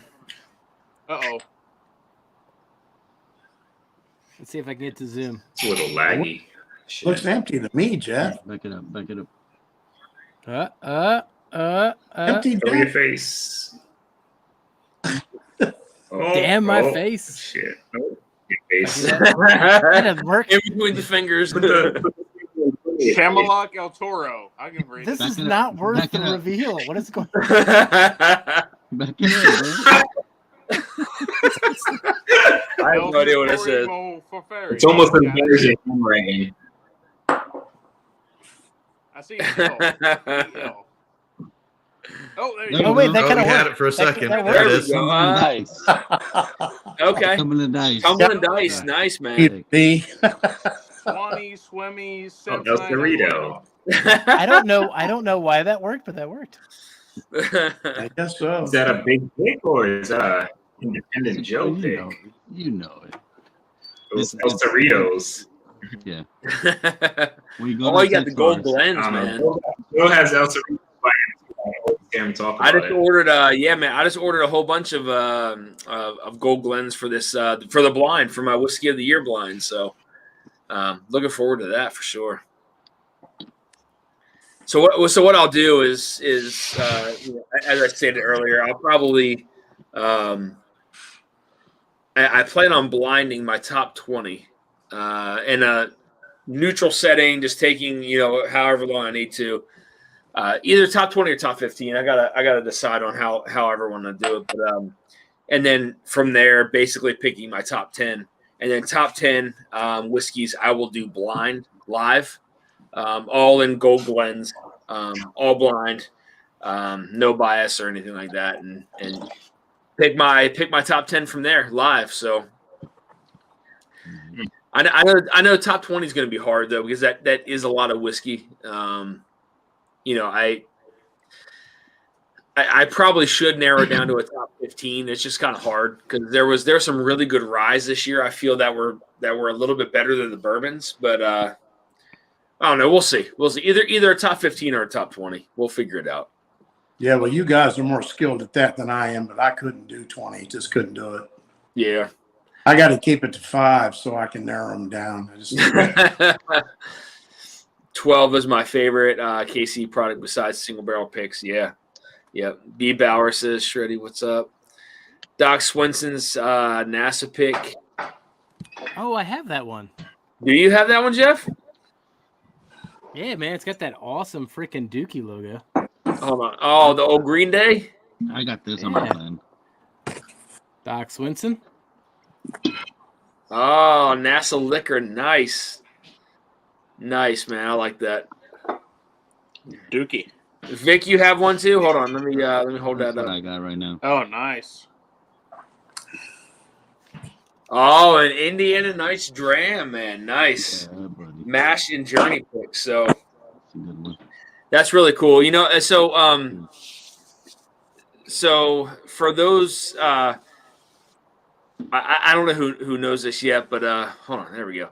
So I'm gonna be an ASCOT judge. So I've been talking to Fred, and I wished him a Merry Christmas the other day, and he messaged me back and said, did you send me your bio and all that for the ASCOTs? And I was like, what? What are you talking about? So I'll be an ASCOT judge next year in 2023, and I saw one of the things that they're going to do in 2023 is they're going to do barrel picks.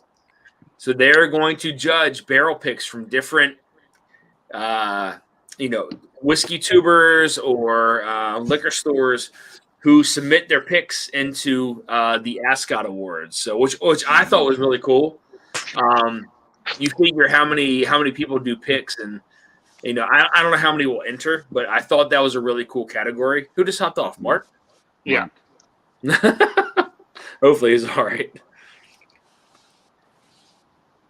So I just thought that was really cool that they added a barrel pick category to next year's list. So it's going to be interesting for sure. So having to taste vodka and gin and brandy and all that kind of stuff is going to be very interesting. So good luck. Yeah. Not too happy about the vodka part, but the brandy, Armagnac, and all that kind of stuff. Like I'm good with that, man. But vodka we could leave out of the mix. But I just thought it was. I just thought it was a really cool opportunity. And he had messaged me and told me. Yeah, he gave me a shout out on his top 100 when he did it and said, it was a great channel. Like that. That kind of meant a lot. You know what I mean? Like he doesn't have to watch my channel. Nobody has to watch my channel. You know what I mean? Like I got 2,200 people that watch my channel. Like it just doesn't seem like anything, And it was just pretty cool to be a part of that. I feel anyway, but. Oh, come on, Dan. You know your shit. Come on, bro. It's not that I don't know my stuff, but to be part of that, with Jason and Matt from ADHD Whiskey, I just thought it was really cool. That's an honor to be amongst. Some of the people who are part of that are just like light years beyond me, man. Like to be a part of that is very. I'm very humble about it. I'm very honest with it when it comes to that kind of stuff. The elite. No, you're right there, buddy. You're up there. I wouldn't. Yeah, I would put it to you this way, Dan. It's a great opportunity, and you should be humbled that you're in that kind of company that you're so well deserving of. Yeah, again, that's as I said, I'm very humble about it. Like it's a really cool opportunity, but as Matt would say, flavored vodka is a fun category. I don't know drinking flavored vodka. Hey. So, what do the flavored vodka experts think about the bourbon that they have to taste? Yeah, that's interesting. And it's cool though. Like I said, to have a category where there's actually going to be barrel picks in it next year is going to be pretty interesting. So hopefully, with Jason being an Ascot judge. Hopefully he enters some of his stuff into those picks. So we'll see. No, he doesn't have enough. He doesn't have enough left because Darrell and I bought it all. Did you guys grab any of the barrel stuff that was put out today? I did grab. I grabbed one of each today. Did you? I got the Madeira. The Madeira? Yeah. That Madeira is pretty crazy. It is. Yeah. It's also the same. I don't know that it's the exact same collection for the Seagrass, but the Madeira is in the Seagrass. Am I wrong about that, Jeff? The Madeira is in the Seagrass, but the apricot brandy is the main thing in that Seagrass, though. Yeah. Yes, that's really, really good. Yeah, there is Madeira in that. Madeira and Yeah. apricot brandy. We got the Martinique rum in there as well. Yeah. Yep. For some reason, I have the bottle here. Yeah, I'll tell you. Hey, listen. For some reason. You place a little rum. You place a little rum with rye. It just works. OH. What's going on, everyone? What's going on, man? Yeah, there's a hero. Yeah, Wow, buddy. Good to see you, bud. Thanks for hopping on. Yeah. Hey, I'm gonna send you one of my socks, OH. See if you'll sign it and send it back. Let's see what's that, Mike? Sure, Socks. I Get really a bottle of bourbon, but I don't have that. TV, but not on this.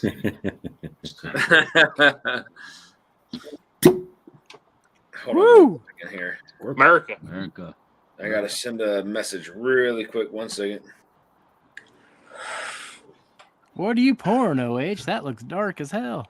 This Jameson? one is 9-year Templeton. Oh, Nice. Redemption. Redemption. Templeton. Is it the rye or the bourbon? Very- 9, bro. Bourbon. This is one Big Vic acquiesced for me.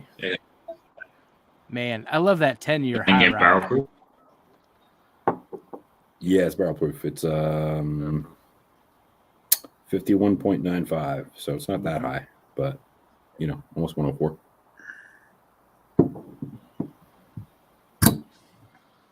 Yeah, but you can't find the 10-year no more.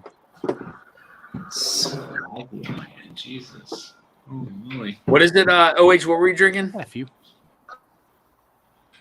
I see Redemption. Oh, Nice, man. Yeah. A 9-year Very barrel nice. pick from a local store down here in Cali. Nice. Very nice. Yes, indeed. Big Vic pours again. Vic, what are you drinking? Good day. I'm having a little bit of Magic Journey.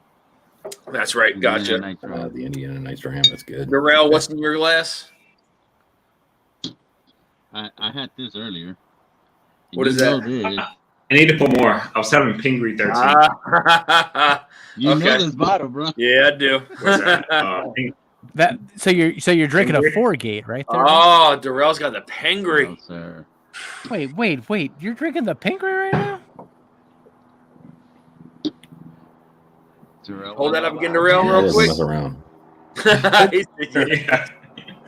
Hold it up there, brother. We'll see it again. Hold it up there. Man, melt Oh, my 13. heart, man. Jeez. Nice. 13 years. Yeah, Beautiful. that's the old Valentine, man. Yeah, man. Yeah. That's I messaged Matt to hop on. I don't know if he What are will. you but- drinking up here, buddy? What are you drinking? At? Cheers, B. I'm drinking Elijah Craig C922. Yeah.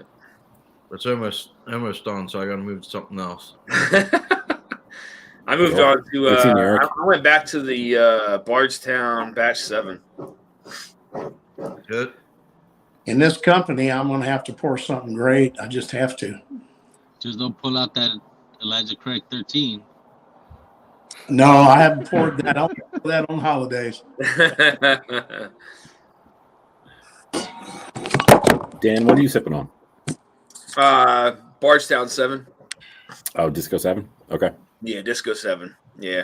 That was part of the blind tonight, and I'm very happy that it moved on to the next round. So I was worried, though, man. I was like, man, is this thing going to lose an old Four Roses pick or a Smoke Wagon Uncut Unfiltered or the Forge? But it made it through. So, I mean, honestly, I think this has, the Disco 7 has an easier route to the finals than the Houdini. You know what I mean? So Houdini's in the next round, the very last round. So, but I think I might skip the last round of this live because I'll probably have to shoot my top 10 whiskeys of the year next Monday.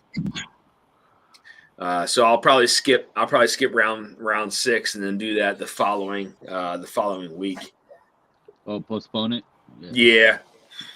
Hey, Yeah, man, that's the thing with the brackets, man. I won't be able to handle that much whiskey in one night, man. So I think that might be too much for me. So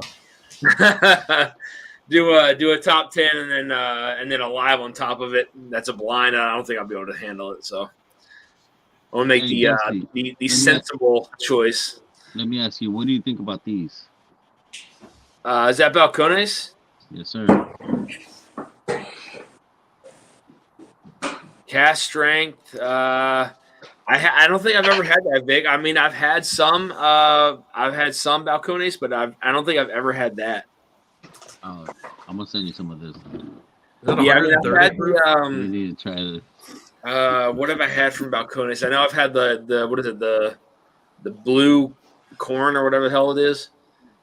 Okay, yeah, the blue corn. Yeah, that. I've had something else that was higher proof from them, but I can't remember exactly what it was.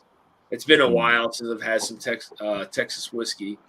I think the last Texas thing I had was the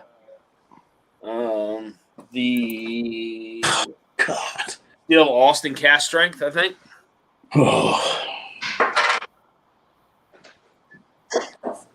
Have you had any of the St. Alley's? No. Okay. Jeff, what are you drinking? I got a tumbling dice 6-year MGP. That's right. In pick the right here Gold that I'm Blend, enjoying. man. In the Gold Blend. Golden blend. I don't know if Maddie's gonna hop on or not, but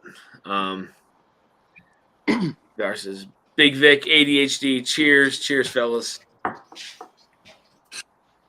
Jeff, you still enjoying that Buzzard's Roost cigar batch? I'm still like loving that bottle. Oh man, so I love Batch 2 so much, but I found something that I didn't know Oh, existed. the great. So let me- That didn't know existed. So if you like the cigar batch, they Hold are on, doing they're doing let me single barrels. get Yeah. you on here. Hold on. I got one of my local Nice. liquor barn as well. That one is phenomenal. Cigar Right. Rye, Liquor Barn. What's the proof And- on that, Jeff? It's way closer to batch 1 than it is batch 2 too. Yeah, I agree. Oh, Nice. good stuff though. Oh, it's so good, man. This thing is just it's such unique, man. It's either sweet tea on the finish or smoky on the back palate. Nice. It's so I kind of unique. want to drink it now. Do it, Jeff. Bring it now. So Eric, Justin, and Mark, I know what your guys. I know we've already discussed what some of your top fours are. Darrell, Jeff, and Vic. OH. I got to know what some of your guys' top fours are this year. Top five, if you can name it. One of my top fours. Yep, Wait, all top five?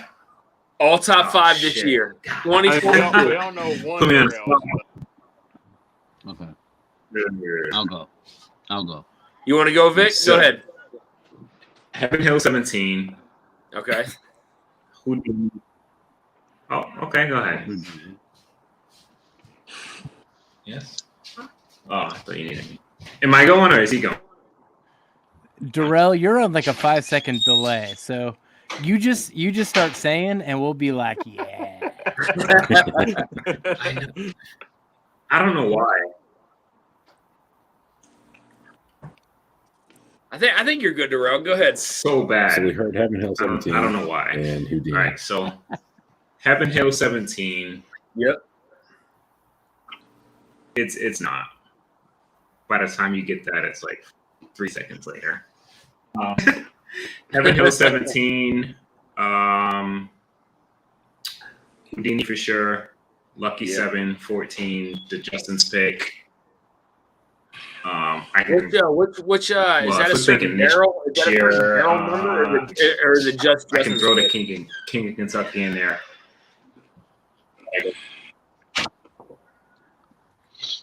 What was that? That What was that? Lucky 7, that Justin's pick, was that a certain barrel, or is it just Justin's What were you guys pick? saying?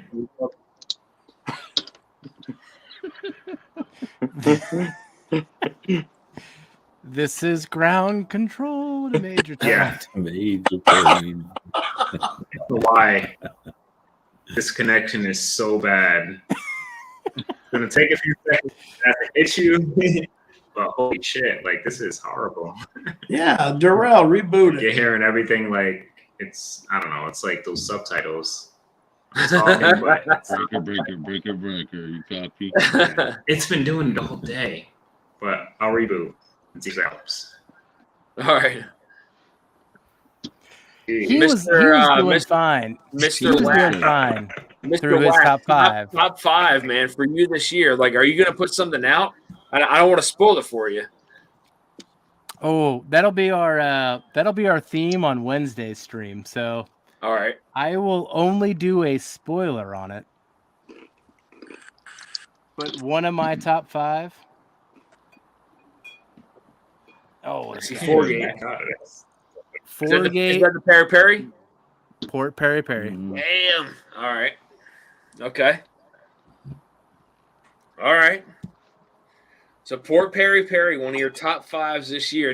Now, I guess you picked that over the Sagamore Sherry, yeah? Yeah, for sure. When it comes to my top 5, yeah. But the Sagamore stuff comes pretty darn close. Top 5 is a hard competition. Yeah, I agree. And I knew you were going to put something out for top 5, so I knew you were going to kind of shy back from taking some of that stuff. I'm excited though, man. I love the stuff you put out. You know, I know you did a top 5 single barrels and top 5 this, but I'm really looking forward to your top 5. So looking forward to it, my friend. Vic, what do you got as your top 5 this year? All right. My top 5 is going to be Hardest Creek 15, Jacob Weld. Okay. 4-gate Bull Rye, batch 17. Okay. Then I have Barrel King, the goat. It's one of them, and the other one would be the squib, whatever you call it. Squib game. Both of them, awesome. Game, both of them. And then I'm debating on the last two. That would be Lucky 755, batch 55. Thank you, OH. And I only had a sample of actually 4 Roses LE 2021. 2021. Yeah. Okay. I had that this year. So yeah. But yeah. That's a pretty impressive top 5, man. OH, what do you got, man? Top 5 this year. Man, top 5. Put me on the spot. I know it's hard. It's hard to break it down. But. No, I know. So I did a 5-way blind of Lucky 7 14 years, and Barrel 55, which was a pick out of Jersey, is top 5 for me. I would also have to agree with Darrell and the Houdini pick. I've since been trying every Nashville barrel company I can get my hands on to see if I can find a bottle that beats it. To mimic that, yeah. I found a couple that come really close, but when it comes to availability and people knowing it, right, the Houdini's there. Yeah. There you go. Jeff's got that 55. You got the 55 too, Jeff? Hold on. Let me zoom in on that. Hold on. I gotta take a snapshot of that, man. Look at that guy. Bring it up. Oh man, we're doing this thing again. 136.3. So it's 1.1 proof point below the Justin South Suburban pick. Yeah. Damn. So you guys take that pick over the Justin South Suburban pick, yeah? Well, me personally, but I don't own the Justin South Suburban. Gotcha. I don't think Vic does either. So I got a question for OH. Yep. Good. So did OH, he said he tried many of the NBC. Mm-hmm. Were those tries to match up to Houdini? That was my attempt. So there was a Cyber Monday deal on Nashville Barrel Company, and it was 25% off of every bottle. So I bought 3 or 4 of them and attempted to look up barrel number versus proof point, right? Yep. Get them delivered. I also did a blind wherein I got Darrell Stewart to admit a different NBC pick was better than the Houdini. No so shit. Oh yeah. I've been on that quest. Oh yeah. I've been on that quest. OH, are you going to? Sorry, say that again. Yeah, sir. Are you going to share that? I mean, I certainly can. There's only about half the bottle left, though. So, I mean, but I can certainly sample it. But you did found, in your opinion, you found something better than Houdini. Yeah, only in that it's completely subjective. In that it was a darker flavor profile, right, and a little more proof. I think the best thing about the Houdini was the bright fruit flavors, right? Yep. The pear, apple that came along with the high MGP complexity out of a 5 to 6 year bourbon, right? I mean, that's what was amazing about the Houdini. It tasted old and had shit tons of fruit. It did. So this particular bottle that you found, does it have a name? It was another pick. So the one that went into blind was an Our Bourbon pick from Reddit, right? From Take and Jay and those guys at Our Bourbon. Yep. And the Houdini, I think, is 118 proof, something like that. This one was 121, 123 proof, somewhere in there. It just had a darker, richer flavor profile, with just as good of a finish as the Houdini. Appreciate that, OH. Thank you. Yeah, no worries. As for other top 5, man, I've only named 2. Shit. I really liked the Rare Character from Mash and Journey. Those Rio series barrels that were aged in the Old Taylor warehouse. To me, there was nothing better than the viscosity on that barrel. It was crazy good. That was a fantastic bottle. I loved that one. Oh yeah. Honestly, for top 5 for me, I'm Irish. I was born there. I lived there, and I visited there for 3 weeks this past July, and came back with a few good bottles. So I've got an Irish single malt, cast strength Bushmills, finished in port barrels. That is phenomenal. That's probably going to go up there for me. Finish in port. Oh yeah, yep. Ooh, and number 5. So I'll have to go with, only because it's been my favorite craft distillery to date, and I don't know that a lot of people actually go hunting it. Driftless Glen single barrels. Nice. 120 proof, 5-year-old, Underrated, 23 man. gallon Wisconsin bourbon. It's just got this crazy chocolatey finish. Whoever's had the Mash and Journey Bugaboo Donuts, that's kind of the benchmark. Yeah. And I've had a couple since then. Man, they're really good. That's actually one pick I did not grab. Was the Driftless Glen stuff, and I regret it, man. Awesome. I've heard so many great things about those picks, and I just did not grab it. I don't know why. Bourbon or the rye? There's something crazy about Driftless Glen, man.